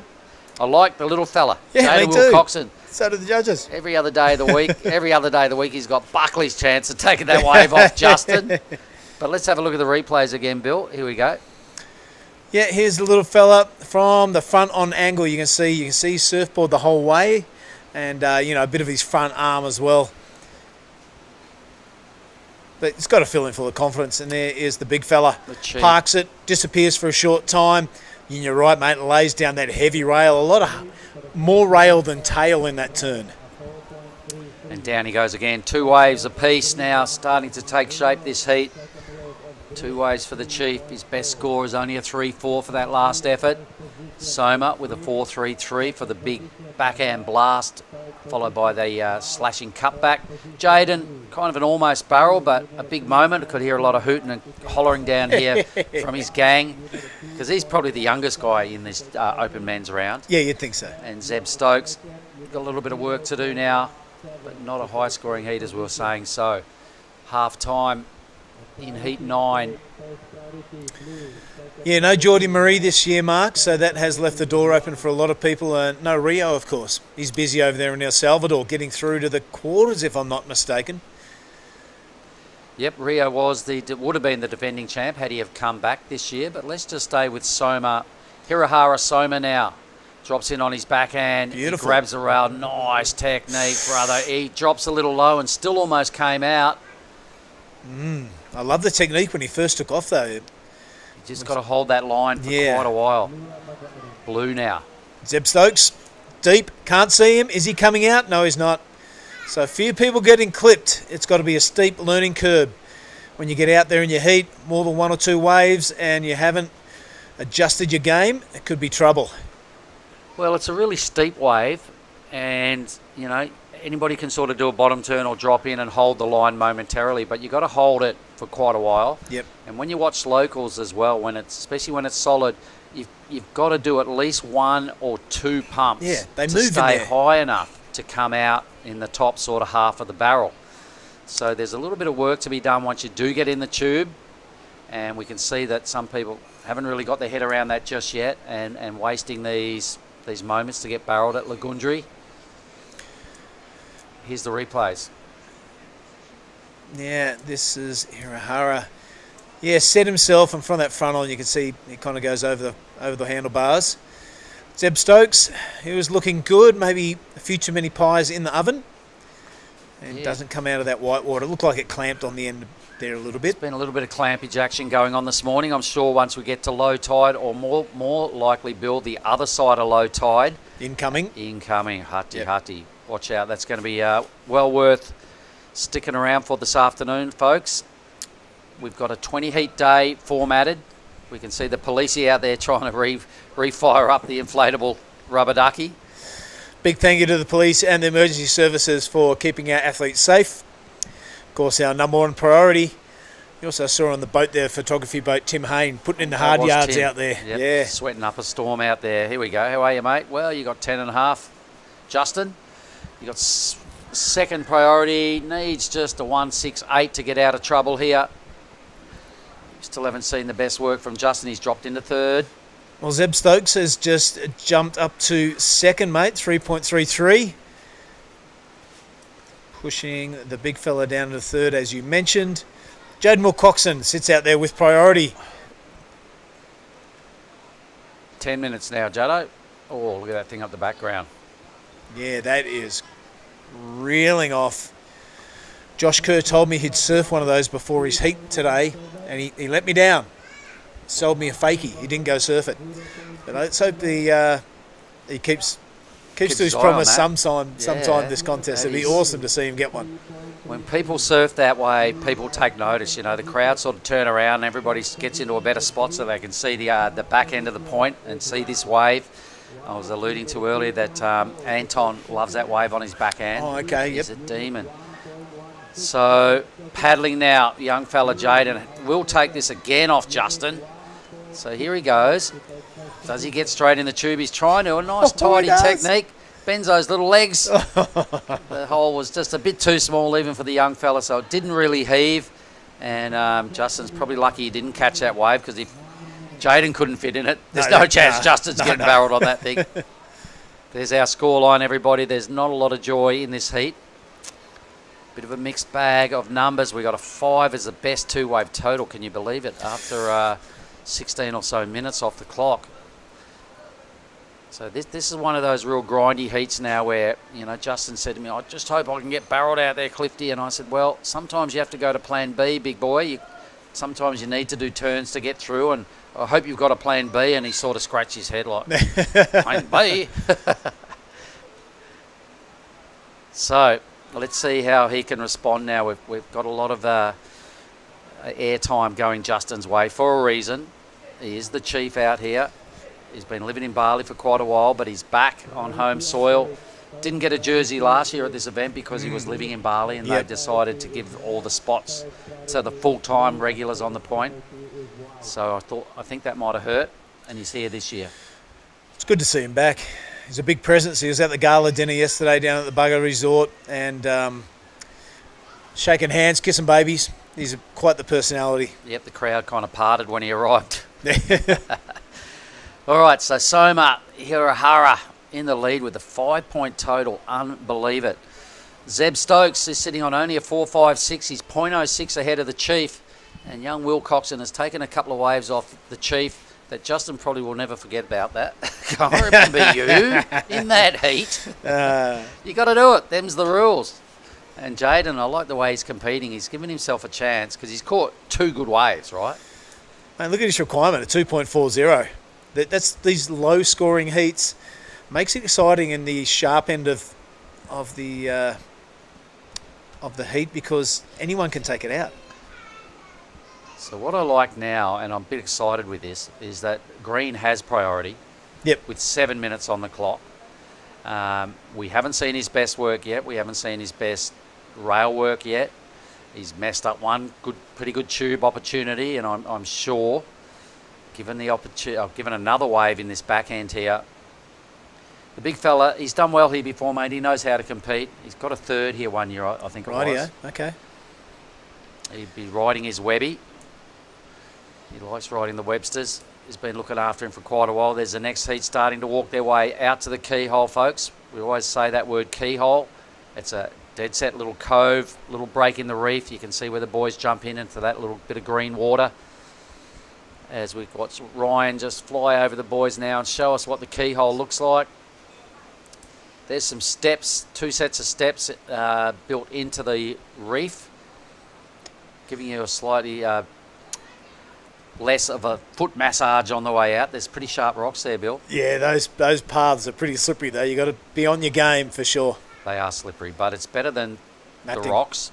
And there are a few holes out once you get off them steps. There's a few gnarly holes you've got to be careful of. So a lot of people actually prefer to walk out, jump off, and then put their leg rope on. Yep. If you ever come unstuck jumping off there, and especially with the swell and any sort of tide, mate, it's hectic.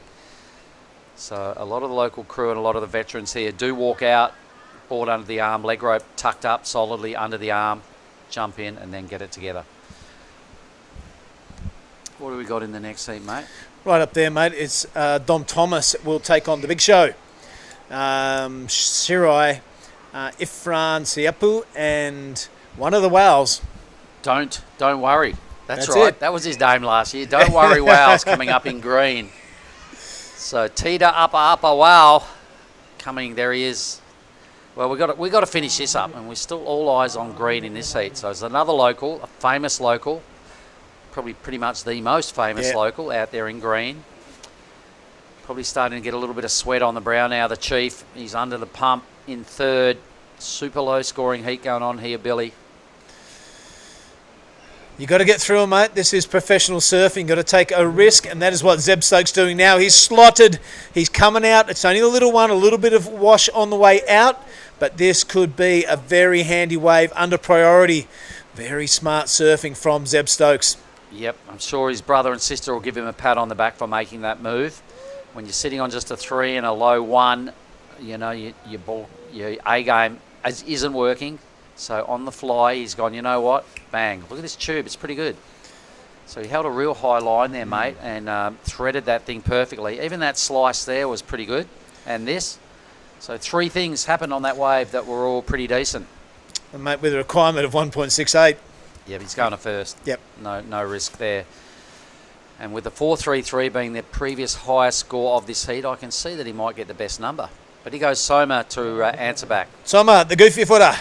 No tube on offer. He does have a good turn game, and there it is on show. Can he squeeze one more out before it fills up full of water into the channel? He cannot. So one turn only from the Japanese surfer, the young fella now, Mark. Jaden, oh, he had to think about it. Oh, still thinking about it. Yeah, kind of didn't really get it, but let's see if he can. Skinny little legs. He's recovered. Awesome. Nice work, young fella.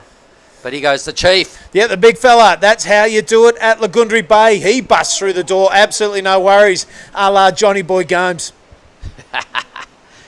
Justin, big, sure-footed right that time. He was holding true. He needed to make it. There's only 3 minutes to go. How's the body language on him? He's happy with it. Yep, he really, really needed that, mate. He would have been feeling a bit of pressure because he was in an unfamiliar third position. Low-scoring heat. We're owed 4 numbers. So hold the phone on the leaderboard, everybody. Still got no idea where they're going with Stokes's wave. That's a good ride. Justin's was pretty good. Soma. 4.37 for Stokesies. So it was the best wave of the heat, but only just. And then the little fella, watch this. Here we go. So good. I love that he's going for it. Sits down on the job for a minute and pops out at the bottom. So I'm not sure who this is. Someone Might be the big inside. fella. Yeah, yep, there it is. Yep. The Chief busting down the door. He's gone, right, you're not closing out. I'm not falling off twice in a barrel in one heat. Absolutely bulldogging his way out of that curtain. So look at these numbers. There's nothing too flash on the leaderboard. What's that? 293, mate, for Soma. Yep, so no one's had that real big stand tall moment in this heat. Still waiting for a number for Justin, which is going to be critical. Surely he gets at least that 387. Yep, Zeb Stokes sitting atop of the leaderboard so far. A 387 for Justin, as you mentioned, Mark. He's definitely going to get that.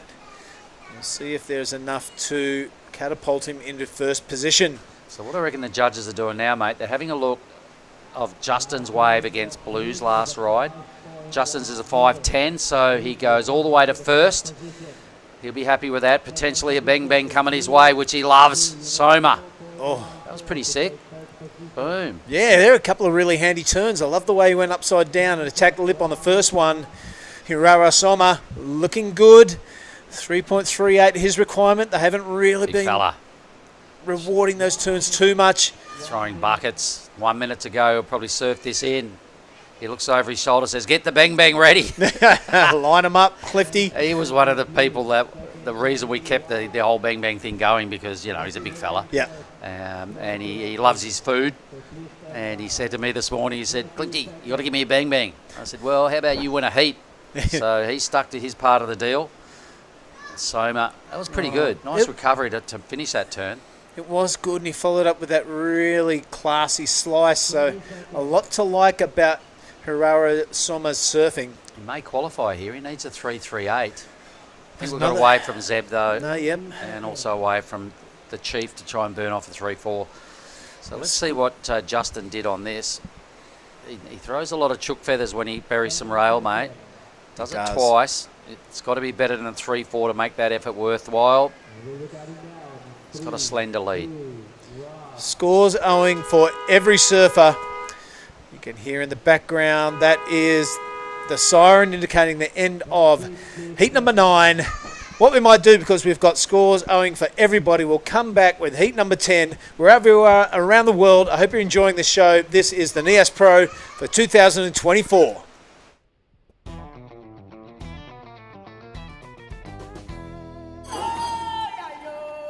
Far from the bustling crowd, a special kind of magic awaits just offshore in Lagundri Bay. Home to a world-famous barreling wave, South Nias has attracted surfers from across the globe for generations.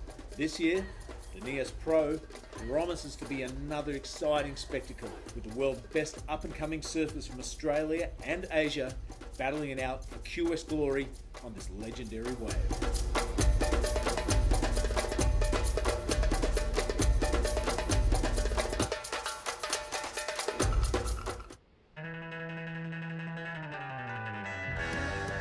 first, I want to thanks to everyone at home for supporting me, and I love you guys, and can't wait to see you guys soon.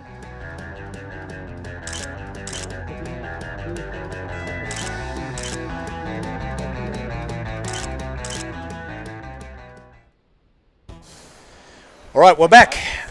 And the results for heat number 9 still are not in.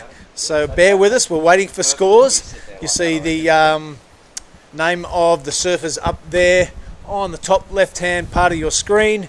Justin Bululu is in the lead at the moment. He's going to retain that lead because all scores are in. Zeb Stokes remains in second. We're just waiting for one more score for the Big Chief in green, and that will be official. Still nothing as yet. Looks like it is commiserations to Harara Soma and Jaden Wilcoxon. What? Zeb Stokes is cemented in second position. And last score, 2.70 for Justin. Does not factor, but he does take the win. Well done to the local lad. Let's move on to heat number 10, and I am joined in the booth by one Oni Onwa. Run us through those names, my friend. Good. Hi, Billy. How are you? We got right now in the water, we got Dom Thomas in red. We got Sho Shirai in blue. And Ifran Saipu is in white. And don't worry, wow. Don't worry, wow is in the green. Okay, let's see if he's don't worry about in this heat. Yeah, it's great to see Justin Bulolo made that heat. He's been known as one of the power hacks in the water, and of course I knew he's gonna make that heat. Zeb, congratulations, coming second. That will be into the next round for that heat. So yeah, heat number 10. We're ticking down to soon we begin running 1 to 4 of a heat now round of 96, if I'm not wrong, Billy. I'll have to check the heat draw, mate, but yep, sounds correct. Yeah, we'll be down to the round of 96 after heat number 16, if you don't mind. Ooh. So we've still got a fair way to go today. All right, let's go. There you go. Last heat of this round will feature none other than Tippy Jubrick. Seen him warming up today. He's tonguing to get out there because this is happening. Don Thomas is slipped behind the curtain. Beautiful tube riding. Kept that high line. Absolutely no problems on the exit. A bit of a high line wrap around. That's not account for much, but really doesn't matter because the tube was super impressive. Wow, look at this one. Oh. The big show, Shirai. Yeah, Shirai just getting in this bomb. Look like he's a heavy footer. I've been watching this guy surfing in Korea. Now at Nias, look at these sets rolling into. Nobody go on this one. That was the bomb. Unfortunately, maybe he just caught up behind Ifran Saipu. It's a young fella too. So he didn't go on that one. Think that there will be another set coming through on that. Kind of missed it. But still early in the heat. 22 minutes to go, plenty of time, but you gotta start putting some scores on the board as the time when it goes to the end. It will be your times your enemy, it's not your opponent. Nice, the boat just going past, went for fishing, maybe left really early this morning for a sunrise. That's what I've been talking to one of the locals lately, Billy, and I asked them when they go fishing. They wake up around 4:30. Go fishing because at the moment the fish comes out. Some inside knowledge there. All right, so you want fishing? Go with the sun. I'll tell you what, we can see on the screen is one Mark Clift. Let's take it away with the winner of the last heat. Yeah, I've got the chief here, Justin Bulolo. Hey, you were just telling me you felt a bit nervous in that heat, yeah? Yeah, in the beginning a little bit nervous. I've been not competing last year here, and then I've been looking forward to compete this year, and then I feel great and feel ready to go. So yeah, it was like my first wave was like, I thought I'm gonna make full. I was like need big score, and then first wave I don't make through. I was like really make through, and I get a second one, I get just backup points, like 3 point something, and then 5 minutes remaining, I was like, oh, I need a big score. And then like just hold the nervous, like hope like, come on, Mother Nature, it's my home break, give me one chance to get barrels, and then finally get one, and I was like, feel stock. And I mean, it's not deep barrels, that one, but like just for the comp, that's all you needed. So I really stock made through the first round, and then, yeah, I'm looking forward to the second round. All right, so living in Bali, you must miss this place, yeah, when you're living down in Bali town? Yeah, for sure. Every swell here is like, every time I watch the point Nias like pumping, I was like, wow, I wish I'm there. But, you know, living in Bali just like, is good, great, very wonderful also. Like working and then doing some like surf lesson and getting stuff, and then, yeah, it's really stock, it's good for the mindset, and then it's new experience, come home in Ireland here is such a beautiful, and then, yeah, everything's perfect here, love it. All right, we love seeing you here, mate. Some of the best work I've ever seen out here is done by yourself. Now, tell me, looking ahead at the forecast, it's going to get pretty big again. Have you been watching the forecast? Do you know how big we're talking? I think the swell is going to be all day today. It's going to be fire up, and then I think tomorrow a little bit drop maybe. And I think looking forward for like day 11, and then 12, I think it's going to be like pumping. Hopefully the forecast stay like that. So, yeah, hopefully like need big swell. I think that will be good for us, for the local knowledge. So we just get barrels, and then first round, I think all the first day, I think all the locals just been charging, local knowledge, get the barrels. And yeah, I think all the local, our team, be ready to go. And then like everybody said, too easy, the barrels, you know? All right, well, listen, tell me, have you come here for the ratings points, the prize money, or is it the bang bang? I think I'm looking for bang bang, Bunga. I'm looking every day. This just like, what's the last one I get, Bunga? Bang bang from you. There you go, mate. It's been a while since I've handed that over, so well done, brother. You too, Bunga. Nice to see you. Cheers, guys. Back up to the booth. Yeah, nice one, Clifty, and nice one, Justin. A bit of insight from the long-time legend here at Nias. Reckons the forecast is looking pretty good. Big waves. Yeah, I mean, Justin Bulolo is one of the power hack. I can see he's been training a lot of cooking that nasi goreng on his belly. The power turn, as you can see. This is our man in white. He's been waiting for this wave. Can he come out? Unfortunately not. He got pinched at the end there. Yeah, I think Justin is one of those guys. Just, you know, he's a good competitor out here. He'd like to win some of this event. As you can see again, late drop. Kind of need to just speed that one, a race, and stay high that barrel. Yeah, it's hard to stay high when you get those late drops, isn't it? You got to exactly. You really got to have your act together out here. Dom Thomas has done pretty well, a 5.17 his opener. Sees him sit atop of the leaderboard. The big show, Sirai, next best with a 2.17, and a couple of really minor ones for Ifran and Don't Worry Wow.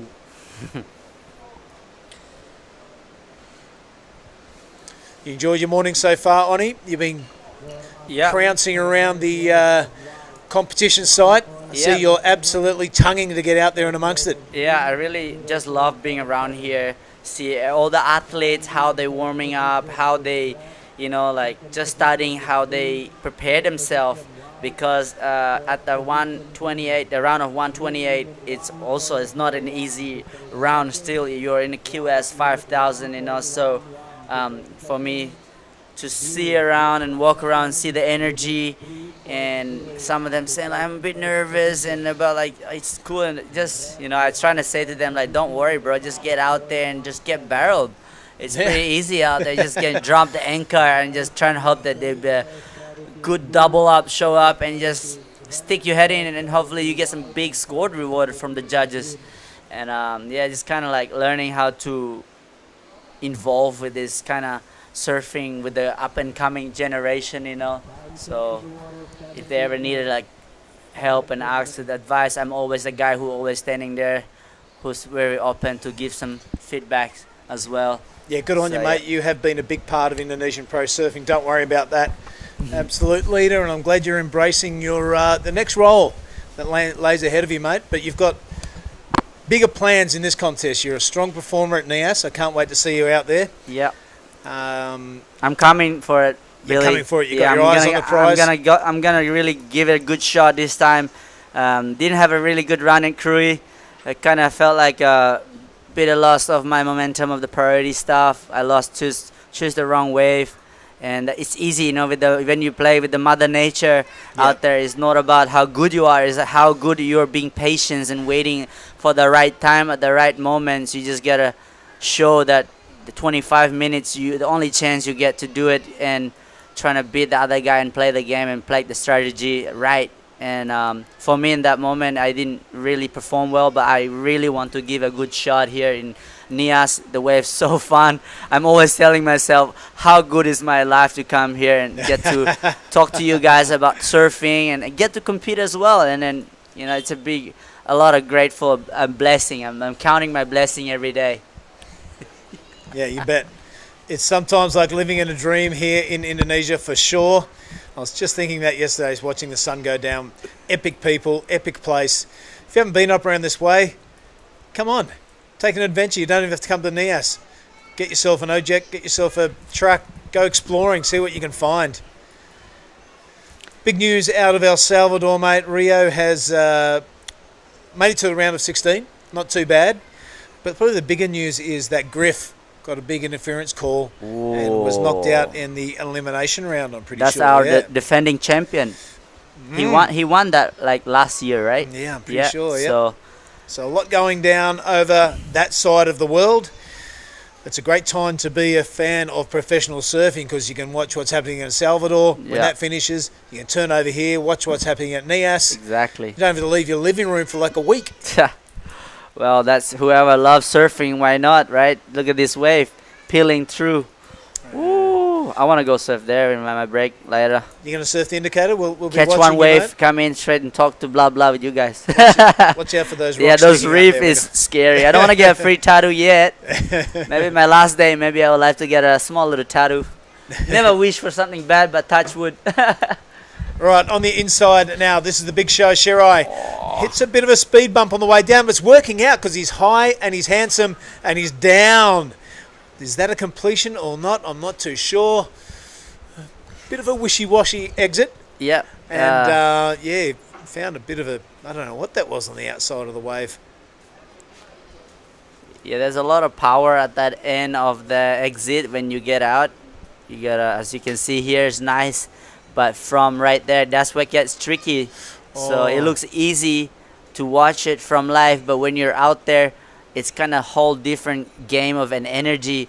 So you got to manage to quickly come down and either attack that section, which is also really hard to do because you're on this really fast, you're going really fast, just come out of the barrel trying to pull your brake and trying to do a turn before the wave gets fat because there is another section to hit, to go vertical to get the big score. But if your board or your fin is small and you can slide out there, you just can fall off. Yeah, you're exactly right, Ronnie. What I think happened there was the lip was clipping the big show as he's coming out, and he's a little bit bent out of shape, wasn't he? The shape of his body wasn't correct. So when he hit that little lump in the wave, he was toast. I think he's a little bit overthinking what he's going to do next. He's thinking too much. Oh, I got to do. As you can see here is green. It is don't worry. Well, let's see if he's not worried about. Oh, he is not worried at all. He's just doing it all air. Over the falls afterwards. Oh, there's a bit of, I don't know if I'm upside down or the right way happening right now for Don't Worry Wow. On the outside, the big show's saying busy. It's to the turns. He knows it's a low-scoring affair, so why not?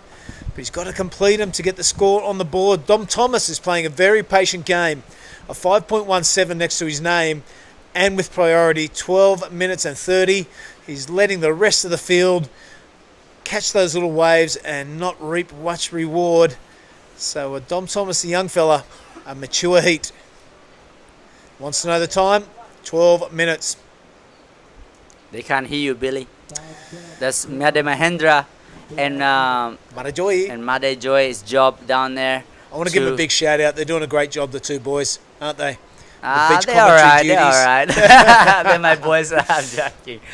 I'm joking. Yeah, they're doing such a great job. Their team, those two guys, always hanging around, take over the lineup in the Lagundri Bay, and taking over the beach commentator today. So I saw you surfing Joy's board the other day.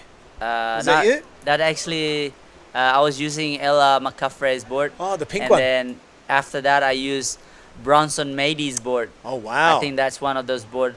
was a bit too big for me. I ride it a different fin setup, everything. So I was squash tail. Well, I think that was Bronson's beach break board I was riding. Go-to. Yeah. Well, it's good to get on different equipment now and again.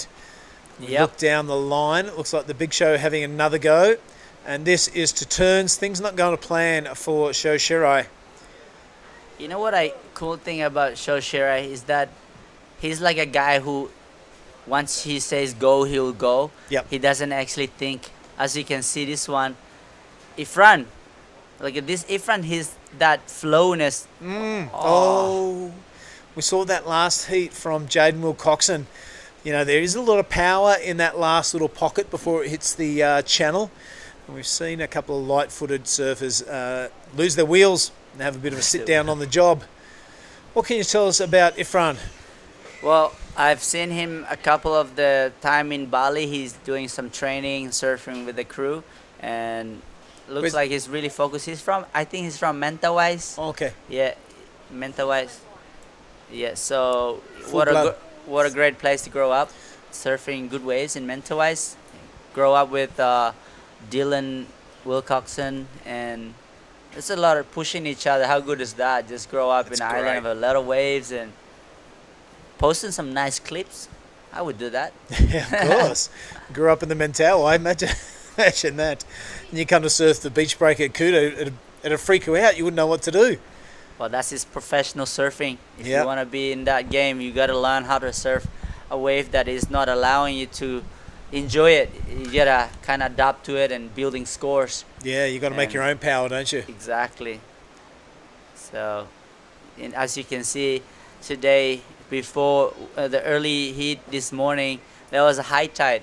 And none of those probably surfers actually surf those high tides because it's not really barreling, or they have to do their turn. So now they wish to surf right now, the barreling one. So you got to learn how to surf different tides, different conditions. winds. Yeah, Exactly Once right. you figured out what board you're gonna ride, you stick to that board with the different tides, because maybe good for barrel but not good for turn.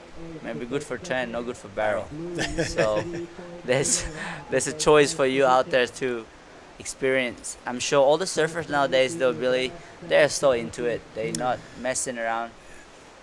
Yeah, there's not many surfers out there just winging it, that's for sure. Saw how many surfboards were offloaded the truck yesterday. They must, oh my goodness me. We worked for half an hour to get the things off the back. So everyone in tune, and here is Ifran. All right, let's see if he can complete a turn. He does. This is a lot better from the young fella. Bit of an airdrop there, and another little speed bump. Here we go, Dom Thomas. He's looking for a backup wave. That's a nice first turn. Into yeah. a nice Larry. Variation of surfing by Red. That's a really good turn too. So judges really like to will reward that, even though the waves are a bit small. But time can be the enemy, so he's smart to put some score on the board. As you can see, the replay of White, Ifran Saepu. Nice first turn there. Throw a lot of spray. But yeah. then he started to mumble right here. I think the wave kind of went fat. I don't mind this move off Dom Thomas. He had only one solitary wave before this. Let's click down towards the 8-minute mark. I think it's a good time to get a wave, albeit one that didn't have a tube, because there is your backup. As soon as he got that, he sprinted out the back because he wants to get one more and try and make that wave he just caught, throw that in the bin. So really good strategy from Dom Thomas. I think I saw Ifran changing boards. Wow. With his caddy. With that 7 minutes to go, I think his board looks good. I think he just needs to stay chill a little bit, because the spray, they're throwing a lot of spray top to bottom. But sometimes that is all about your mind game. You're playing with your head a lot, you're doubting a lot of your equipment. Here we go, last wave of Dom Thomas was a 4.43. Now he's extended his lead, make Ifran Saepu looking for a 6.93 to jump in first. But there is Parody guy in blue is now looking for a 2.48. That is Sho Shirai from Japan. And of course, Don Warrior Wow is in fourth. looking for 3.84. Yeah, here's that replay of DT. I like the way he just dragged the backhand. It's a couple of variations on the Larry.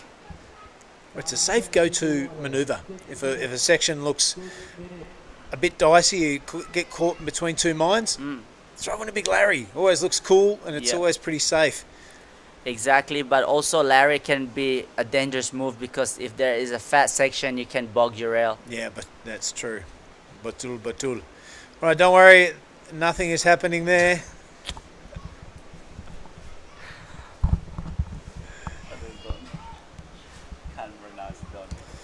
Let's have a look at that priority now, mate. The Big Show has picked up first priority. More importantly, Dom Thomas has picked up second. So things going the Australians' way. The Big Show can take everything in the last 5 minutes and 20 seconds. He's got a great repertoire and capable of anything. It'll be Dom Thomas looking to get rid of that 4.43. 6.93 is the requirement from Ifran, if you don't mind, because he's gone up into second place. Good on you, young fella. The Big Show looking for a 2.48. And the local lad, don't worry, Wau, a 3.94, his requirement. This is a young fella from the Mentawai. Yeah, so after changing the equipment of Ifran Sayopu, he's probably saying, all right, I'm going to do a huge air. And maybe this board is definitely a good one, but here we go. This is Dom Thomas looking for maybe an air section there. That's why he stand up straight. When you see a surfer just like highline, they either do a big air or some nice one big turn. Yeah, putting the brakes on to get his timing right. Yeah. That wasn't so bad because the other Ifran and Don were on the inside, so he doesn't lose priority. He'll paddle out there and pick up number 2 again. 4 minutes 16 remaining, so just a little investigation by Dom Thomas.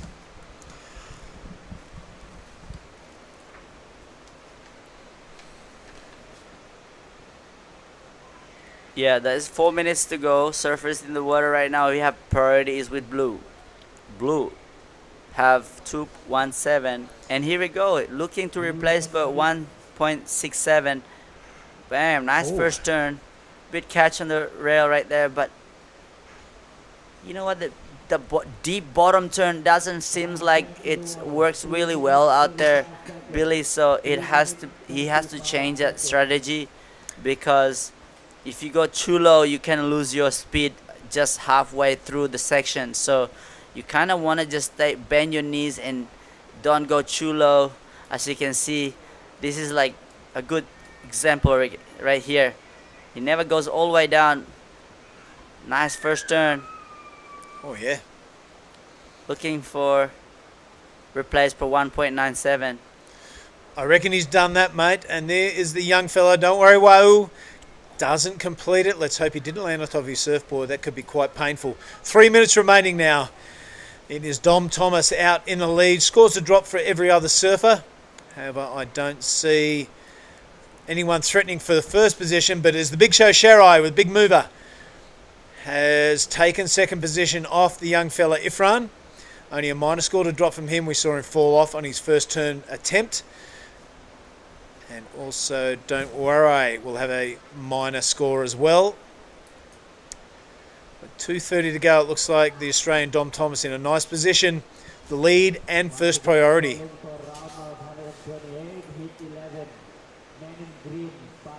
What a setup though, Billy. Look What at a this. setup, brother. Come on.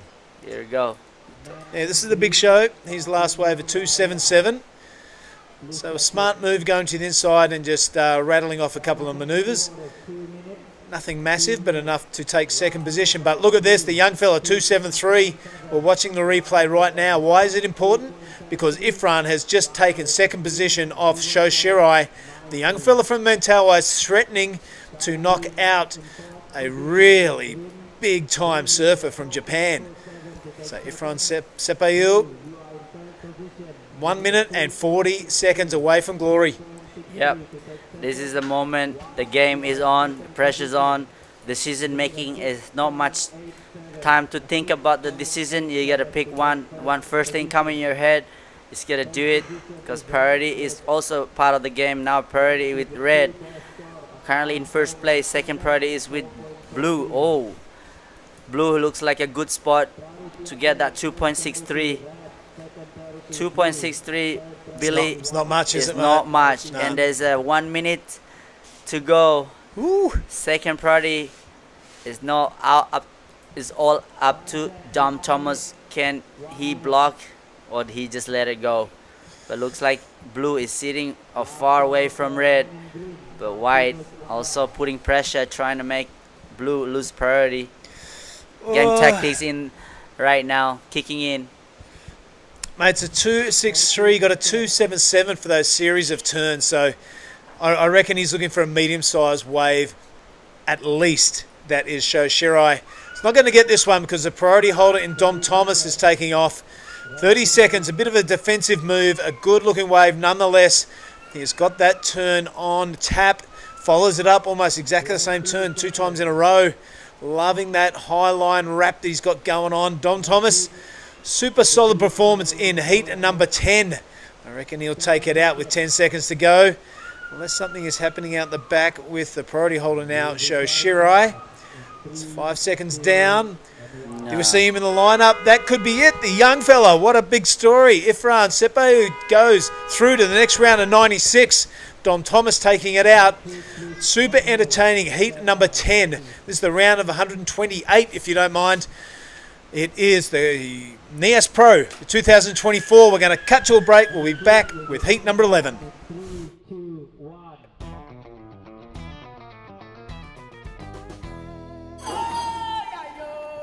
Far from the bustling crowd, a special kind of magic awaits just offshore in Lagundri Bay. Home to a world-famous barreling wave, South Nias has attracted surfers from across the globe for generations. This year, the Nias Pro promises to be another exciting spectacle with the world's best up-and-coming surfers from Australia and Asia battling it out for QS glory on this legendary wave.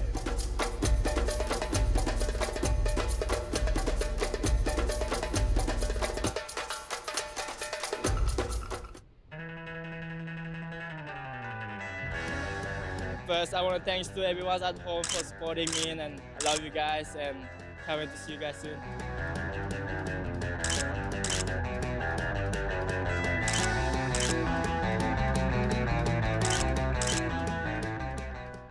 All right, we are back now live with the heat number 11 in the water. This is an exciting and interesting heat because there is an international heat. We got Russian guy Nikita in red.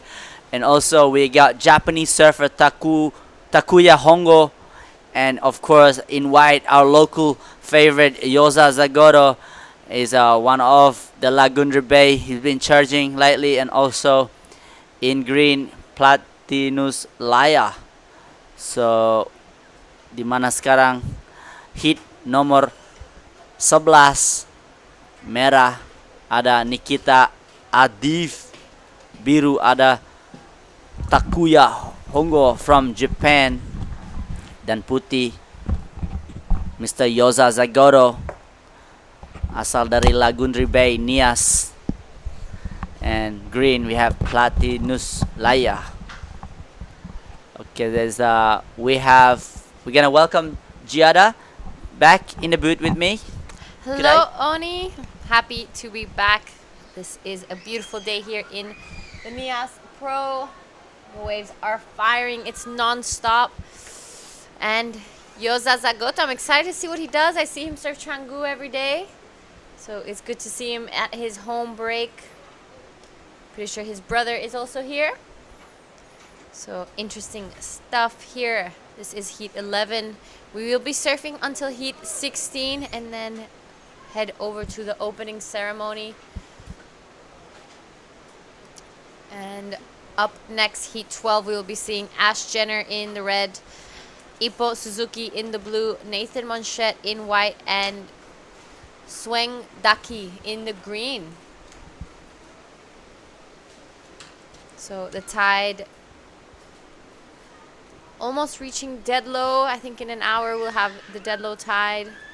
Maybe we might see a little bit of a lull, but when that incoming tide comes back up, it's going to be pulsing as we see the indicator firing out the back.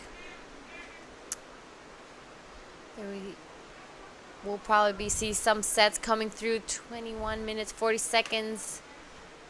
Nikita Avdiv. Also another surfer that always comes to Canggu. So we'll be excited to see who wins the bang bang of this heat. So it looks like there's a little bit of movement out the back. Yes, Something on the so way. looks like the indicator is telling all the surfers get ready and prepared because there is gonna be a good set. Looks like Nikita's sitting deep and trying to control the lineup by being able to pick the best wave that comes through, but also having a local knowledge here. It's gonna be an exciting heat to see what Yoza Zagoro, as he knows where the lineup is, where he should be pulling in or not. I'm sure there will be some good barrels coming out from a man in white. And I haven't seen much of Takuyo Hongo and Platinius Laya.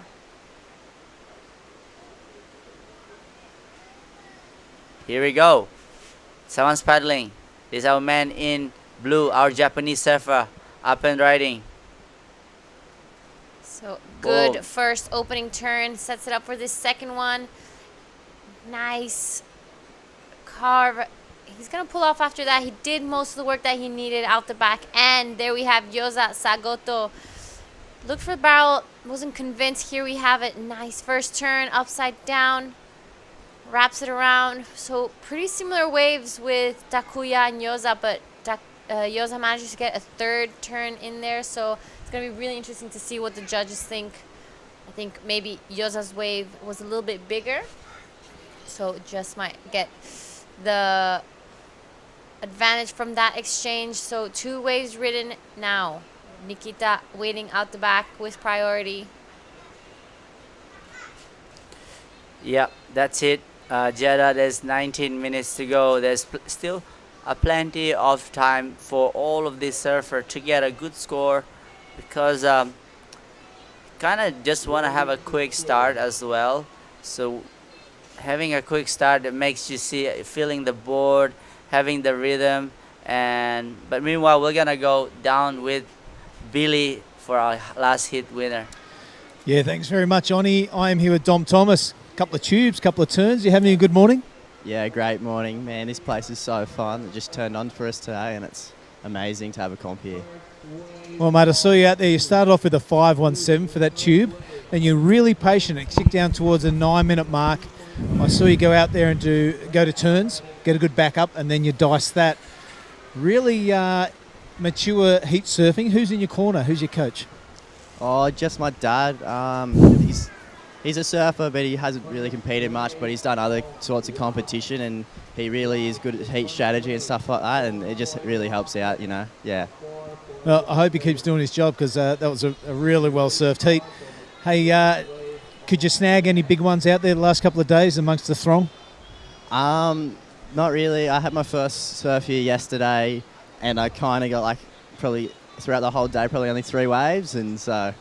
But, you know, I've come here 2 years ago and surfed here for about 3 weeks, and I kind of honed it, and now I've got a line up and I know what waves I want, so.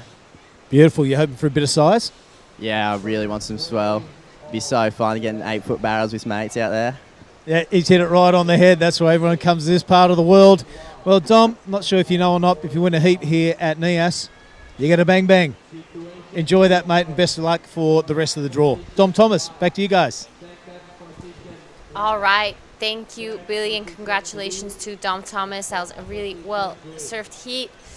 Back to this one, we have similar. No, sorry. Yoza taking a little bit more of an advantage from that last exchange with Takuya. He got a 4.17. Nikita with a 4.10. Takuya Hongo's last wave a 3.83. So maybe the size of the wave just giving Yoza a little bit of an advantage there. This is the drone shot of Sorake. Beautiful day here The Nias Pro QS 5000 is well underway. This is Heat 11. Up next is Heat 12. We'll be seeing Ash Jenner in red, Ippo Suzuki in the blue, Nathan Munchette in white, and Sweng Daki in the green.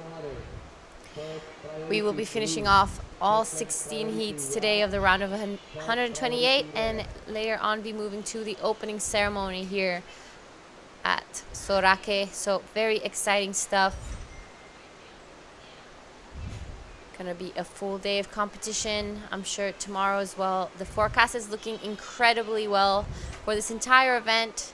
Non-stop waves.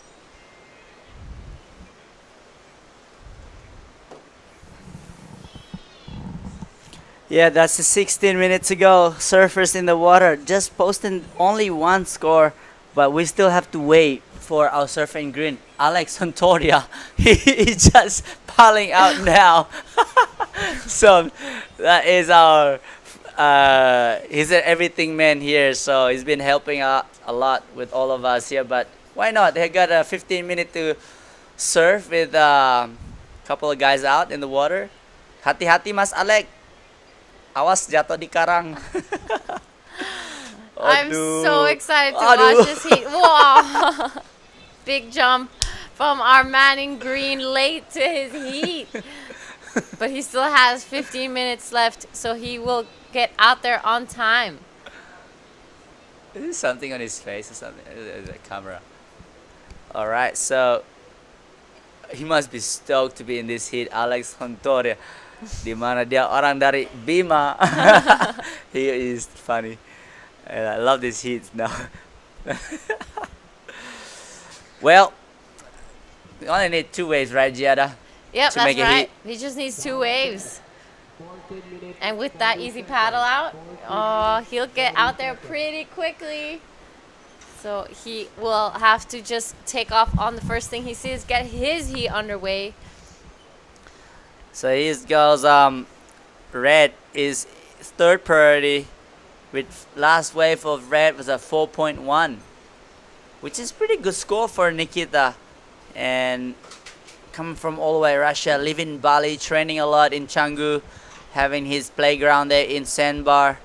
And now he goes on the backside, but he's been hunting some waves around Indonesia, as you can see now. He's paddling for this wave, looking for a backup, which is smart move by surfer in red Nikita. Here we go. Nice first, a bit slide out. He's pushing too hard on that turn, so I guess not far out to paddle back on the lineup again, Giada. So it's a good move to go risking that first 10, especially the waves are small. Yep, that's right. So Nikita just a quick up and out, wanting to back up that 410. Unfortunately didn't get it on that last one, but we have still 13.5 minutes left. So there we have Alex paddling out for his heat.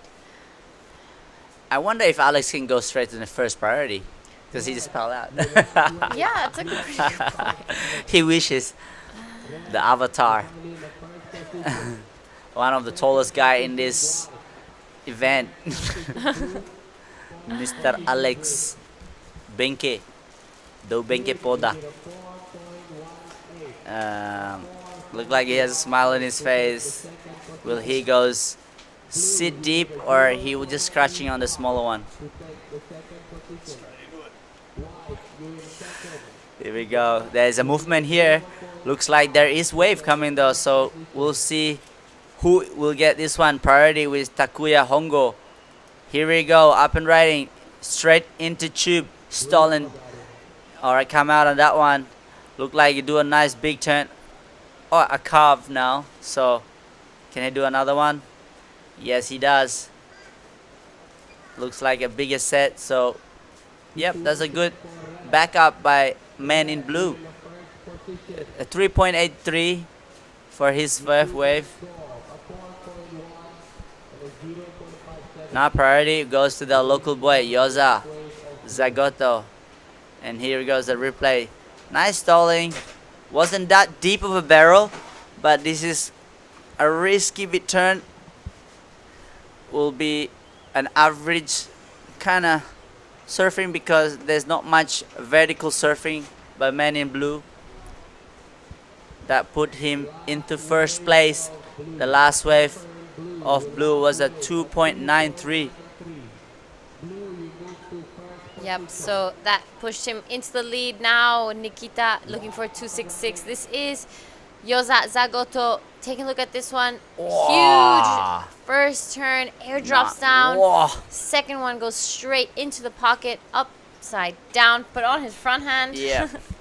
Well, that is the surfing that you want to see, risking everything at the back. We got our surfer in red. Very nice first turn, nice smooth out. Just one turn. I think he should just do another carve there just to put a little bit extra on the scoreboard. But priority, he's trying to kick out that one just to get regain priority.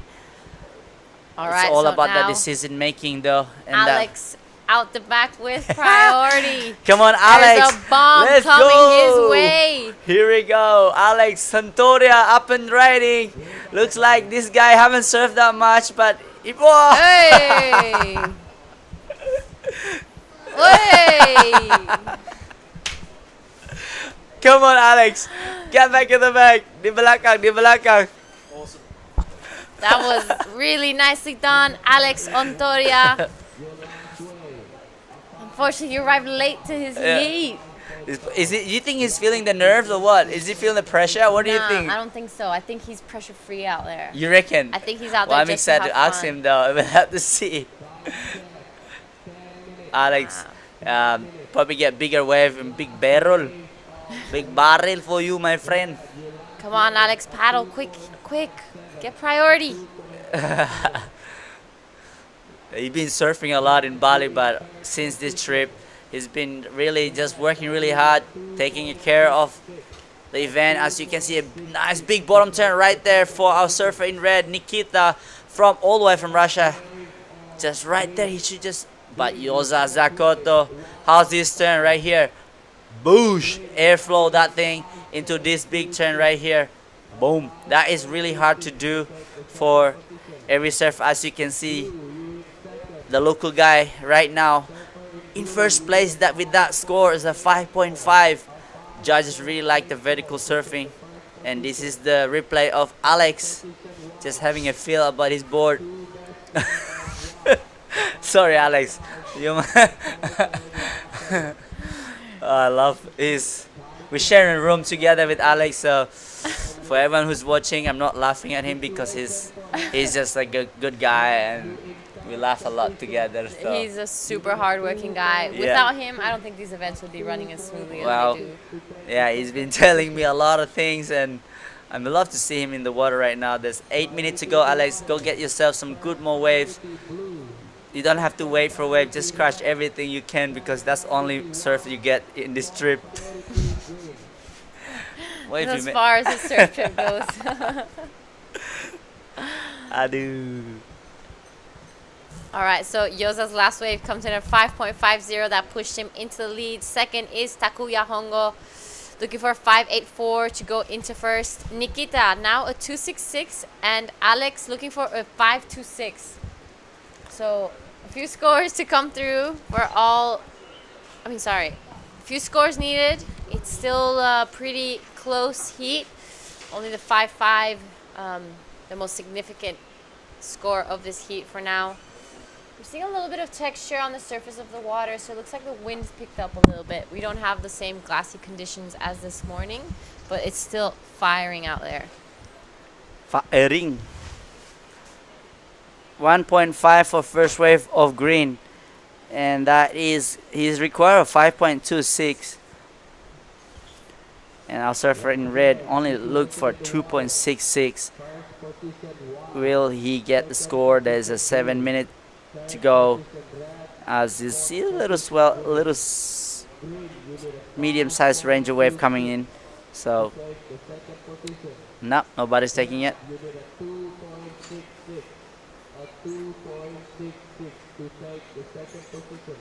So we see the tide dropping. We must be reaching the dead low any moment soon. So hopefully with that incoming tide, we're going to see a big push in the swell. You can see there's people out the back there near the rock that's just doing like a net fishing, hunting either crab, fish, or any like shells. Shell hunting. Shell hunting. And that is probably some local guys looking something for dinner tonight. Our dinner. Our dinner. Nah, food's been amazing lately. As you can see, all the people are bringing our lunch. This is about lunchtime here in Nias. We have 12:35 p.m. p.m. and we are in heat number 11 of around 128.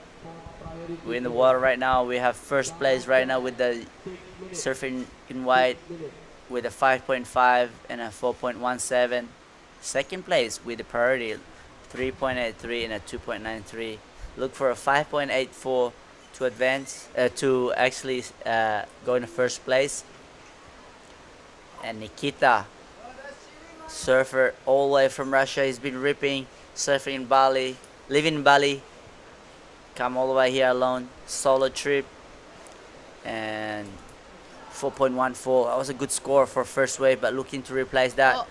Up and riding now. Man in green now under priority needs a 5.26. Oh no, just almost got that board to the face. Alex, relax. Kalian buat adik, nari-nari ngomi. Aina huru hara.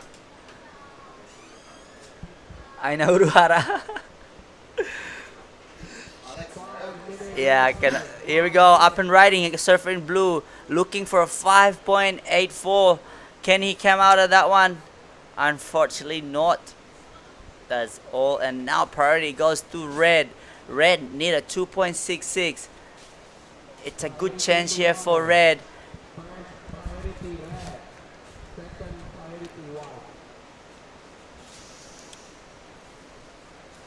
all right, so no changes just yet. Alex, unfortunately, last week comes in at 0.93. So still looking for that 5.26. Nikita looking for that 2.66. Only first and second place advance in these four-man heats. So pressure's on. We're just under 5 minutes. Okay, but wait a moment. Why is Alex from UK? He's from Basque Country. That is Basque Country. Is it? Yeah. Oh, sorry, guys. UK. I thought sorry, I didn't see the E. EUK. EUK. Sorry, EUK. Yep. So Alex, Basque Country, EUK, representing. Lakey Peak. No, he's international love. He's one of a guy who's very great guy. Just easy to talk to, hard worker, very handsome. But he has a girlfriend now in Bali, so all the ladies step away. Stand back. Stand back. There's 3 minutes and 30 seconds to go. Surfers in the water. I mean, I'm not a beach commentator. You don't have to say that, but there is a pressure game on now. 3 minutes is the game that everybody is playing the tactic game here. Will you sit and wait and hold your priority? As you can read, he has a priority right now. He's in third place, looking for a small score. Do you think, will he just catch any wave he can to get the score, or he wait for the biggest set? That is the true decision that is actually in his head right now. Will he need to get any of the wave that is 2 minutes, 50 seconds? All he need to do, catch a wave, 2 big turn. That will be a score, or he just want to go, all right, I want to be better at that 4.1, which I don't think, because to make it, to go for to go to the round of 96, you have to be in first and second place. But if you're in third and fourth, you're out of the event. You're enjoying to watch here, maybe surf a rock star, but there's not much. You still need to make to second place at least to advance to the next round for you to be able to still compete in this Nias Pro QS 5000 2024. Like to say thank you to our government of Nias Selatan and also the PSOE has come and organized this event. Also ASC and our media team. We are watching Nias Pro 2024. Here we go, up and riding Alex Hontoria, di mana dia belakang mau air reverse, tidak bisa. What's he doing? Too much pressure. Just a minute and a half remaining, so that will definitely not be improving Alex's situation here. So Nikita looks like catches a wave, cashing his priority, needs a 266. Alex needs to surf like he's in Periscope or something, because he's been surfing Padma and Legian lately, so maybe he haven't surfed that long ride. Wait, he's been surfing Karamas too lately, so I don't know what's I think the pressure mode, Giada, it's really kicking in. When you watch something like this, it's easy to look, but when you do it, it's a whole different game and a whole different mindset that you're in, because something about doing a surf contest is not about just a skill, but comes a play with the pressure and how you feel your jelly legs, can't breathe properly. As you paddle back out in the lineup, there is 35-second. Nikita probably should have just come in and wait for those medium-sized range wave, like Alex doing right now. Getting his last wave in. Kalian buat ade Alex. There you go. 15 seconds to go. Alex needed a 5.26. That's definitely not the score. All right. Well, congratulations to our surfer in white, Yoza, our local boy, and our surfer from Japan, Takuya Ota. But shortly we're going for a quick break. I'll see you guys shortly.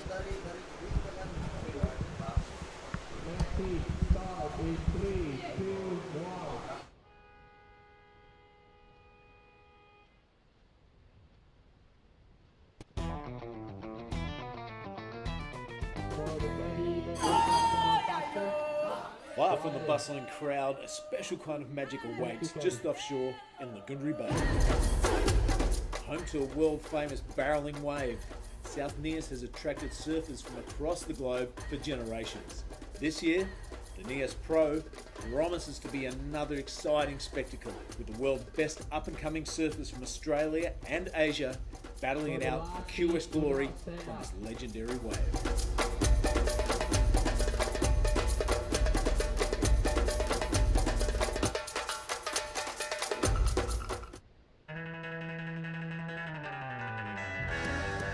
First, I want to thanks to everyone at home for supporting me, and I love you guys, and can't wait to see you guys soon.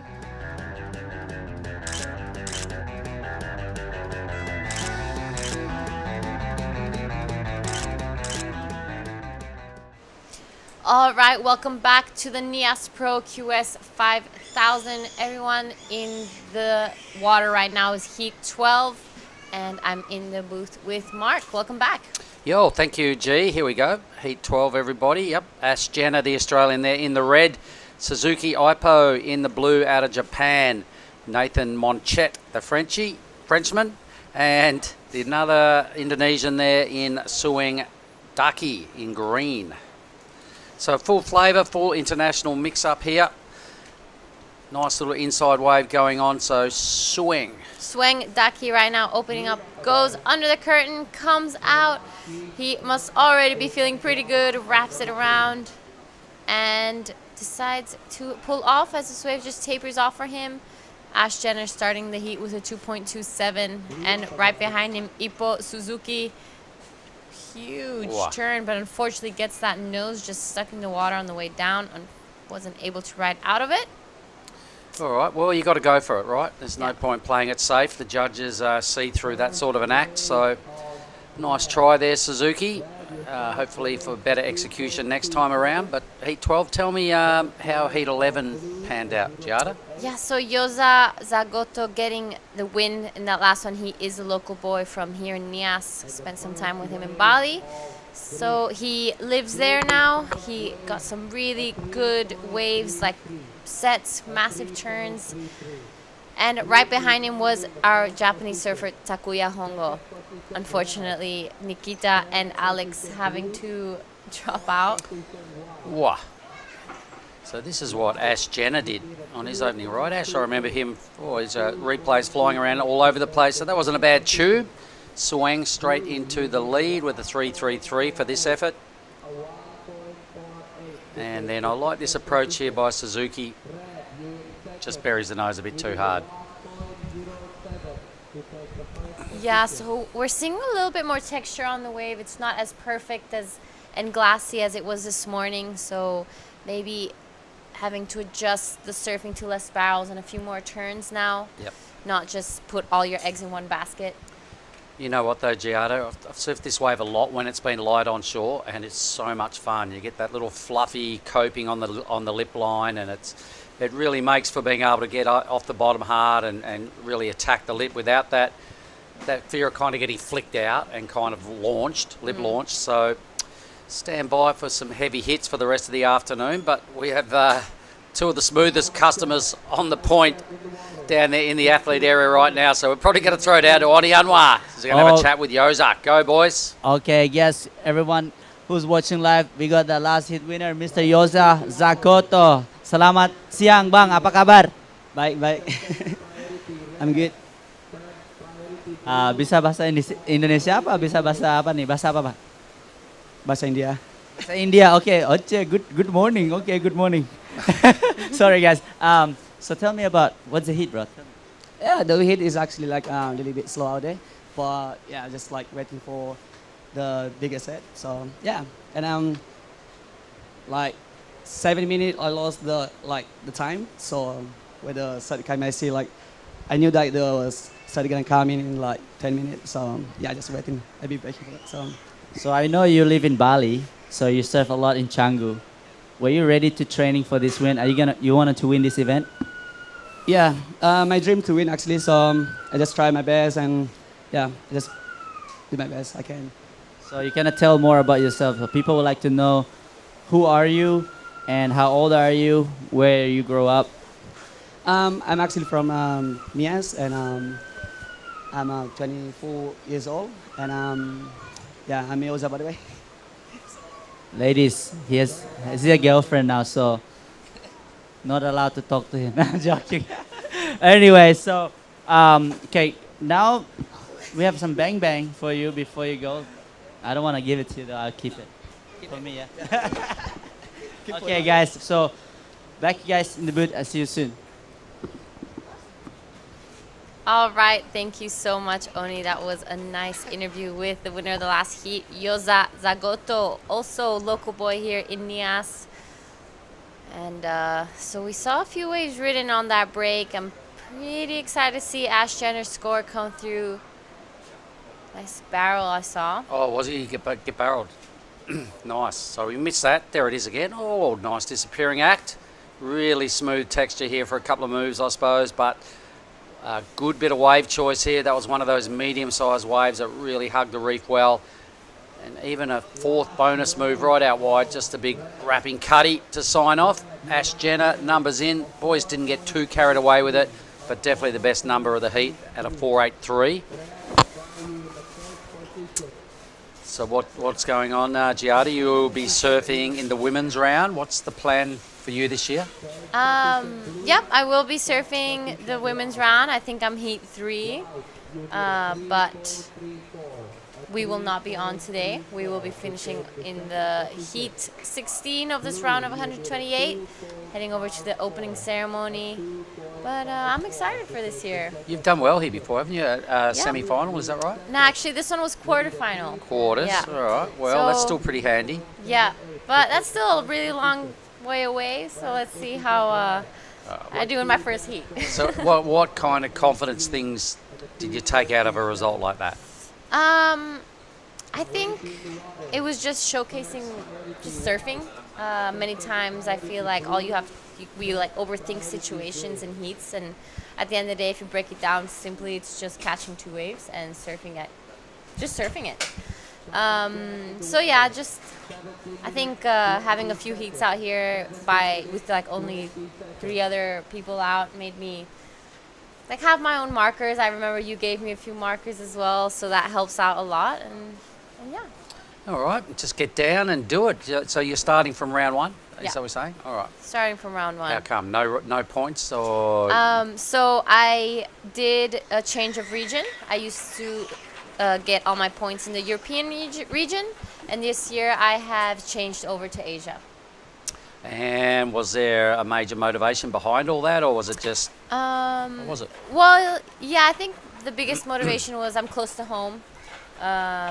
Also, I've gotten really good results in both Nias and last year in Krui as well. I feel like the waves here in Asia and especially in Indonesia just suit my surfing a lot more than maybe the European fluffy beach breaks do. Yeah. So well, that's right. We got some nice real waves here, Yeah. and it's all in warm water too. yeah, it's waves that you can actually do proper turns on, not just half turns and floaters. Scratching around. You have to wear a wetsuit and all that when Yeah. you're. Yep. All right. So. All right. So I grew up surfing in a bikini, so for me Wow. the wetsuits are torturous. They are. So here we are, no need for wetsuits out here. It is a steaming 30 degrees in the water. It's probably exactly that outside as well. It's midday and the sun is blazing. And boy, oh boy, when you step out of work duties down onto the land, it's so hot outside here. So for all the people that maybe have never been to Nias, we're maybe 1 or 2 degrees north of the equator. So we're almost smack bang right in the center of the globe. And everything about it is hot. The wind, there's never really a whole lot of wind due to that reason of being located close to the equator. Everything is hot, it's steamy, it's tropical, and you can see by the background that everything grows really well here because it's just the ideal climate and temperature. Probably changes about 2 degrees from nighttime to daytime. 28 is probably your nighttime sort of go-to, and daytimes are up around 30 and not much more. Yeah. Feels a lot hotter though, doesn't it? Yeah, that's right. You can definitely tell in Bali, like, the temperatures really drop at night, and I would be wearing maybe a wetsuit top and then when surfing over there. That's because you're spoiled. It's still really warm, but you got your wetsuit top on just for the morning sessions, It's right? cold. No, even the midday sessions are cold. Are you kidding? It's freezing over there. Freezing. There's people around the world that would be slapping you right now going, you don't know what freezing is. They're pulling on 5 and 6 mil wetties and hoods and booties and all that ridiculousness, but life's better in board shorts or life's better in bikinis, Giada. That's exactly right. Bit of a lazy heat rolling out here, folks. My God, we've had 4 waves caught and we've had just over 10 minutes off the clock. Best number was that Ash Jenner tube, so it turned into a really worthy bit of wave choice there by Ash. A tube with a couple of strong hits. You can see the tide in the background there, everybody, just starting to show a lot more reef. I'm pretty sure we're getting close to it. It's almost 1 o'clock. So once it turns around, we know that this place will pick up in consistency. It loves the incoming off a low.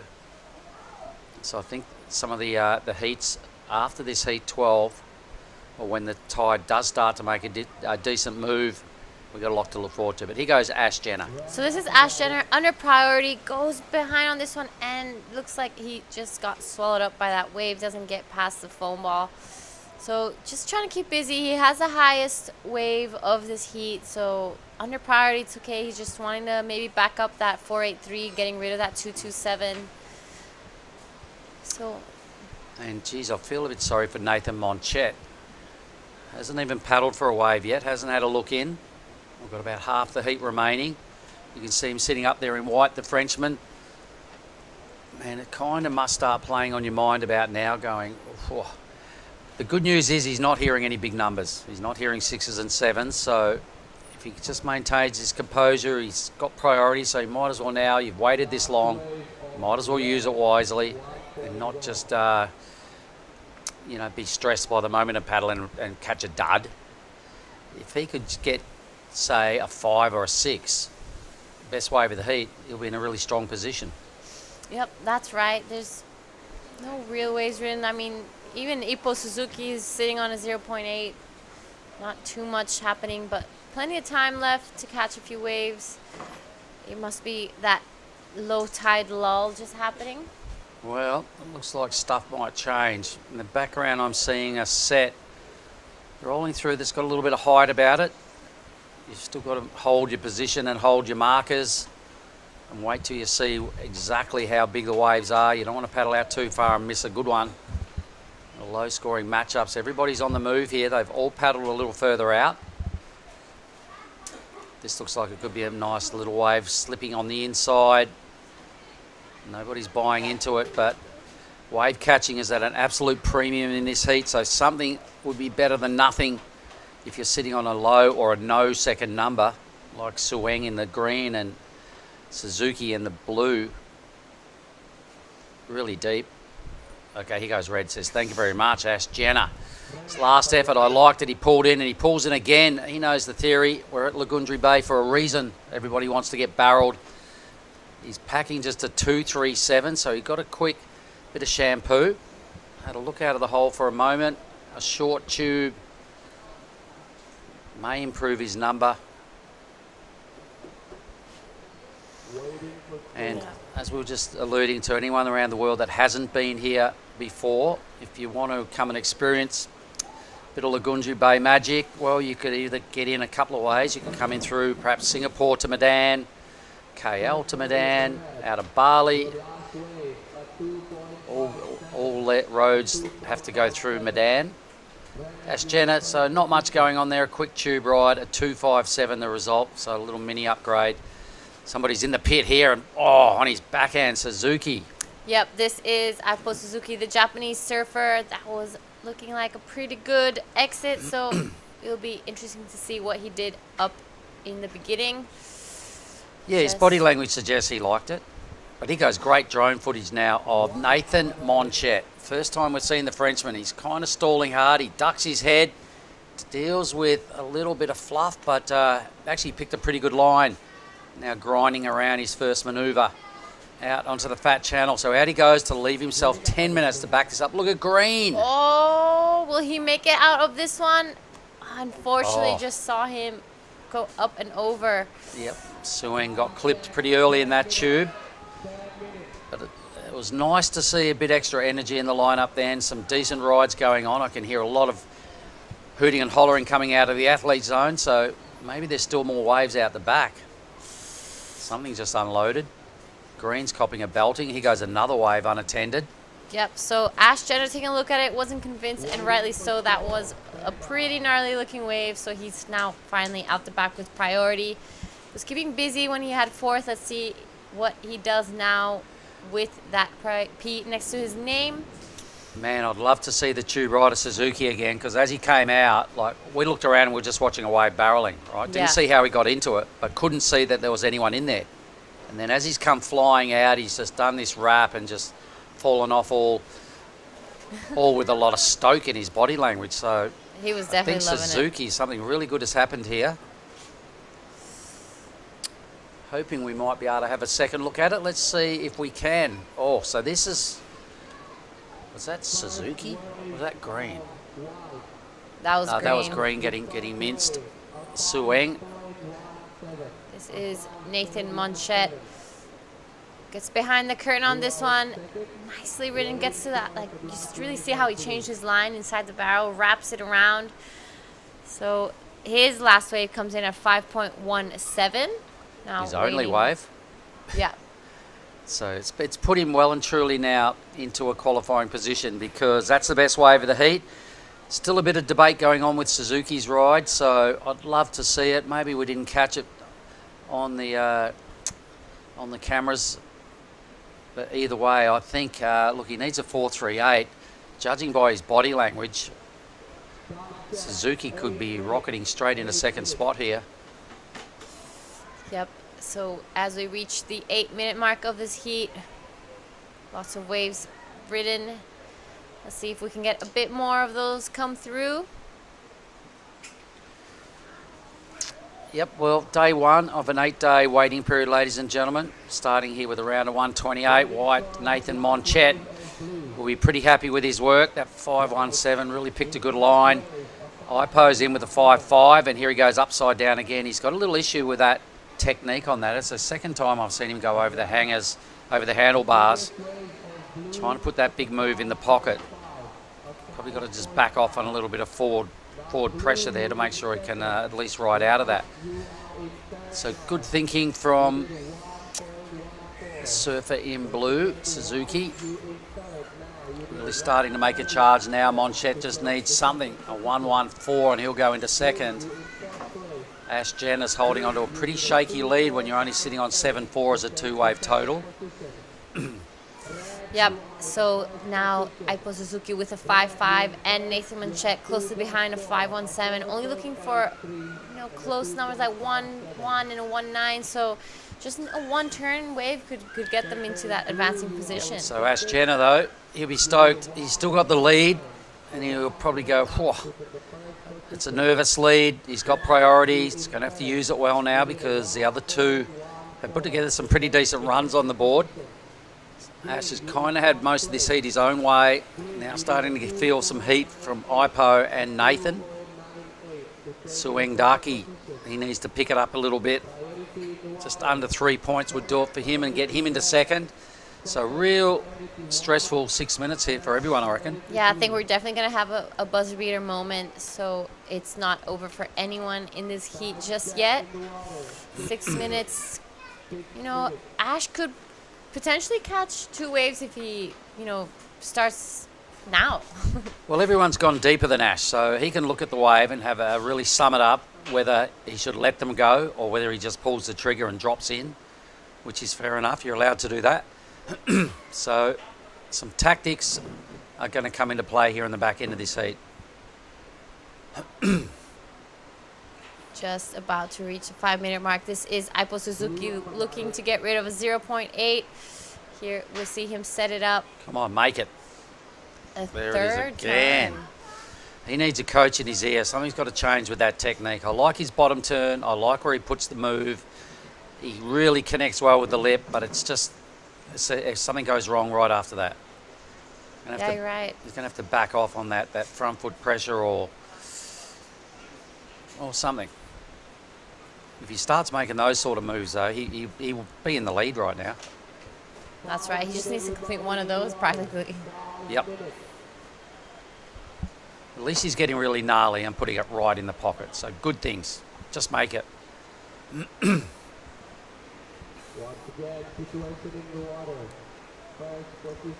Plenty of waves still to come through, and time 4 minutes 35 seconds. We have 3 of the 4 surfers on your screen right now.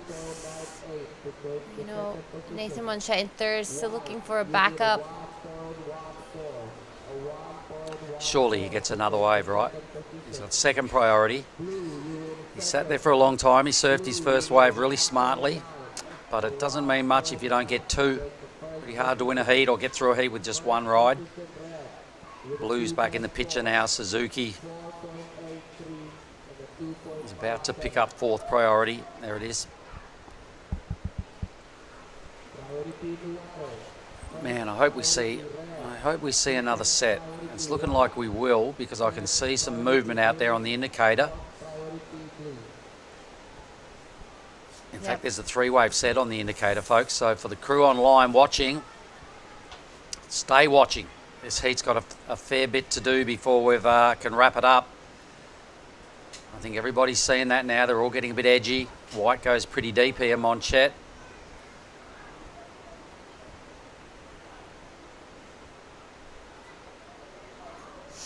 Three minutes, 20 seconds left. Like Suzuki would be a bit nervous. He's got fourth priority. And everyone else ahead of him need minor numbers to improve their situation. So he's had his opportunities, I reckon, Suzuki. When you fall off that many times in one heat, and if you get beaten, you can squarely give yourself a good talking to, because you can't make that many mistakes at this level. Yep, that's right. Next heat now coming across from the keyhole is one of the caddies performing their duties. Yep, so in the next heat we'll see Sentaro Sakai in red, in blue Kian Falvey, in white Herbert Wow, and in the green Seiman Buololo. Herbert Wow, Hiba, out of the Hash camp, Hash and Family Surf Camp. They've got prime billing on the point. They've got a really good location. Him and his brother, the sons of Hash, in the big restaurant there right on the point. Everybody's starting to look a little bit more excited here. We're all paddling quite hard to get out a little further. White now picks up the pace on his intensity. Nathan Monchet. He wants a piece of this very first wave of the set because you just never know, and he needs one. But Jenna has first priority and wisely says, how about you stop paddling, all mine. And here we have it. The current heat leader pulls in, and it's looking like he's going to make it out. He does. Beautifully well done from Ash Jenner. Wraps it around, and he's going to be feeling pretty good about that wave. It's looking like he's going to stay with this one with 1.5 minutes remaining. Cuts back to the whitewash. Nathan behind, claiming. All right, so Monchet's had a ripper. Ash Jenner, two good things. He took the wave off Ipo, and he got barreled off his head. Yeah. So Ash Jenner, and another tube ride. Who is? Oh, Swang Daki. So He was loving the barrel. So we've had a little barrel fest go on, which is what we've come to Lagundri to see. 3 really good tube rides has really tightened up this matchup with 1 minute remaining. Ipo is the sole surfer sitting out the back, and he's going to probably drop all the way to 4th spot. yeah, so he'll be hoping for just one more of those sets to come through, but unfortunately it's not really looking like it. Great finish to this heat, folks. I'm sure we're going to see some brilliant replays any moment now. Everyone online, hang in there for a moment. Let's pay some respect to Jenna, Monchet, and Suang. 3 good tube rides will show us the fate of this heat. Jenna's got a 7. In a low-scoring heat, this was a sick effort. He took this wave off blue. Really good line, but this is white. We didn't see this one of white, so that's Monchet's second wave only. So the Frenchman gives us the salute. What's he get? An 8.5. My goodness. That's second best number of the day. He goes Suang. This is the local surfer Swang Daki. Also pulls in. That was an incredible 3-wave set, and unfortunately looking like that will be that heat. So congratulations Nathan Monchet and Ash Jenner. Unfortunate. And Ipo had his chances but didn't get barreled well enough and keeps falling on that manoeuvre. But Monchet rode 2 waves for a 13.67 2-wave total. Congratulations, white and red. We're going to go on a quick break. Back with Heat 14 in a moment.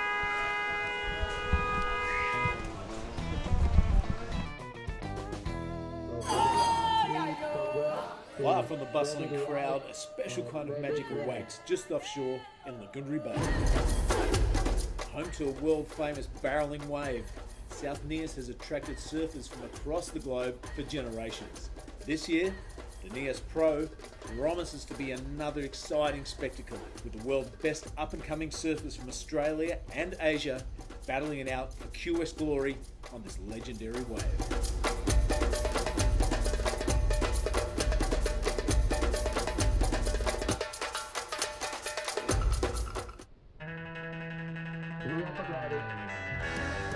First, I want to thanks to everyone at home for supporting me, and I love you guys, and can't wait to see you guys soon.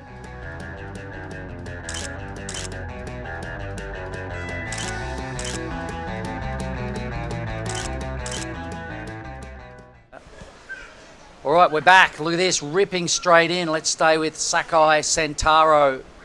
We've had 1 minute chip off the clock in Heat 13 and red straight into it. We also have a throwaway number for Falvey in the blue. Now, Billy Hangen's just come into the hot seat. Did you see the end of that heat, Bill? I did, mate. It was super cool. Lots of tubes gotten rid of. Big celebration from the local lads. But it was congratulations to the Frenchman Nathan Monchet. 1 wave ridden until the last 2 minutes. Then he got a big throaty tube.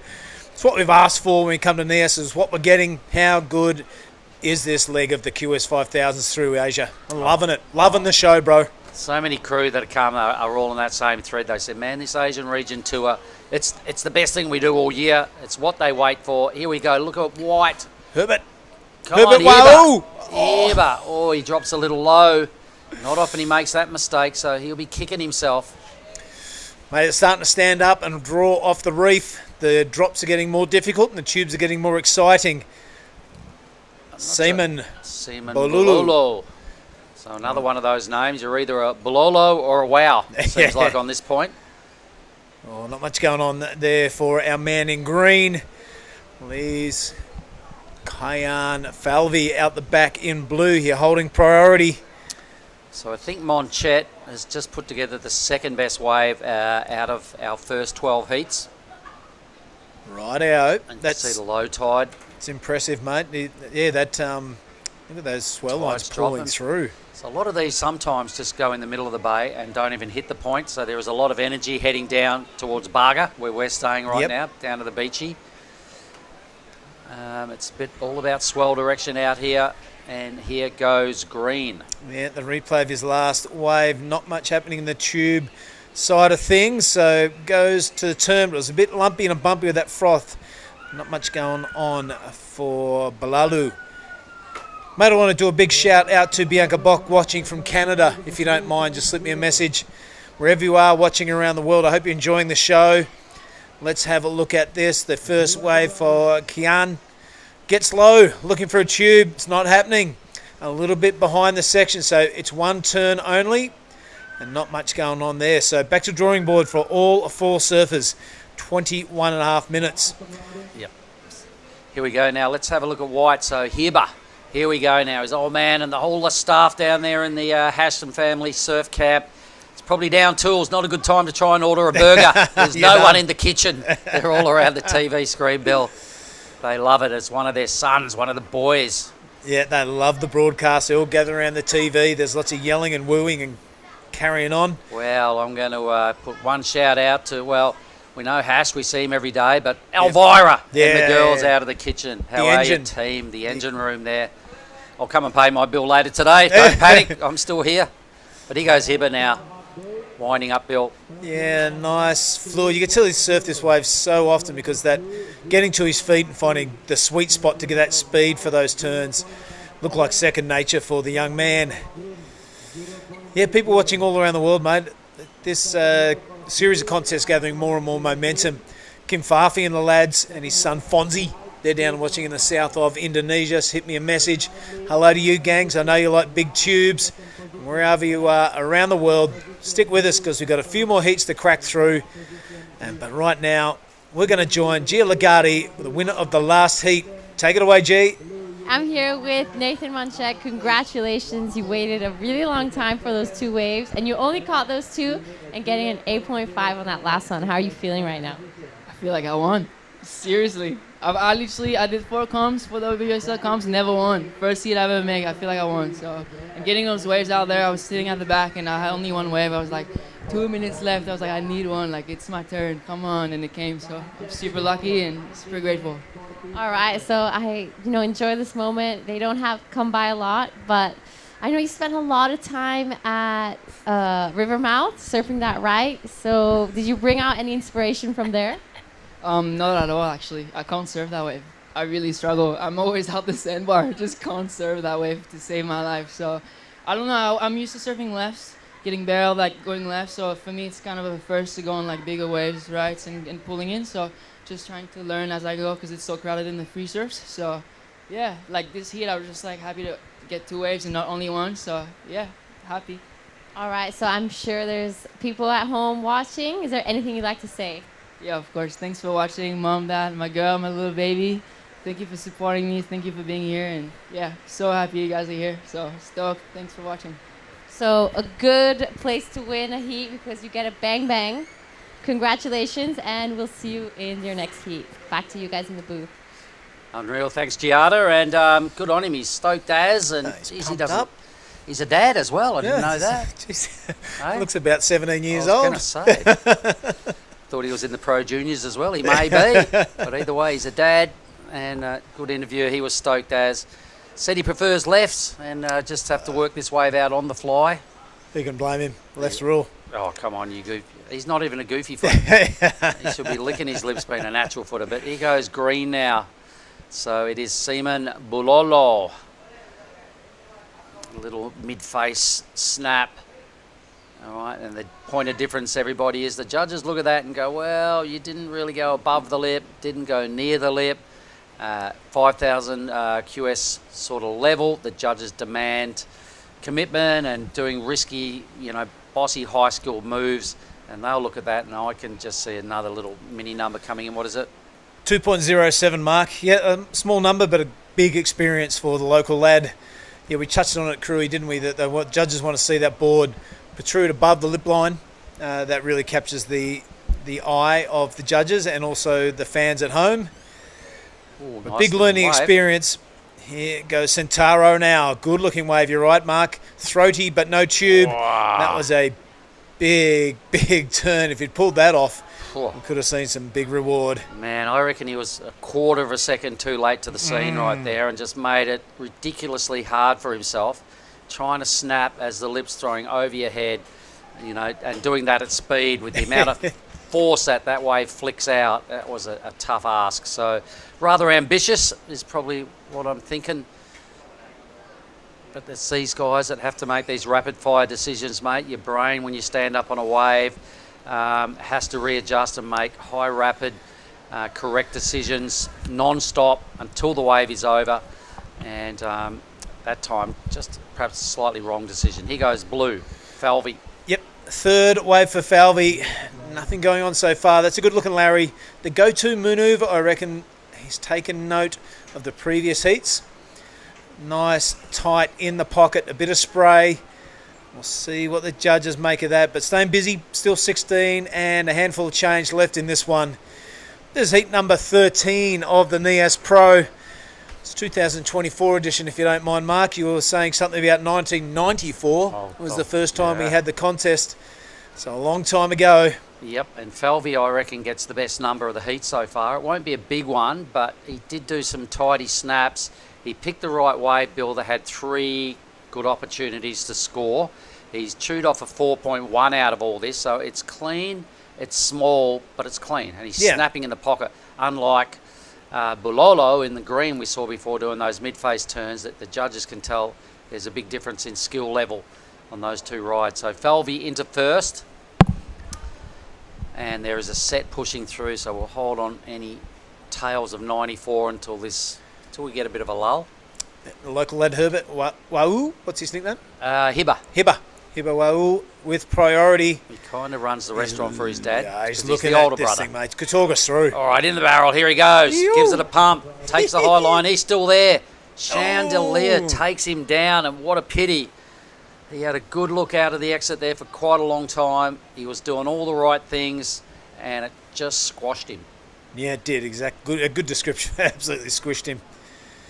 Held on the entire way, though. If that didn't clamp at the end, he would have shot out for sure. Yep, so we'll hopefully get a replay. He got a lot of travel time inside, but, it's still an incomplete manoeuvre, so the judges score that as a no manoeuvre wave. So they don't have to think about those rides too much. They go somewhere between maybe a 1 and a 2 at best. It's in. It's a 117. You come out of that, it's a 7. You don't, and you get a 1. And that's just the reality, and that's fair enough. Everybody knows the rules of engagement. You don't get points for nice try. You went a long way. 4. That doesn't go on. No, there's no. I made 99% of that turn, 99% of that tube. 99% made is still unmade. That's And right. That's what it is. A no manoeuvre wave. He'll know that. That's absolutely fair enough. He's picked up 3rd priority, and he's chasing only just over 1 point. So no stress for Hibba. We've got plenty of time on the clock here.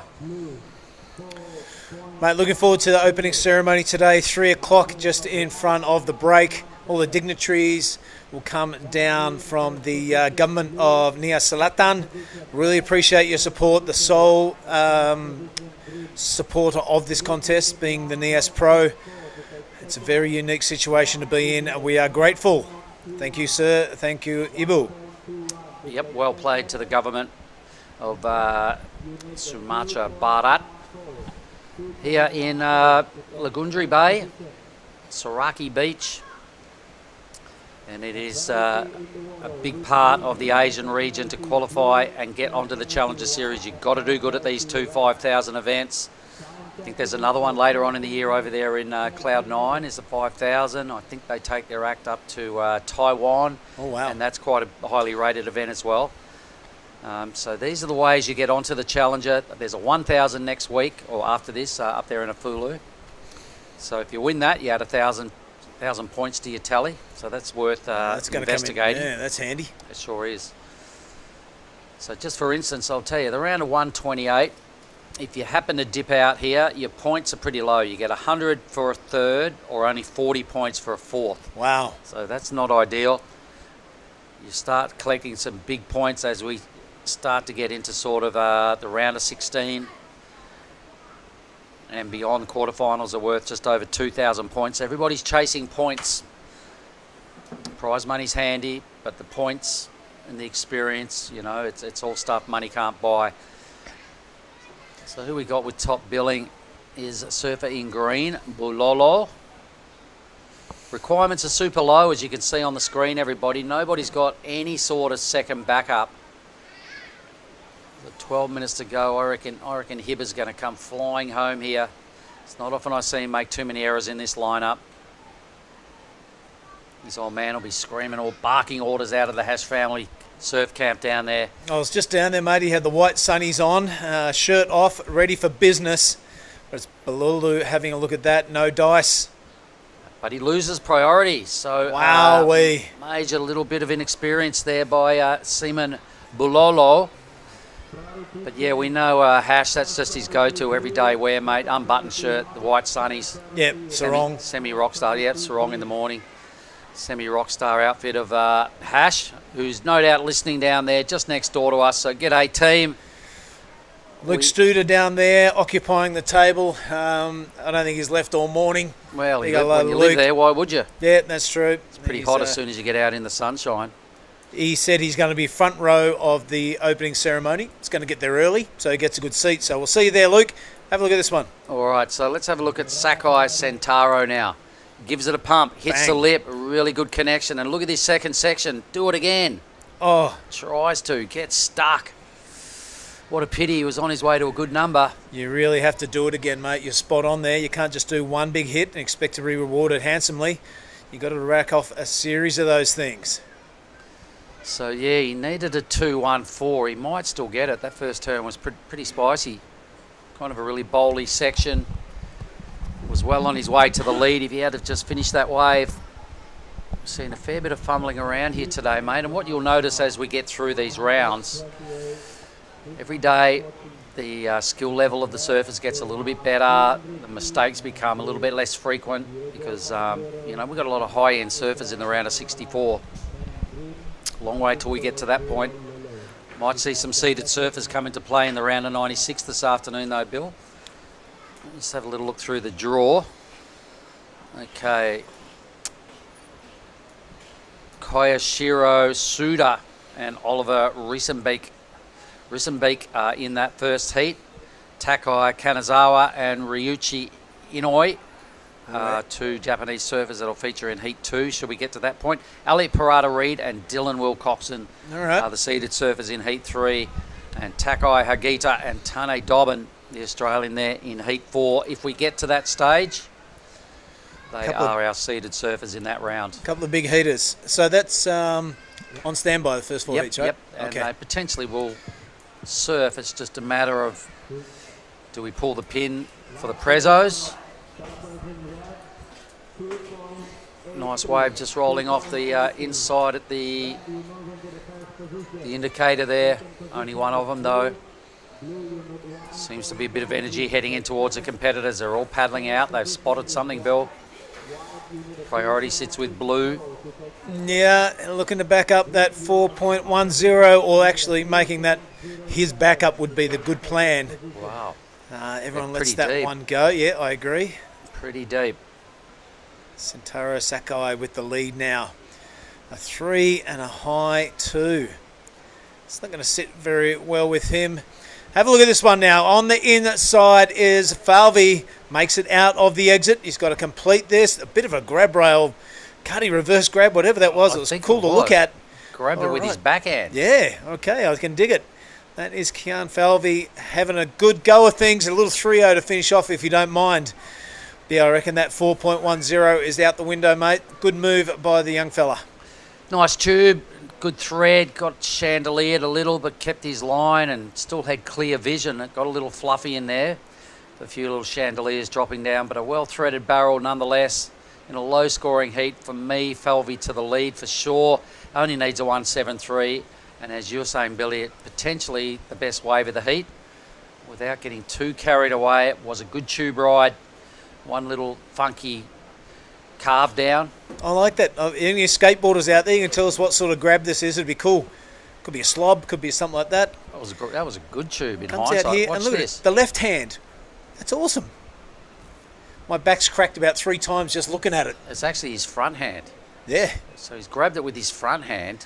And that's rare because, you know, if you're going to do a hedgie, people grab the back hand and just lay that board over and go, and pull the hedgie head to make the move. But a 477, best wave of the heat. Congratulations, Kian Falvey, into the lead. I'm still really keen to watch Hiba. Wow, track down. What's he need? A 333. That's him in the white. I imagine there's some tense moments going on just next door in the Hash and Family Surf Camp. Bit of pacing up and down, mate. Somewhere there's a tourist there waiting for their burger. They're going to have to wait another 6 minutes and 30 seconds. Your burger's well cooked, well burnt. It's overcooked. It's left on the grill. No one's watching or paying attention. Look at that thing reeling off at the indicator out the back there. Yep. And another one behind it. This is better. All right, count your indicators and you'll have a good show of things. Have you ever seen anyone surf it, Bill? No, but Josh Kerr promised he would this morning, and then he kind of let me down a little bit.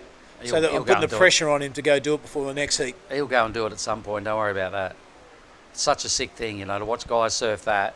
You know, they know in the back of their mind you can't fall. It's a sort of tube where you get, once you're locked in, you've got to see it through. You've got to make sure you come out and then get straight off. You get a little bit too greedy, then you become one of them rocks. You're right on. It's not nice, but it's a great wave. It's really good to watch. All right, 5 minutes. Hiba in the white has top priority, ladies and gentlemen. He's a big-time local on the point. So I'm hoping he gets another swing at the requirement. It's not large. Here comes a nice little insider. These waves can really do tricks. So let's have a look at Bulolo. Yeah, Sima now. This is wave number 3 for the young fella. He's given it a go a few times, but that has been the result more often than not. So it's back to the drawing board for Bulolo. Yep, down he goes. Here goes Hiba. He's a little late to get the tube. Now he needs some quality rail work here. He's still got no scoring manoeuvres. He gives it a little pump. There's one. That's a decent bit of rail work, but he gets stuck again. The judges frown on that getting stuck stuff. Bit of wobble at the bottom. They're not a fan, are they? Wow, he didn't get tubed and he didn't get the early hit. Meanwhile, Centauro trying to consolidate second spot. Did you like what he did there, Bill? No? Okay, so... Sorry, mate, I was a bit distracted. That's all right. That's all right. He got some solid rail work going on. So the judges will have to compare Red's last wave up against White's last wave, compare the rides, separate the numbers. A 283 dropping in for Centauro. So Hiba, wow now. Yeah, still waiting on his score. He was a bit late to the bus, wasn't he? It went off without him. 2 times, yeah. Yep. Missed the tube and missed the first hit, so might not be good reading once that number comes in for the Wow family. He's much better than what he's shown, Bill. He's a great surfer. That's the pressure of contest, mate. There's the house. There's the residents in question. There's the old man with the white glasses on, shaking his legs. Look how nervous he is. Oh, my God, Hash. Throwing a few shuckers around the place. Still not over, brother. We can see you. Keep the belief. Plenty of punters in there having lunch. There's Justin next to him there. Yeah, the big fella, the chief, right next door. Where's the number? It's still not in. Hash, how you going, mate? Oi. Trying to play it all cool. Yeah, just heard you. All right, 4 minutes 40. Hash isn't happy. And the number's not in. Good reason, mate. Well, the number's not in. 3.33. It's a bit of an ask for those turns. They were right at the end of the wave. We saw in the footage. But, you know, he wouldn't be happy unless his son's way out in front, let's be honest. But it is Kian Falvey in the lead now with priority with 4:40 to go. He is looking to prove on that 4.10. Sataro, very low scoring heat. A 3 and a 2.83 sees him in second. That's unheard of. So the judges having a good look at Hibit Wau's number. So you could be on the ball there, Mark. They have a good long look at it. You know, they're not just dismissing it. No, he did one strong turn. Got a little stuck on the way out of that one manoeuvre. Yeah, okay, it's still not in. Wow, nervous times down next door. Hibber's paddled out. He's got 2 minutes to kind of regroup here. He probably may need another wave. He's got third priority. What sort of tactic does he employ now? He doesn't know where he's coming. Does he take a small insider and try and tee off with a couple of big hits? He may need another wave. All right, here he goes. He's up anyway. Let's just stay with the live action. We've got a conflict of time on our clock. I think this time. I think we've got 2:27, mate. Was that one for Hibbets? It hasn't caught up on our judging tablet, but it's there on the screen. Our tablet's frozen, so 2:27, not enough, mate. Just under 90 seconds now. So Hibbert just caught another wave. I think he got a little stuck behind there again. So our tablet might need a recharge.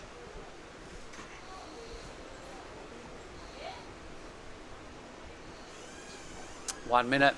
Gnarly times here. Falvey is holding on and he's also got priority. That's him in blue. 1 minute. 1 minute. First priority blue, second priority red, third priority green, and fourth priority is white. Yeah, 50 seconds to go, mate. Sorry to interrupt. It's a good-looking set, though, and it is our priority leader. Falvey on a good-looking high line. I love the way he got into this thing, and he's going to get out through the bottom. So the heat leader continuing on his way. This is Kian Falvey looking good in the last 30 seconds. Heat number 13. Oh, he's feeling it now. All right, well, you can mess around when you get a tube like that. Red's just come out of a barrel as well, Sakai Sentaro. So no comment, didn't see it all, but a really strong way to finish with only 15 seconds on the clock. Hibber, wow, is somewhere out the back with 10 seconds to go. Does he ride another wave? Come on. 5 seconds. All right, so I'm not sure, but I really liked Falvey's last ride. He did the perfect pump getting into that bill and got a real good high line going on early and dealt with a fair bit of chandelier, but a really strong effort from the boy in blue. For sure he will win. Not sure of the other positions, waiting for one extra score for red, just to confirm who's who into second. But either way, Falvey just got another number. So over and out for Heat 13. Back in a minute for Heat 14.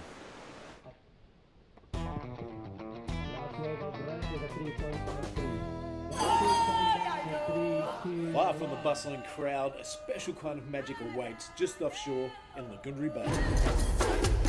Home to a world-famous barreling wave, South Nias has attracted surfers from across the globe for generations. This year, the Nias Pro promises to be another exciting spectacle, with the world's best up-and-coming surfers from Australia and Asia battling it out for QS glory on this legendary wave.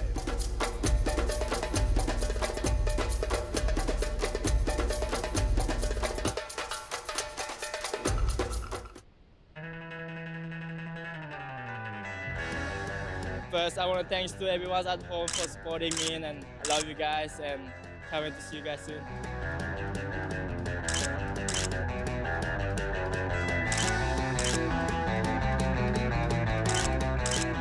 His dad's a teacher. Okay, we are back. This is heat number 14. You are looking at the Nias Pro. This is a 2024 edition of it, and this is Diego. High and good looking on his backhand. Haven't seen too many goofers footers be successful today, but Diego is making an exception to that rule. Still going along, still squeezing out a few turns. What do you think of that, Oni Onwar, and welcome back. Well, thank you, Billy.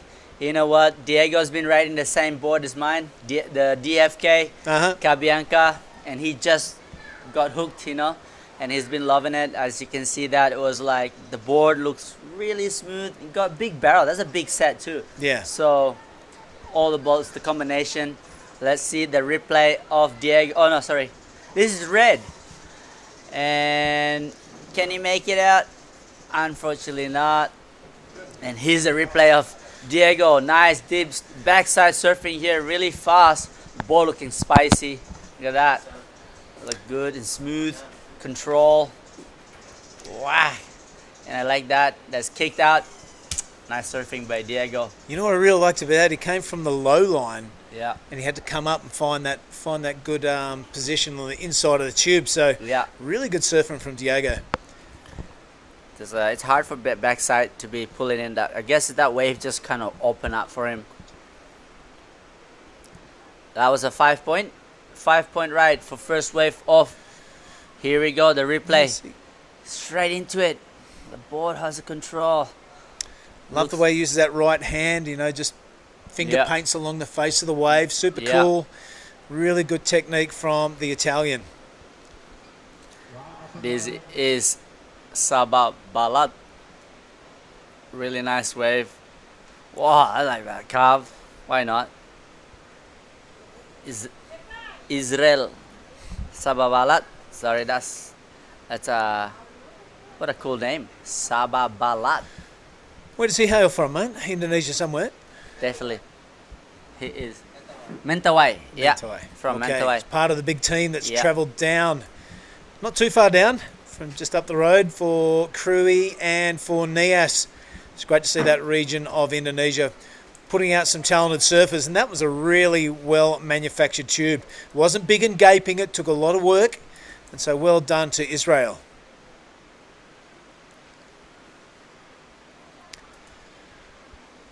$3.50 the reward for that ride from White. All scores are in. First priority sits with Bololo. No waves ridden yet. I think that his name is Israel. Israel. Yeah. Sure. It's hard to pronounce all these people's name, but we're doing our best. As in the water right now, we're heat number 14 over 128. There's a lot of heat in this round, so we are going to see how this heat goes as we read the next heat. Ben Spence in red, Pedro Lani in blue, Kelly Parker. Oh, that's my boy. And of course, Chrisman Wow. It's not a heat in the first round without a Watu in it. Yep. Or a Balulu. Oh yeah, there's Marlinto Balolo has been surfing yesterday in the lineup, practicing before his heat.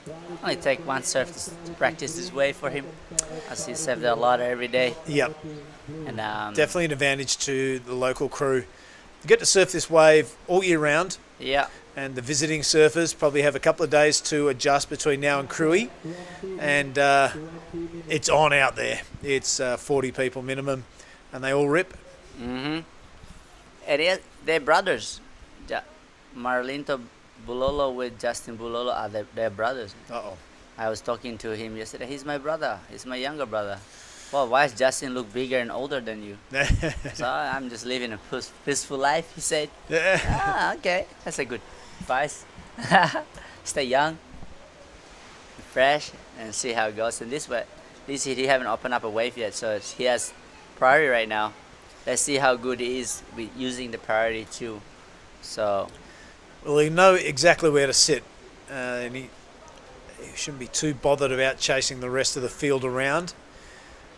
He needs to sit where he usually sits to get the bombs and just take it apart. Rightio, while there's a little bit of a break in the action, let's go down to the athletes area. Mark Cliff, take it away.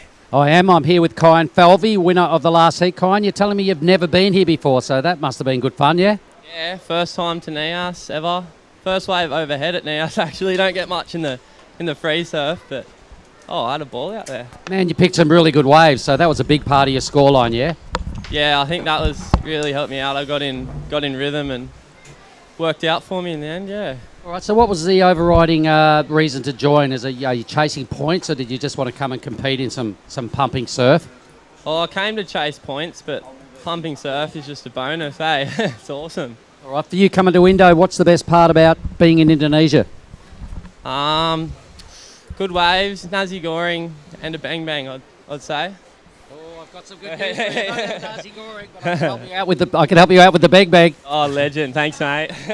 There we go, guys. This is Kyan Falvey. Well done, Kyan. Welcome to Indonesia. Phew. Thanks, boys. Right on, Kyan Falvey. Fantastic surfing, impressive moustache. Well, he is through to the next round at 96.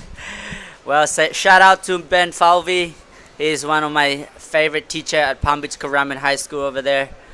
He known me since I was a little grum, since I was 12 years old. And now looking at how Kian is growing up to be a man with a mustache, it's kind of strange for me to look at him now as a big boy right now. As a big man, actually, not boy. Yeah, of course, come here with a win. I'm really happy for him to make a hit. And I was stoked. Good job, brother. All right, let's have a look at this one, mate. It's clicking down to 17 minutes. Early runnings, and it is Diego out in the front, just via that one wave of a 5. 3.50, probably the only other wave worth mentioning is Real Sababalat from Mentawai region. Those two guys sitting out in the lead, albeit a very slender one. We see the local crew checking out the action. The umbrella trees, fantastic bit of shade that they offer down right on the water's edge. Up above, that's the hash house. Fantastic looking Nias Pro poster. Judging tower in the background. Everywhere you look, it's easy on the eye around Lagundri Bay. Every surfer watching this broadcast around the world is looking at those waves in the background and thinking, surely there's another wave just around the corner. Yeah. The only way you'll know, people, is to get here and start exploring yourself.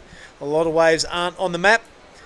And the island of Nias, it's a lot of shoreline. And if you're prepared to jump in a car, sleep in a tent, have some dodgy food sometimes, all that sort of stuff, you might find a way of your own. You never know unless you come up here and give it a go.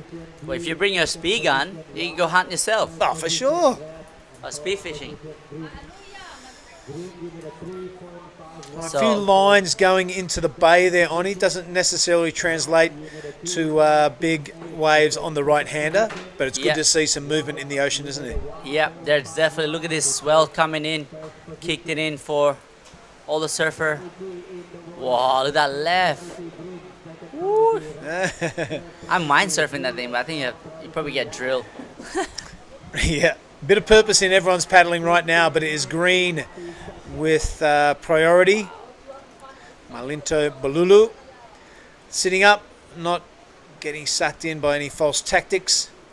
Yeah, I think they are sitting really deep, all these surfers, because there are wide ones that they're missing because the tides are dropped now. They're breaking wide, or maybe a little bit inside. But the dangerous part sitting on that inside is you can get caught by the big set coming out the back. As you can see, the red is pulling in this one. Look like a good wave. Can he make it out? Come on, Risky. Oh, I don't think so. Wow. Yeah, good call. Look how close the caddies are to the action now. So things changing in the lineup here. Getting just towards 1:45 in the afternoon, Nias time. So looking for the change of tide that loves the incoming business.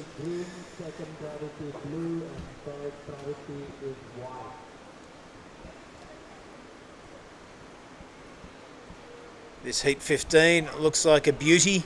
Ben Spence will take on Pedro Lani, the Brazilian representative. Kelly Parker and then Chris Manuau.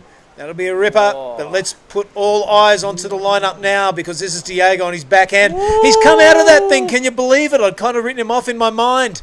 But wow, this means the Italian is going to grab hold of that first place.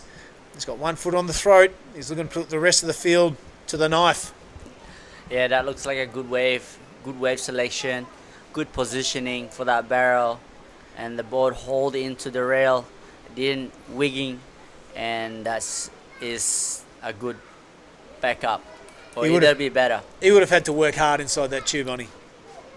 I think he just control, as we can look at this angle. Look at that. He's just staying there, high line, stay high a little bit. There you go. Yeah, well done. Yeah. There's a little pinch in the, when you come out of that barrel, there's that little pinch in the bottom line. You think it's going to be open, but it just kind of clap you in the end. That's Yeah, he what negated cost it you. very, very well. Very well done. We were super impressed in the commentary booth. And 7.83, the judges were super impressed also. And as we were alluding, that is first position. Not totally sewn up, but it's going to be a very high requirement of a 9.33 for Israel. Looks like the fight for the second position is on. Yeah, I think this is all these 3 Indonesian surfers out there. It's just matter of like how this pick the wave, the big solid one, and just stand up hit, and how they've been doing it. But you know, they can overthink about it, and then the pressure's kicking on, the nerves in their body. As Diego from representing Italy, but he lives in the Gold Coast. I know his mom and dad watching at home. Shout out to the Cardenero family, Diego's family, and it's definitely happy with 12.83 in the total for the 12 minutes to go. That is our next heat. Kelly Parker, my boy, living in Hawaii, represent Australia, New Zealand, Maori, mix of everything. This guy. I'm sure it's Scotty Parker watching at home. G'day, mate. Chi Kazi. I don't know what accent you're on right now, but it's Kelly Parker is in white. As you can see, up and riding our surfer Marlinto Bulolo, looking to open up his wave. Oh. Well, that's a pity, because really needed that wave, and that was his first one ridden on him. It comes in at a 0.73, below a 1. So Marlinto back out there. You have 11 minutes remaining. Need to get yourself a big threaded tube. Yep. Yeah, Cordero really impressive on his backside tube riding. Love the drone footage of his first wave, the 5, and the way he just feels the face of the wave with his right hand while controlling the rail of his surfboard with his left hand. It's super impressive stuff.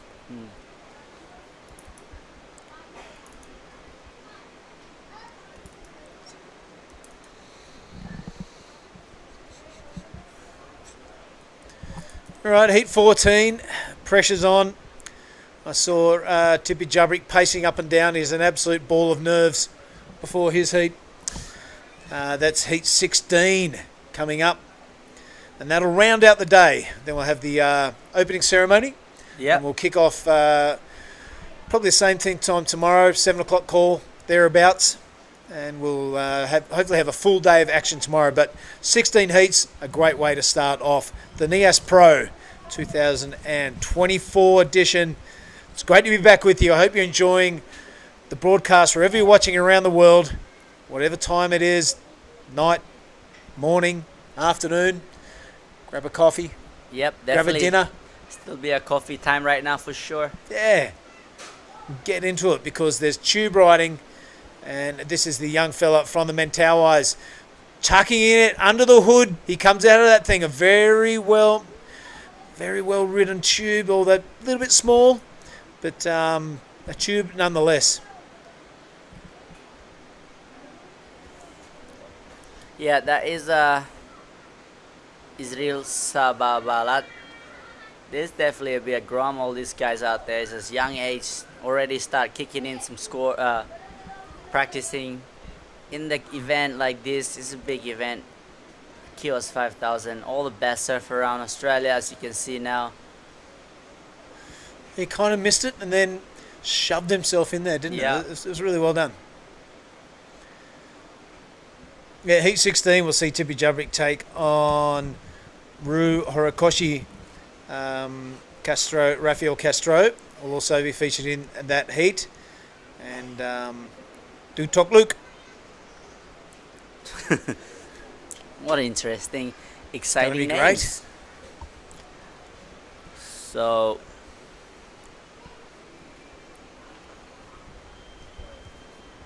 what's your highlight today, Billy?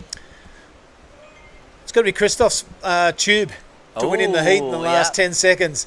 That was us. I was there. That was so cool. I really liked it. A really cool interview afterwards as well. Yeah. You know, really happy to be there. Yeah. And I think it was you that interviewed him, was it? Yeah, I was the one. Yeah. Yep. And I really enjoyed that moment. So, yeah, definitely a highlight for me.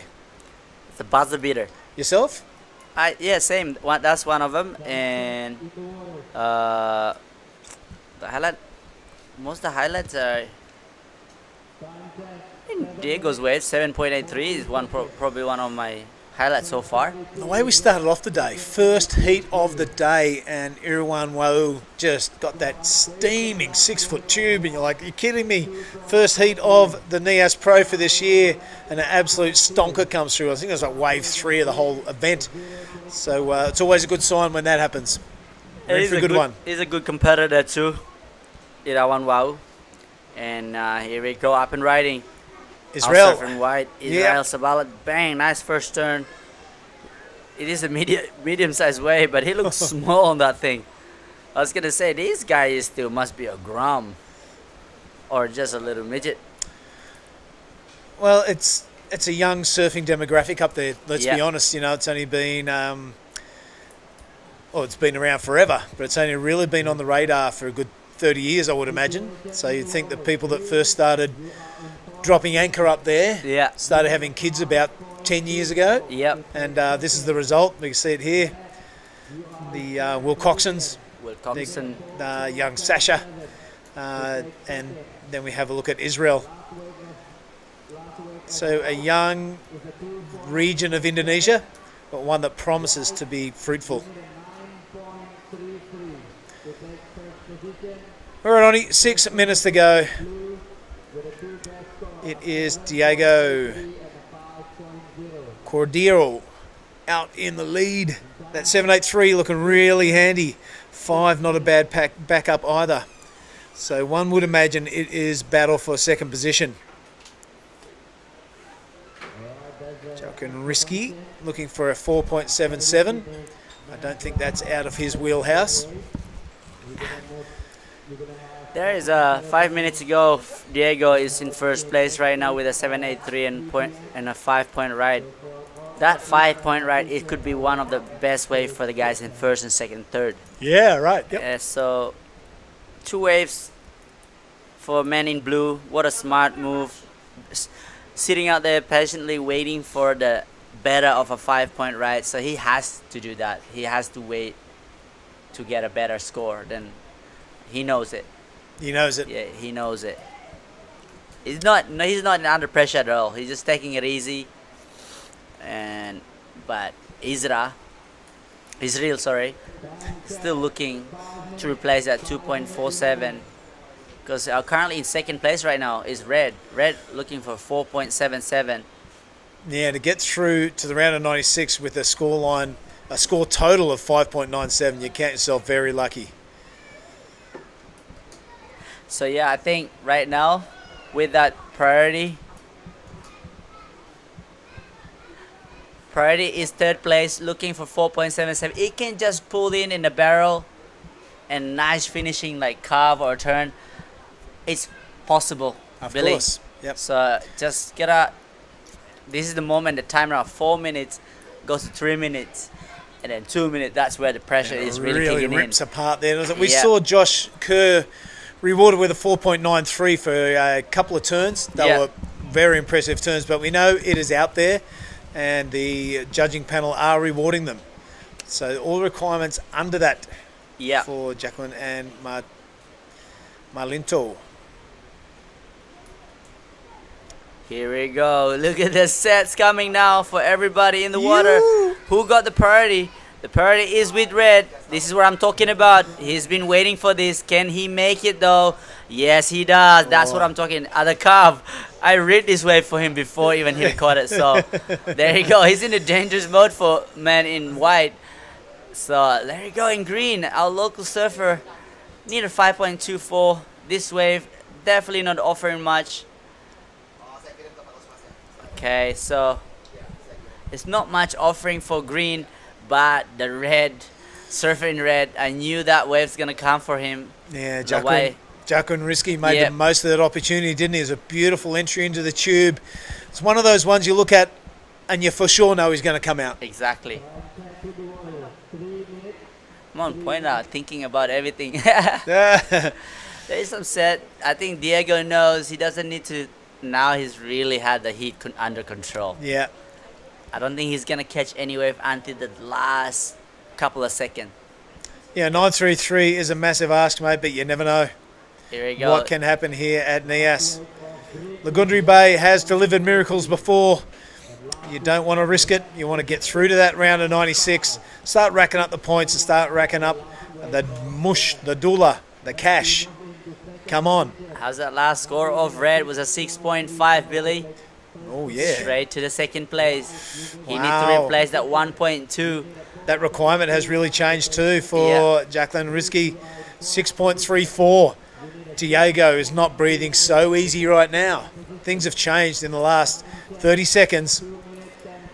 That priority will feel really good next to his name now. There's a gettable score for red.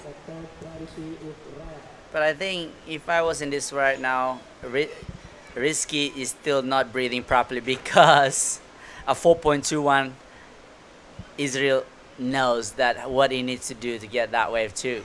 It's 1 minute and 45 seconds to go. All he needs to get that same size wave and pull in that barrel, get an average 4.5. It will change the situation. Unless this guy upgrade his 1.2. Here we go. Yeah, he's tucked in again, Oni. He's getting the groove on. He's found there you go. How to thread the needle here at Lagundri Bay. Jacqueline Risky, I reckon. That 1.20, I think that's in the bin. See you later. See you later. We'll see how high the judges do go. But, yeah, minute 15. That was great work under priority. Yeah, that was great surfing. Good, smart move. Getting a backup straight away. You know, he's been waiting for the whole heat until the last minute. To like 2 minutes has left. He just got that 6.5, and now it's probably back up with a 4.77. There you go, 4.77 for a backup of red. Ooh. Now, third place looking for a 7.77, which is pretty much impossible. I don't know, let's see though. It's not impossible because look at those lines pouring through the point now. There's 40 seconds left. Time enough for two surfers to get waves. Because I reckon Diego... Oh, nope. Priority side though. Looks like it's going to be one wave only. 30 seconds. I think Diego will go. Diego will go. He will use quite it. a bit surprised Israel didn't turn on that. It must have raced through the lineup. Look, this double up though, Billy. Look at this one. It's going to be a throaty one, Oni. This is our heat leader. He has had a fantastic time. Puts his backside into the face of the wave. He's got it absolutely going on, has the Italian. That is the explanation point right on the end of a fantastic heat. Wow, that was an excellent surfing. Definitely replacement of that 5-point ride, 100%. So rightio. Well, fantastic surfing happening. We've just got one score to drop for blue. What we might do is take a break, come back to you with that score, and we will bring in Giada Lagati for the call and heat number 15. Stay with us, folks. This is the Crew Pro 2024. Last wave of blue is a 6.9. Next one, we'll be coming down in 3, 2, 1. Live from the bustling crowd, a special kind of magic awaits just offshore in Lagundri Bay. Home to a world-famous barreling wave, South Nias has attracted surfers from across the globe for generations. This year, the Nias Pro promises to be another exciting spectacle with the world's best up-and-coming surfers from Australia and Asia battling it out for QS glory on this legendary wave.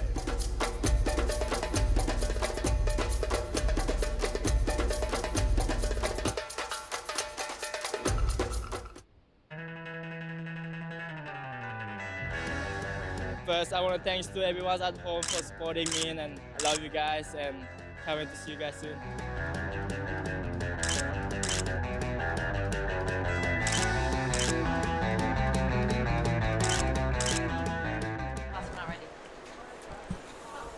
Okay. Welcome back. We are live again. So that is hit number 15 in the water. Last hit, Diego from Italy. You would know him, right? Yep, I spent some time with Diego for some trainings with the team, as well as a few months in Europe. We traveled together, so it's great to see him get the win in that last one. He was absolutely killing it.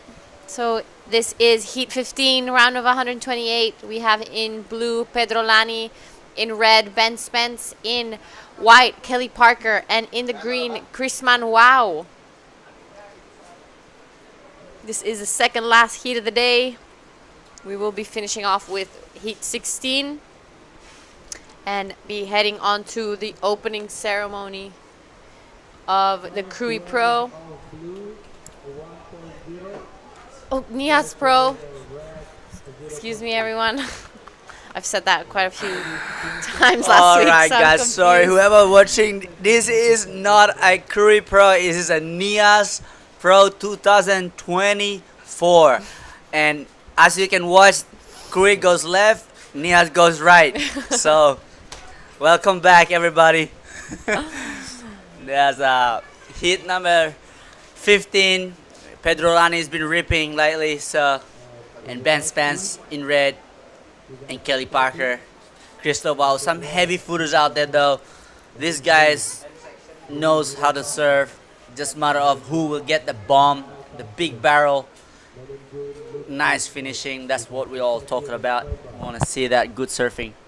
Yep, that's right. And we already reached the bottom of the tide now. With the incoming tide, we're going to see a push in these waves.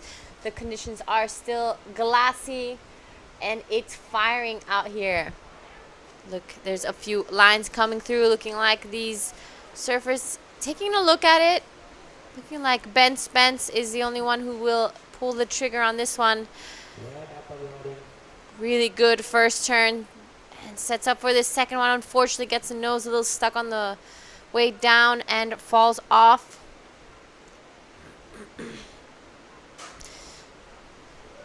So that will probably be the best wave of this heat for now.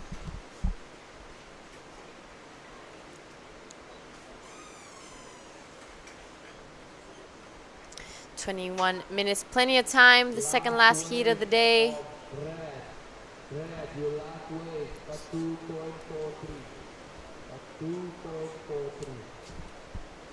Yes, sorry, I'm just writing down some who will be coming in the next couple of heats. We are heat number 16.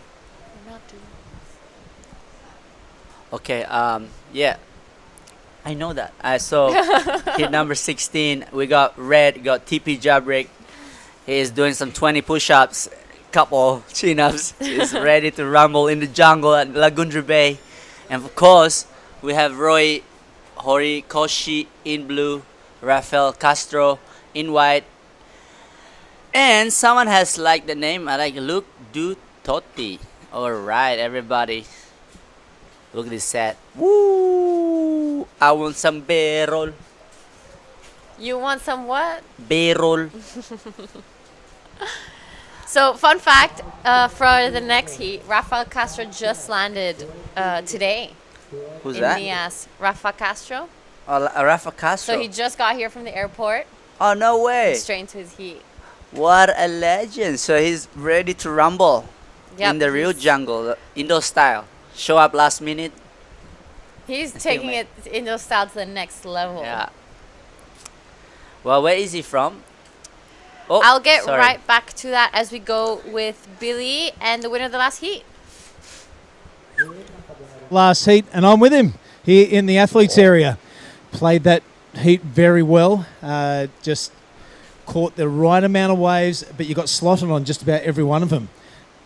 Did you manage to get a few waves out here during the warm-up surfs? I actually got here a couple days earlier, so like 4 or 5 days earlier, and we absolutely scored. It was insane.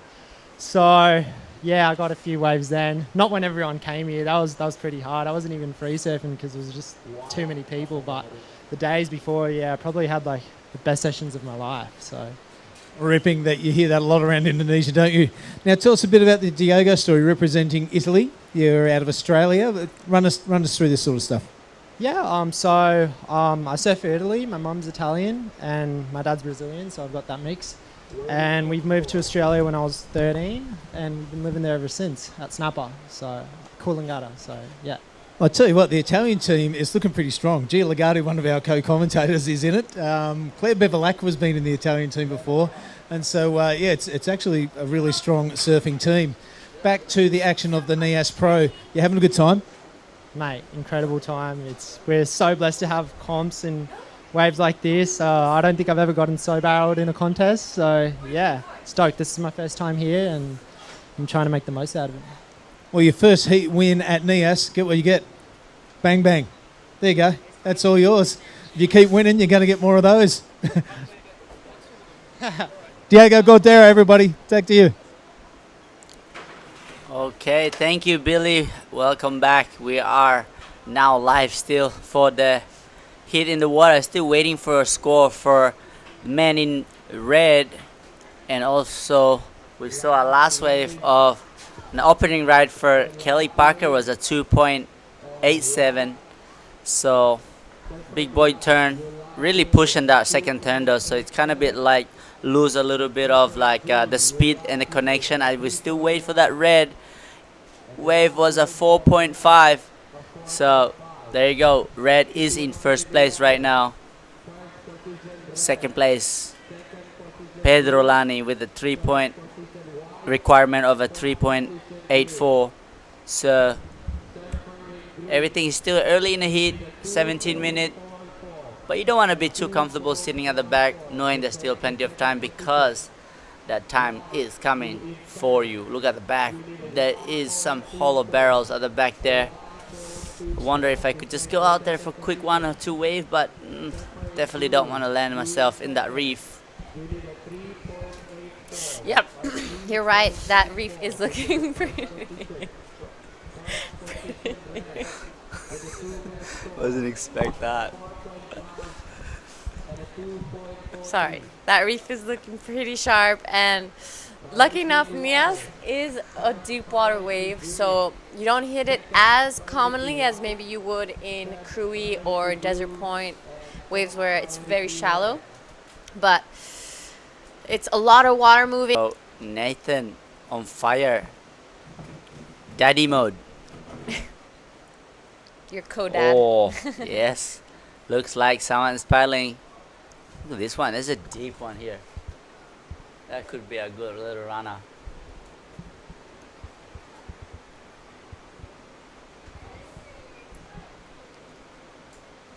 So no one really convinced by that last one. Just under 15 minutes left in this heat. So not too many waves ridden. 7 waves ridden this heat. Today, you know, it's either those big scores and barrels or just not much. Yeah, it looks like there's some good swell coming in the next couple of days. Yeah. I want to see Mrs. Jari backside, big barrel standing up. Yeah. Are you excited? I am excited. I'm excited to get into the water, surf a little bit. Are you excited, Oni? Mm-hmm. What heat are you?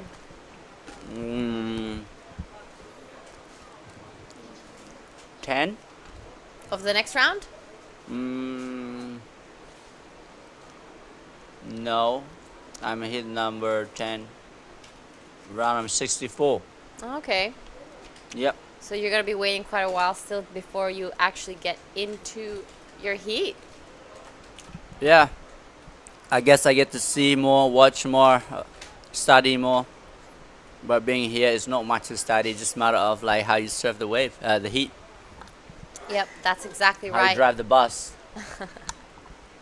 So this is round of 128, heat 15. We will be finishing off today with the heat 16. Currently, Ben Spence in the lead. Pedro Lani in second, looking for a 3.84 to take that first position. Kelly Parker in third, a 1.24. And Chris Manuel in fourth, looking for a 2.44. 13 minutes left on the clock. Priority is with Chris Man. Second priority, Kelly Parker. Third priority, Pedro Lani. And fourth priority, Ben Spence in the next heat. The last heat of today, we will be seeing Tipi Jabrik in red, Rui Horikoshi in blue, Rafael Castro in white, and Luc Dutoit in the green. So exciting stuff coming up. We will be heading to the opening ceremony after this. This is the Nias Pro QS 5000. So exciting times ahead. Day one only. So many barrels ridden. Great scores posted. So exciting times ahead for us here. Yep. It's exciting. Sometimes we're just zoned out in living the island life. We say cruise is not cruise, Nias. We live in too much of an island style, right? So we don't even know what day it is. Nah. Just surfing. Not in the program. Yeah, we're off the program. So this is Chris Manuel cashing in his priority, looking like a pretty good wave here. He's gonna set it up for this turn. Unfortunately, board flies out from under his feet and goes out. I don't think these guys are liking the pressure on the surfing contest. Seeing he's been waiting for so long for the wave, and you can see in their body language and the surfing too. They're just feeling a bit too much pressure. Everybody watching.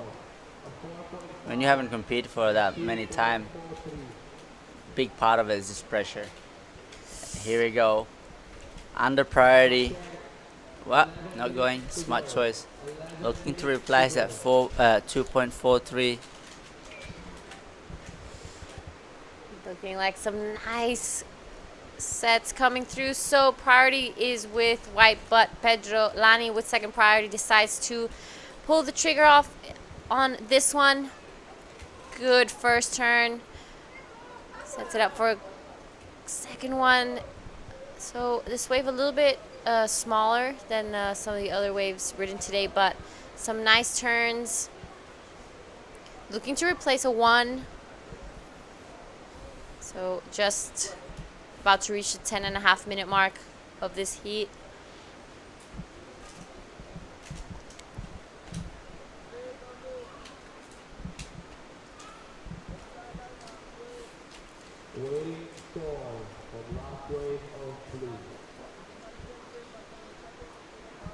There you have behind Sorake Beach. So all along the coast here of this bay, you have all the hotels and surf stays, homestays, restaurants. It's all hustling and bustling now that the Nias Pro is in town. One of the most exciting events of the year here. Everyone loves coming here, surfing this heat, surfing this contest with only 3 other people out.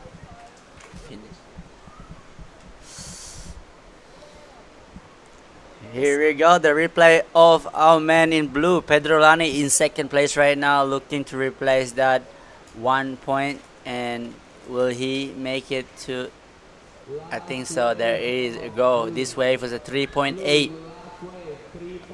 3.8 for that last wave of blue. Now he still need a 3.14 to go in first place.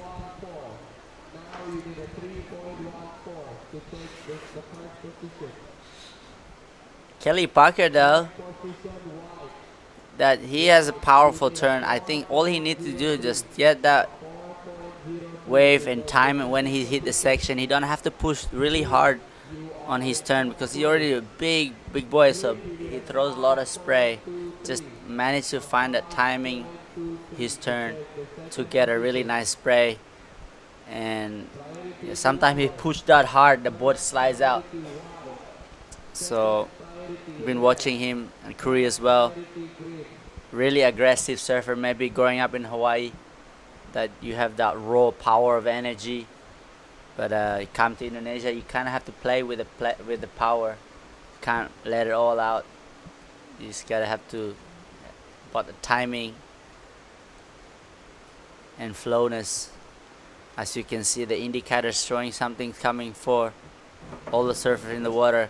Kelly Parker is in third place, looking at 4.03 with the priority. For sure he will get a good wave here. As you see, will he go this one or get the next one? Nope, he's gonna wait for the next one.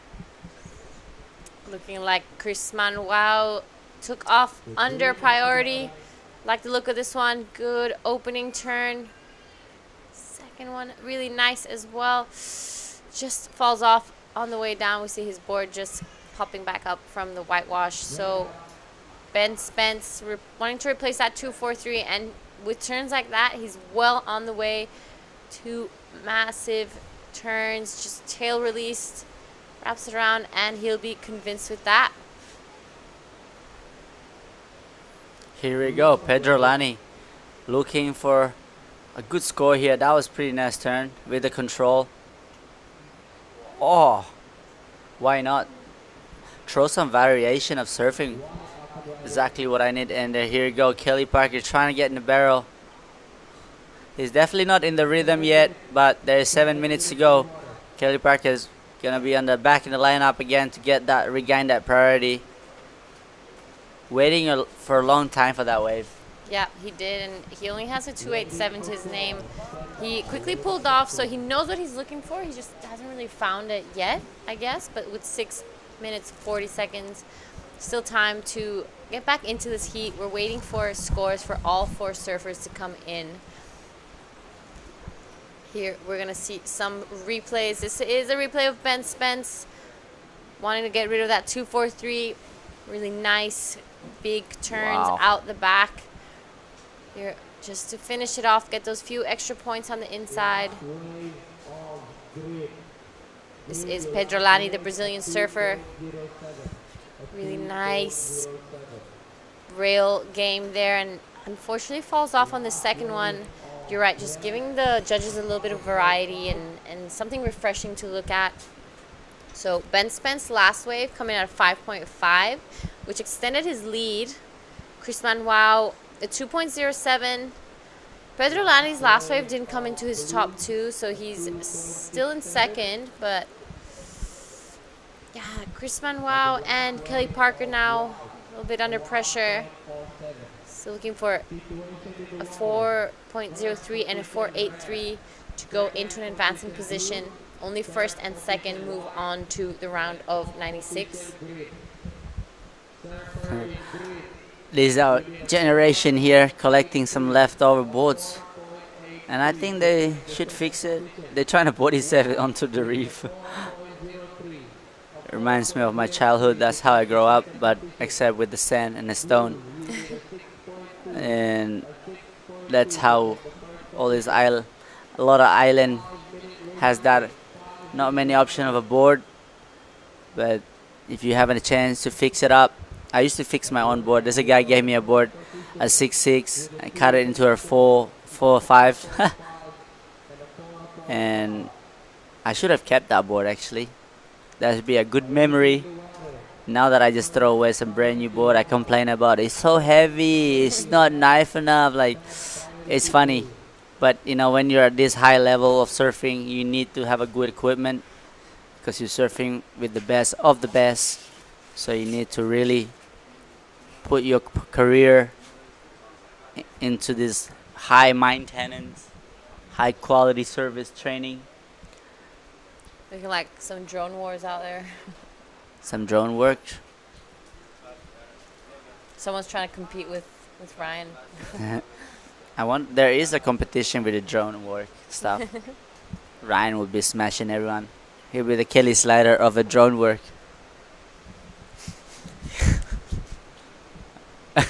So, 3 minutes 45 seconds to go. He's got the look for it. Yeah, it's a new Kelly in the drone art. Sure. Good job, Ryan. Thank you for showing us all around. As you can see, if you're on a drone, you see the where you paddle out and all the landscape of the beach. And you go up and riding now. Pedro Lani in second place, looking for a 6.2. Nice first turn. That's more like a vertical turn right there. But the board doesn't look like it's a little bit of choppiness in that one. Judge doesn't like that. They want to see a nice smooth riding. Definitely not a. See if that it would be better. His 3.1. But that first turn though was really nice at the back. This is Chris Manuel. Just gets a little bit stuck on the way down of that turn, but manages to hold through and pulls off. So it'll be interesting to see what he did out the back. Just under 3 minutes left in this heat. Waiting for scores for Pedro Lani and Chris Manuel. So Chris Manuel last wave comes in at 2.17 and Pedro Lani's a 3.47. Slightly extends his lead. So just making it a touch harder for Kelly Parker and Chris Manuel. So this is the replay of the Brazilian surfer Pedro Lani. Really nice first turn.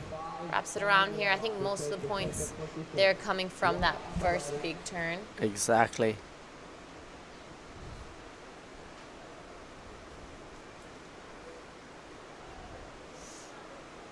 Here we go. That is 2 minutes to go. Surfers in the water now are playing the game with the priority. So Ben Spence playing smart. First place right now with the priority. So in a really good position for red. But let's see where's Kelly Parker on the screen. Looks like there is a score coming in for white. Here we go.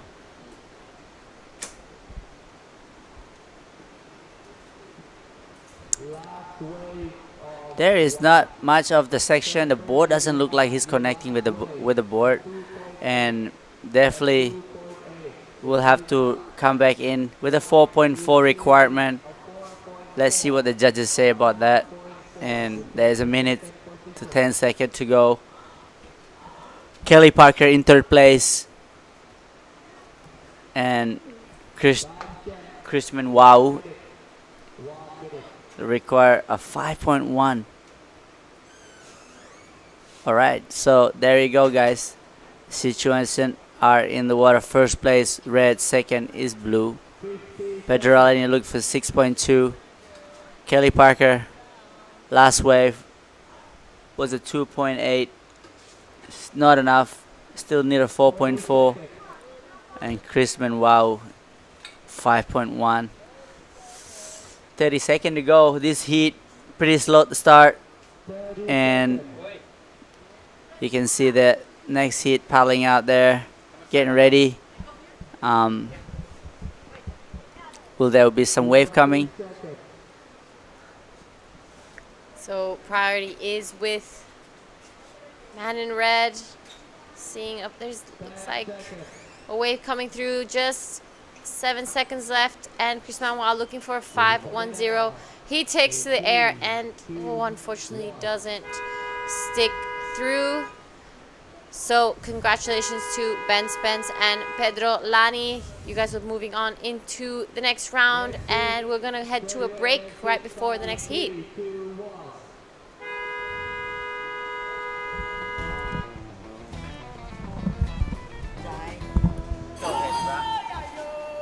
Far from the bustling crowd, a special kind of magic awaits just offshore in Lagundri Bay. Home to a world-famous barreling wave, South Nias has attracted surfers from across the globe for generations. This year, the Nias Pro promises to be another exciting spectacle, with the world's best up-and-coming surfers from Australia and Asia battling it out for QS glory on this legendary wave.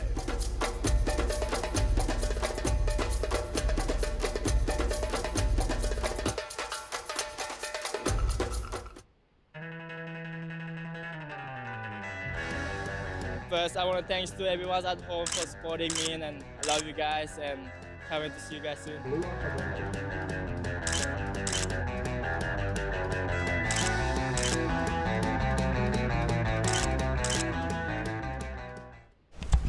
Oh, here, who's doing that? And we're back, ladies and gentlemen. Here we go. Heat 16. We have Tipi Jabrick in the red. We have Horikoshi Rui in the blue.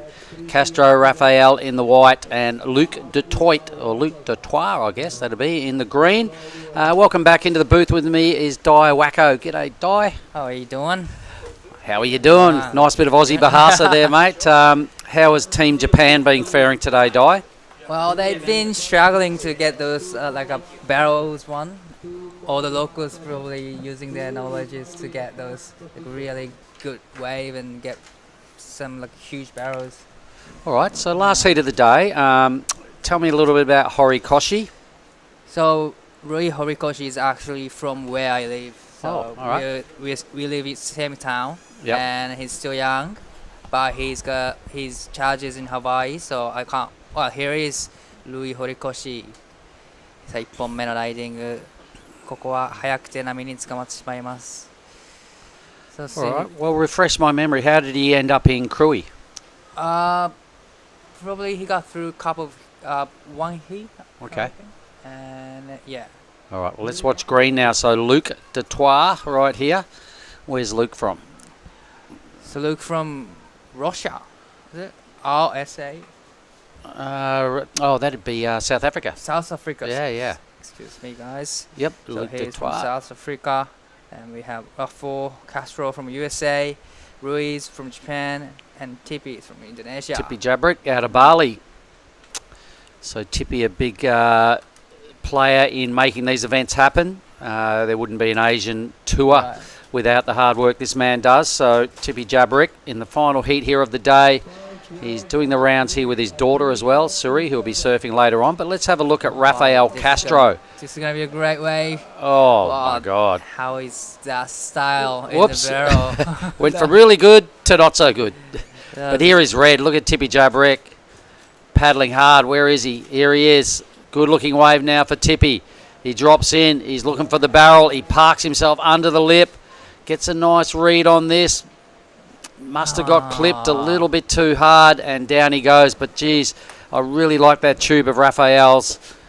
It was a nice big pit. He was standing fairly tall for most of it. Came out, tried a manoeuvre, which just went totally sideways. But the tube was insane. That's pretty much the ideal wave that, if you want to go for the tube. That's a Straight great off the ride. takeoff, hey, and stand tall like that. That was pretty cool. So hopefully we can see the replay again of both those waves. Tippy's is in it just below 1 point, and Raphael a 4.17. So probably not deep enough Yeah, for the tube riding. It looked good from the drone angle, but the drone angle can be a little misleading. I love it. It's insane to watch people standing in tubes, but the judges get a whole different view. So you're right, maybe he didn't disappear for too long. A 4.17, we've seen waves twice that score here today. Right. Now, if you can remember back, let's have a little look at this again. So here is the replay. This is Tippy. Nice bottom turn and time it right. And I thought he's gonna, getting out of the tube, but this is the one. All Yeah, right. he wasn't like fully disappeared in the tube, but it was a great wave and it was huge. It was a set wave, so it was Standing bolt upright for the whole time.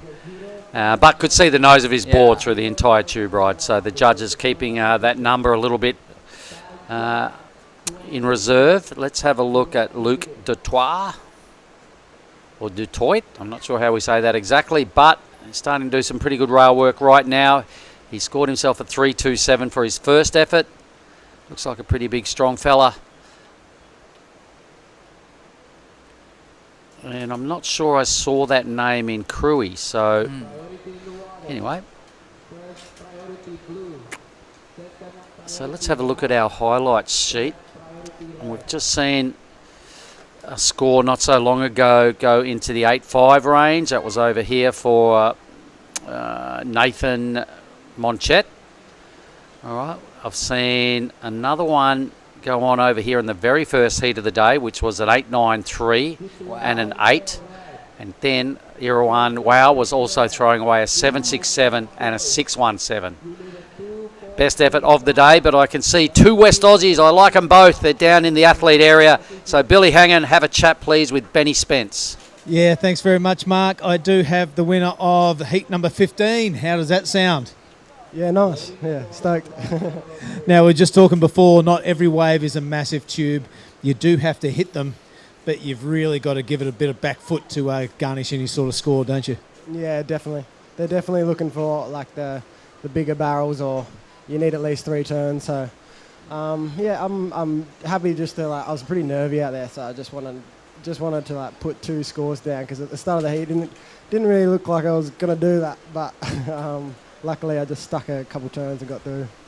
Well, you had a pretty good running crew, mate, but you did cut up the money maker, the beautiful, beautiful face. No complications there? Well, there's a couple, yeah. There's a couple of stitches.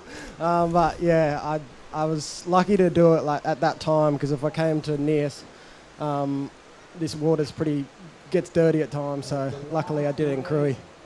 Well, mate, you've been doing the rounds for a while. Nias, one of your favourite stops on tour? Yeah, definitely. It's a sick wave. It'd be magic to get a swell during the comp. That would be once in a lifetime. So hopefully, I get to the later rounds, because it looks like a swell is coming. Rightio. Well, that's Benny Spence, and in the water now is heat number 16. Back to you guys in the booth. Bang, bang. Oh, yeah, hang on.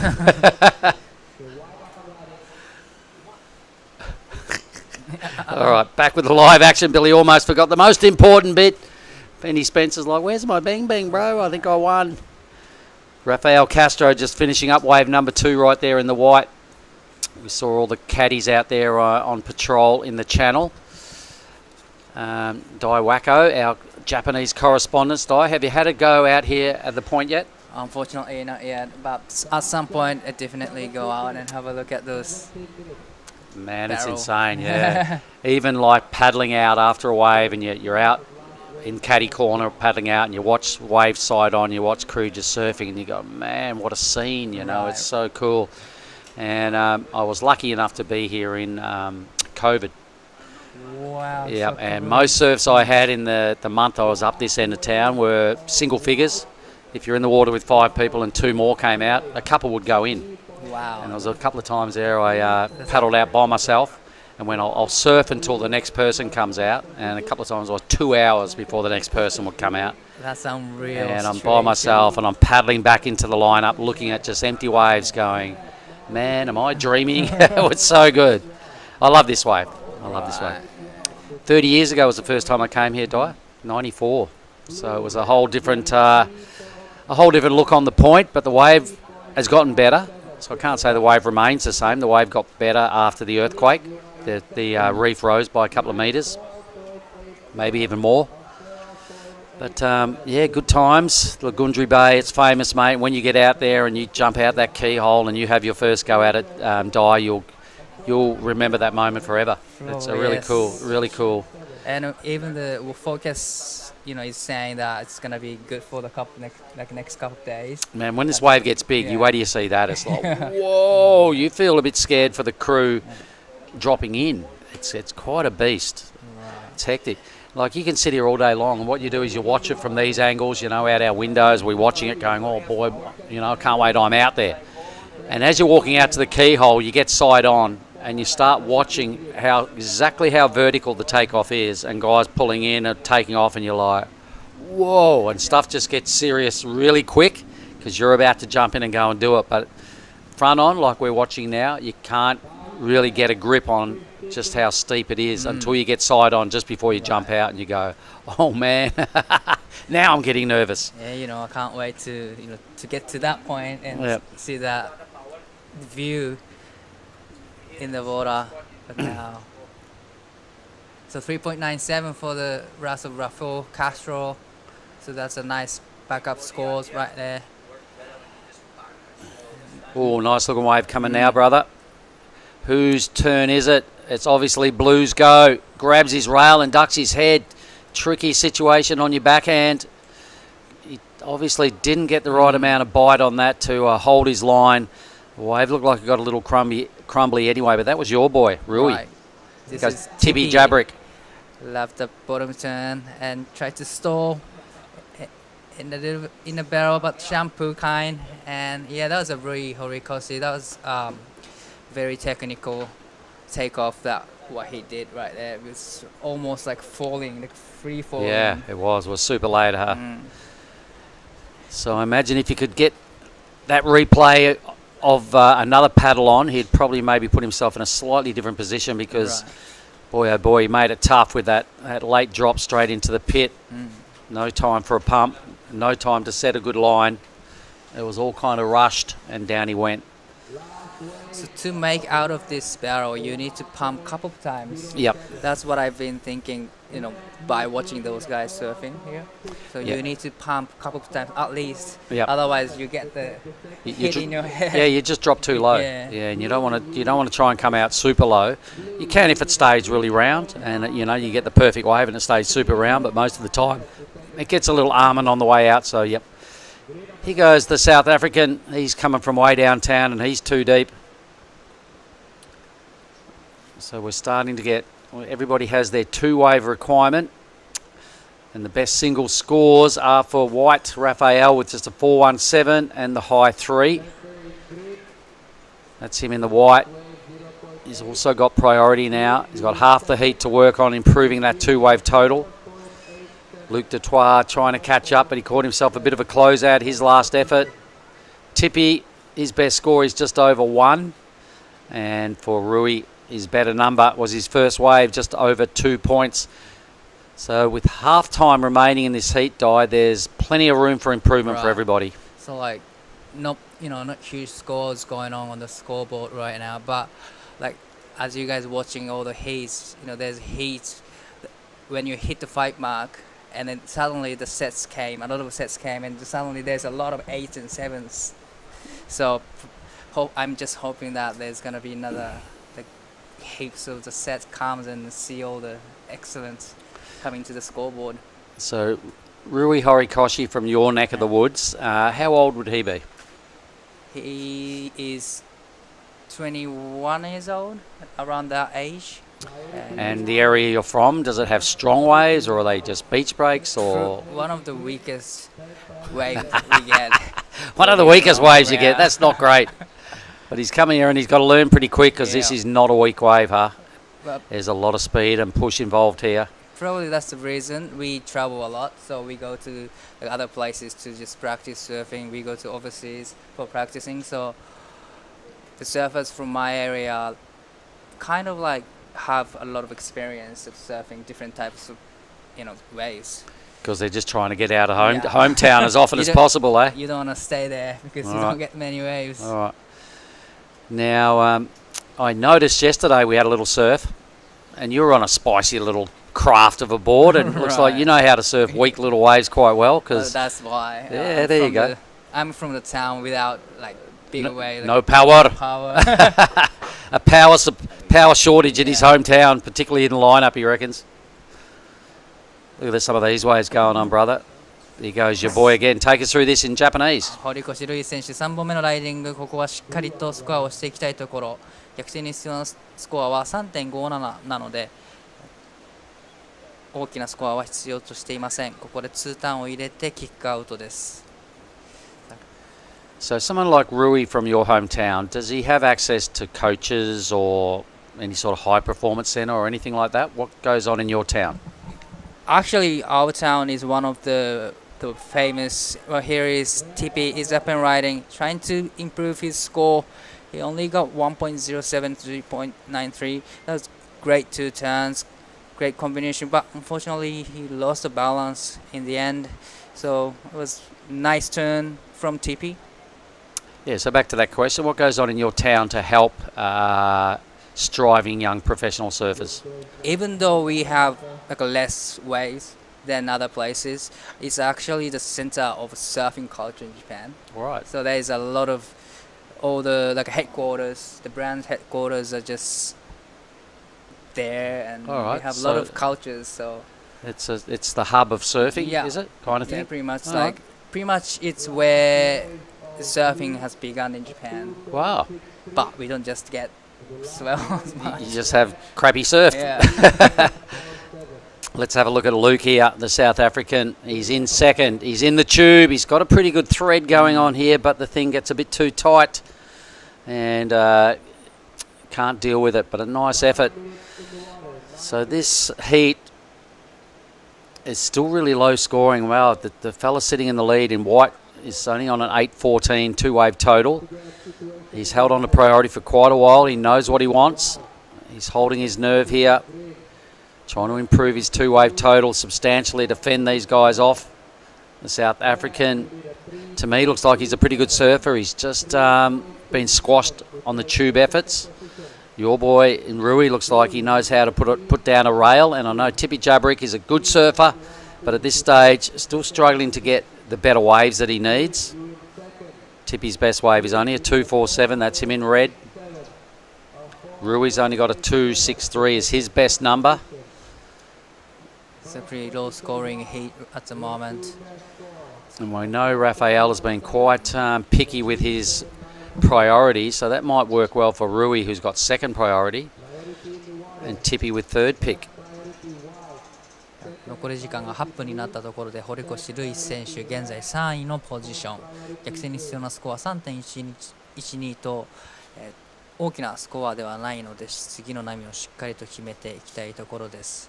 波が来ないときは来ないんですが、波が来るとなると 3,4 本立て続けにいい波が入ってくるここ、ニアス。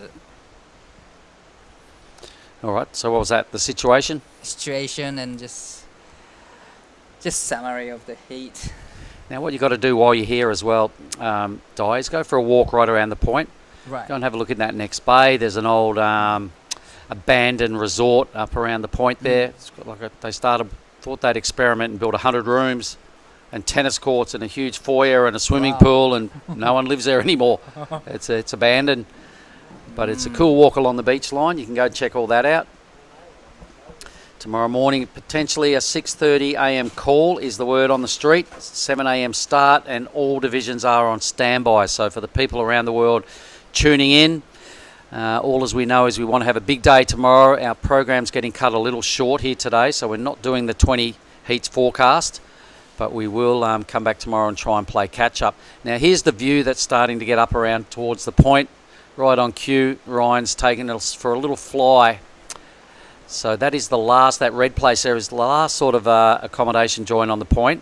Right. And then as we head around towards the indicator and beyond, you'll see it's mainly coconut trees. There's not a lot of development there, but there is one, like I said, that big abandoned resort, which got off to a sleepy start and then just fell over itself, and it's kind of a nothing. It's a bit of a pity. But it's just a nice walk, you know, when you're looking at the backdrop, when you look at that, that's what it's like around the back, and it's just a cool walk. If you got time one day, I will definitely. In the meantime, look to it, up and riding, looking for a wave to better the 2.47. There's a great looking curves, but unfortunately stuck on the rail. And there's something else you should do while you're here, which every travelling surfer does at some point. There's a King's Village up on the big hill up in the background here. It's just an ancient scene. It's like you're going back 200 or 300 years in time. All right, it's super old school. You've got to have a look at that. You just walk around, and it's like you're in a movie set of something set back in the 1700s. Seriously, and it's so cool. It's, you know, I've done it about 3 or 4 times, and every time I'm stoked I went back for another look. So the King's Village is a real thing. It's not far from here. It only takes a maybe 5 or 10 minute drive. King's Village. King's Village, you walk around for an hour, you say goodbye. You can actually walk into the King's house and take photos and just drop a small donation to pay respect. But it's well worth doing. Oh, here he goes. This time he holds on. So Luke, he just keeps getting stuck on that inside rail.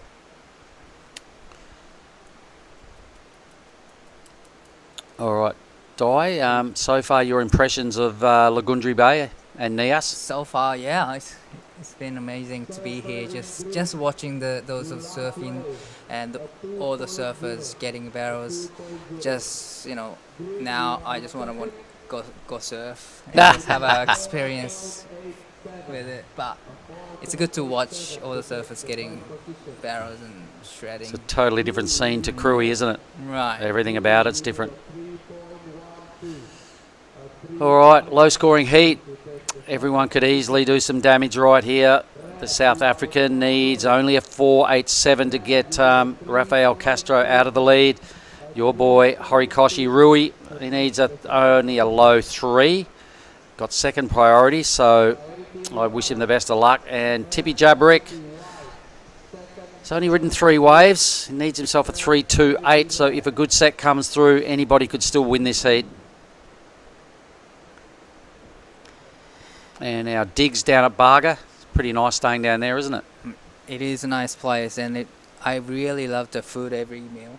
Lunch, morning, lunch. What about dinner. the gala dinner down there last night, mate? That's great. They love to turn the music up nice and loud, don't they? It's a big deal for them, mate. You've got to let them have their playtime, because ceremonies in Indonesia, they're a big thing. Big thing. A bit like this opening ceremony that's about to happen this afternoon at 3 o'clock. You should really go and have a look. The dancing and, good look at their culture. It's a really old, proud culture, and their dancing and the way they have the spears and the shields and everything. You can, I think the first time I came here, 30 years ago, they were only just not long ago out of being headhunters. Yes, Right. quite a savage history on Nias Island.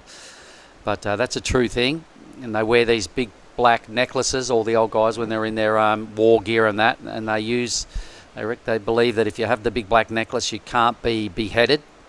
That's part of their armory, so to speak. But here goes Tippy Jabrick. He's in a big pit, coming from way behind. The Tippy gets a little bit too much fluff. If that had been a dead straight offshore, he was every chance. Right, a little bit too deep. A little bit too much crumble, huh? Right. Take us through this Here one. is Rafael. Good looking wave. Stall. Just standing tall in the tube. That was a great tube riding and straight into the big carve. That was a great surfing from Rafael Castro. So I love his style. Someone's in the tube. Probably this is a Rui. Is he coming out? Unfortunately, he got. Not sure what colour that was. Probably that was a Rui. You know what I'm liking, mate. Oh, hang on. He goes green. Luke Dutoit. Whoa, smashed. Wow. Little free fall out of the lip, so there's been a fair bit of fumbling around here in the final heat of the day. It's easy to say from here, but it's a steep drop. Bottoms out pretty quick. Luke found out every part of that. Tippy got squashed. He's back out there. He could get another wave. So Japanese boy Rui Horikoshi is just struggling to get the score 3.12 to go into the second. That was unfortunately for him for the last one. He was traveling in the tube quite a long time, but he couldn't make out of it. Look at the free surfers just frothing. The second this is over, Tippy Jabrick will have about 25 new best friends. He's going to have to call them all off. And they are all competitors. So Oh, here they come now. Maybe less. They might be on top of him before this heat's over. Oh my God, what a hungry pack of vultures. Look at them. They can't wait for it's another like- half seconds. It's like dropping a hot chip at the beach, mate, when the seagulls are lurking. So Rafael Castro, I'm loving his stand tall style in barrels off every takeoff he's got. Here's your boy. One last swing at it. 堀越瑠衣選手、これが最後の波になるでしょう。3.17 が必要です。素晴らしい2ターンをしてきた。これは縦へのアプローチと大きなスピードを上げている。Wow. I thought he was going to come out of the tube, but unfortunately. He's had a couple of good looks at it. Hang on, White's got a ripper out the back. One last wave. Where is Rafael? I'm sure he's in the tube right about now. He's just come out. This guy's got a lot of good barrels in this heat. And I was alluding to earlier, I really like the way he stands tall. As soon as he gets on a wave, he stands tall and drops in the barrel. He's going to love it when it gets big. Right.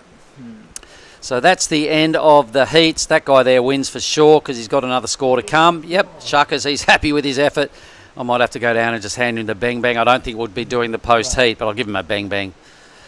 And Luke Dutoit will probably, no doubt, end up in second. Actually, your boy only needed a 3.1. So we he might have. We might just hold on here for these results before we call day one completion, because this could be happy times for you if he gets a number, Team Japan. So our day's board riding is officially done, ladies and gentlemen. We do have an opening ceremony starting shortly, but still got to decide who gets this second position. 堀越瑠衣選手にとっては緊張が走るそんな時間となっております。必要なスコア 3.12 現在最後の波を集計中です。We're still waiting for the last of blue and white. All right, so the drone's just following in the victory lap there of Rafael Castro. Surfed a good heat, picked great waves, got tubed on everything he rode. He's only put together 4 waves. All the numbers are pretty respectable. He's probably legitimately coming away with the 4 best numbers in the heat. I think he is. The last wave of 5.17. Your boy Rui, does this take him into second? A 3.12 requirement. It's not much. I can't even remember what he did. Can you? You called it in Japanese. 2 turns? What do you reckon? I'm going to put you on the spot. You reckon? Probably, yeah. He got it for the 2 turns. It was right on the spot and vertical. Threw a lot of sprays. So, yeah, 3.12. All right. Still waiting for the last score of blue. Needing only 3.12. Judges are having a good think about it, so here it is again. That was pretty good. I reckon he gets it. It'd be harsh if he didn't, really. You know, it was 2 well-timed turns, and they were both done in the pocket. It wasn't a big wave, but it was quality surfing. The lineup is already hounded with probably 50 free surfers right now for the crew online. Your boy in blue is on the rocks, so let's follow him with the drone. He won't know his fate just yet, but I liked it. Here comes the numbers. Yep, he needed a low 3. He's going to get something over 4 points by the look of it. So I'm going to put your boy as through into second place. White will take the win. Luc Dutoit, the South African, will drop out of second spot. All the numbers are looking pretty favourable for Rui. Here it is, a 3.77. Well done. I'm going to shake your hand, Di, because your boy got through. I'm sure you're relieved. Good job, Louis. All right, well, day 1 is officially over, ladies and gentlemen. We'll see you tomorrow for a 6:30 call for a potential 7 start, and you can expect a lot of heats here at Lagundri Bay tomorrow. Thanks for watching. See you all on day 2. You.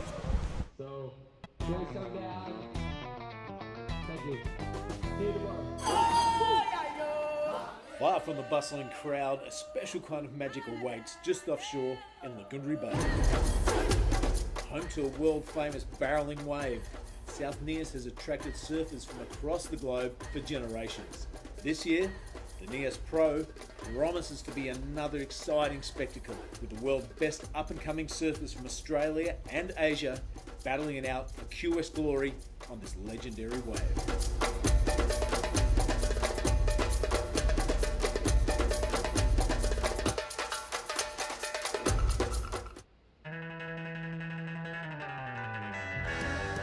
First, I want to thanks to everyone at home for supporting me, and I love you guys, and can't wait to see you guys soon.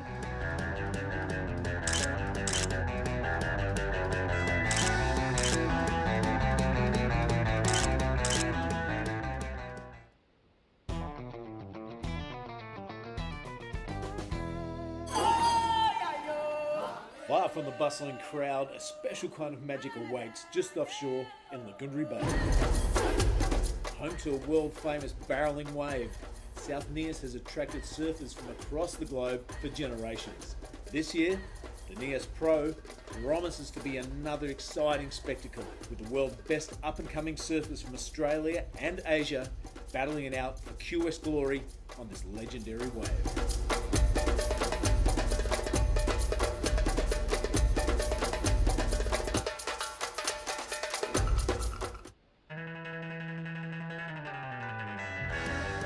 First, I want to thanks to everyone at home for supporting me, and I love you guys, and can't wait to see you guys soon.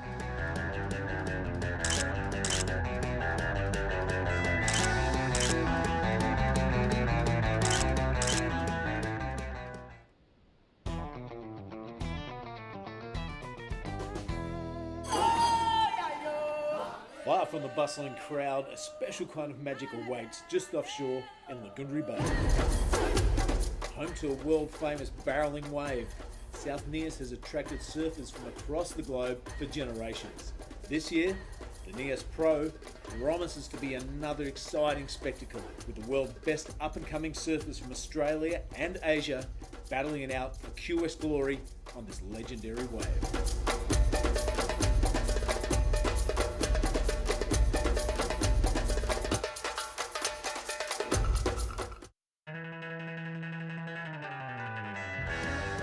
First, I want to thanks to everyone at home for supporting me, and I love you guys, and can't wait to see you guys soon.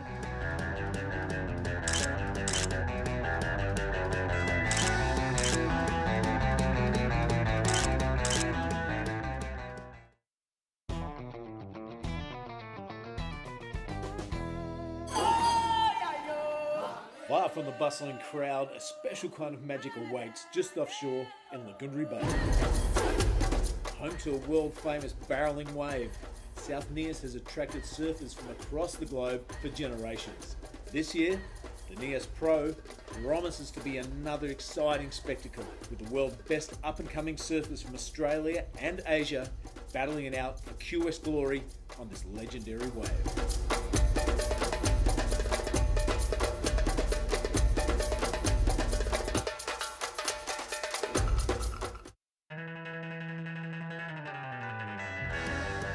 First, I want to thanks to everyone at home for supporting me, and I love you guys, and can't wait to see you guys soon.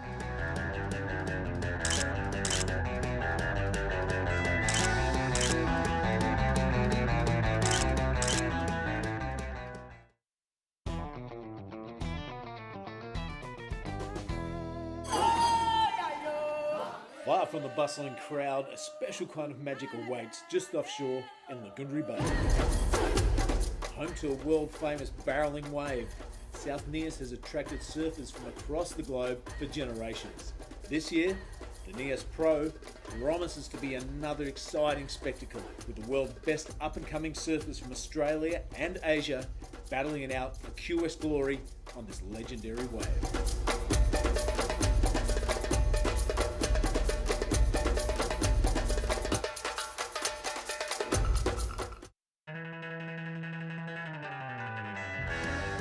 First, I want to thanks to everyone at home for supporting me, and I love you guys, and can't wait to see you guys soon.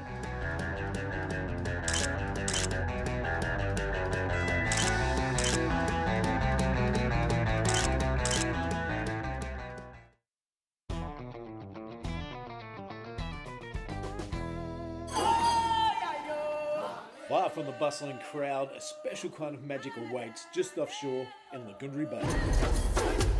Home to a world-famous barreling wave, South Nias has attracted surfers from across the globe for generations. This year, the Nias Pro promises to be another exciting spectacle with the world's best up-and-coming surfers from Australia and Asia battling it out for QS glory on this legendary wave.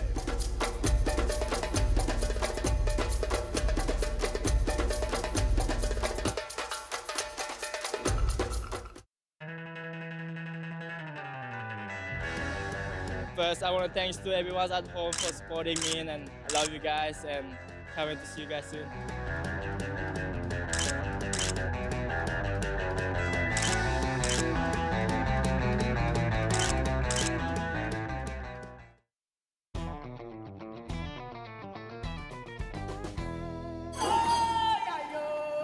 Far from the bustling crowd, a special kind of magical waits just offshore in Lagundri Bay. Home to a world-famous barreling wave, South Nias has attracted surfers from across the globe for generations.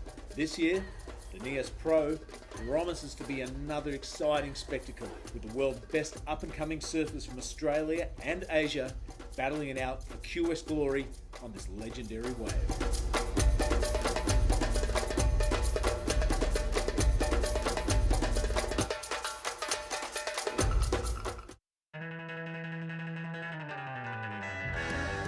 First, I want to thanks to everyone at home for supporting me, and I love you guys, and can't wait to see you guys soon.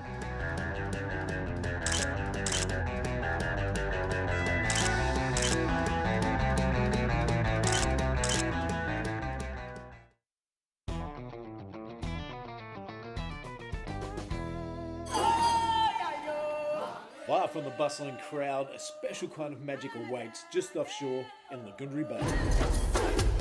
Home to a world-famous barreling wave, South Nias has attracted surfers from across the globe for generations.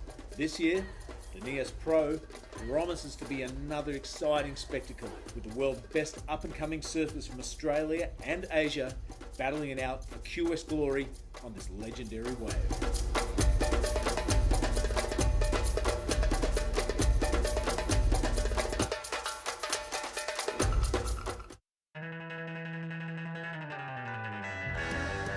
First, I want to thanks to everyone at home for supporting me, and I love you guys, and can't wait to see you guys soon.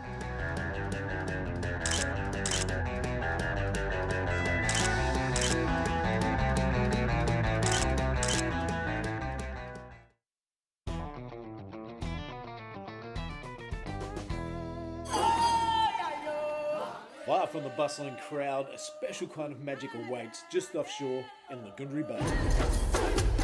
Home to a world-famous barreling wave, South Nias has attracted surfers from across the globe for generations. This year, the Nias Pro promises to be another exciting spectacle with the world's best up-and-coming surfers from Australia and Asia battling it out for QS glory on this legendary wave.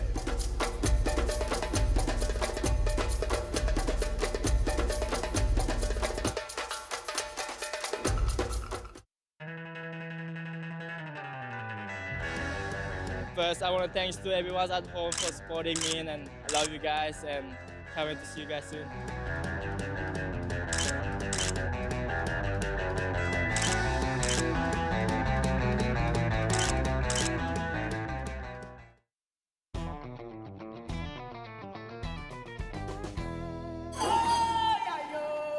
Live from the bustling crowd, a special kind of magical waits just offshore in Lagundri Bay. Home to a world-famous barreling wave, South Nias has attracted surfers from across the globe for generations.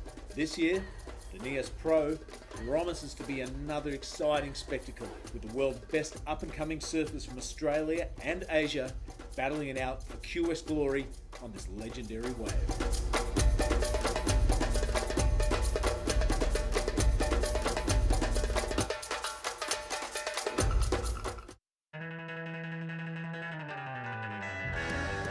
First, I want to thanks to everyone at home for supporting me, and I love you guys, and can't wait to see you guys soon.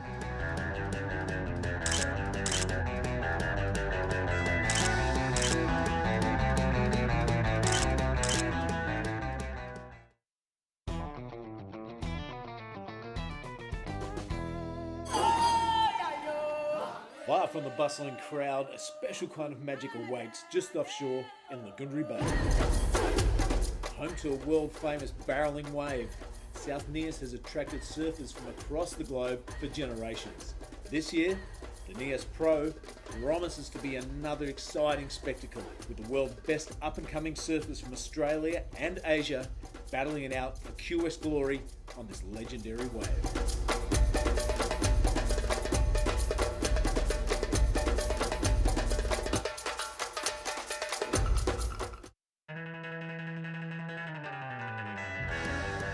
First, I want to thanks to everyone at home for supporting me, and I love you guys, and can't wait to see you guys soon.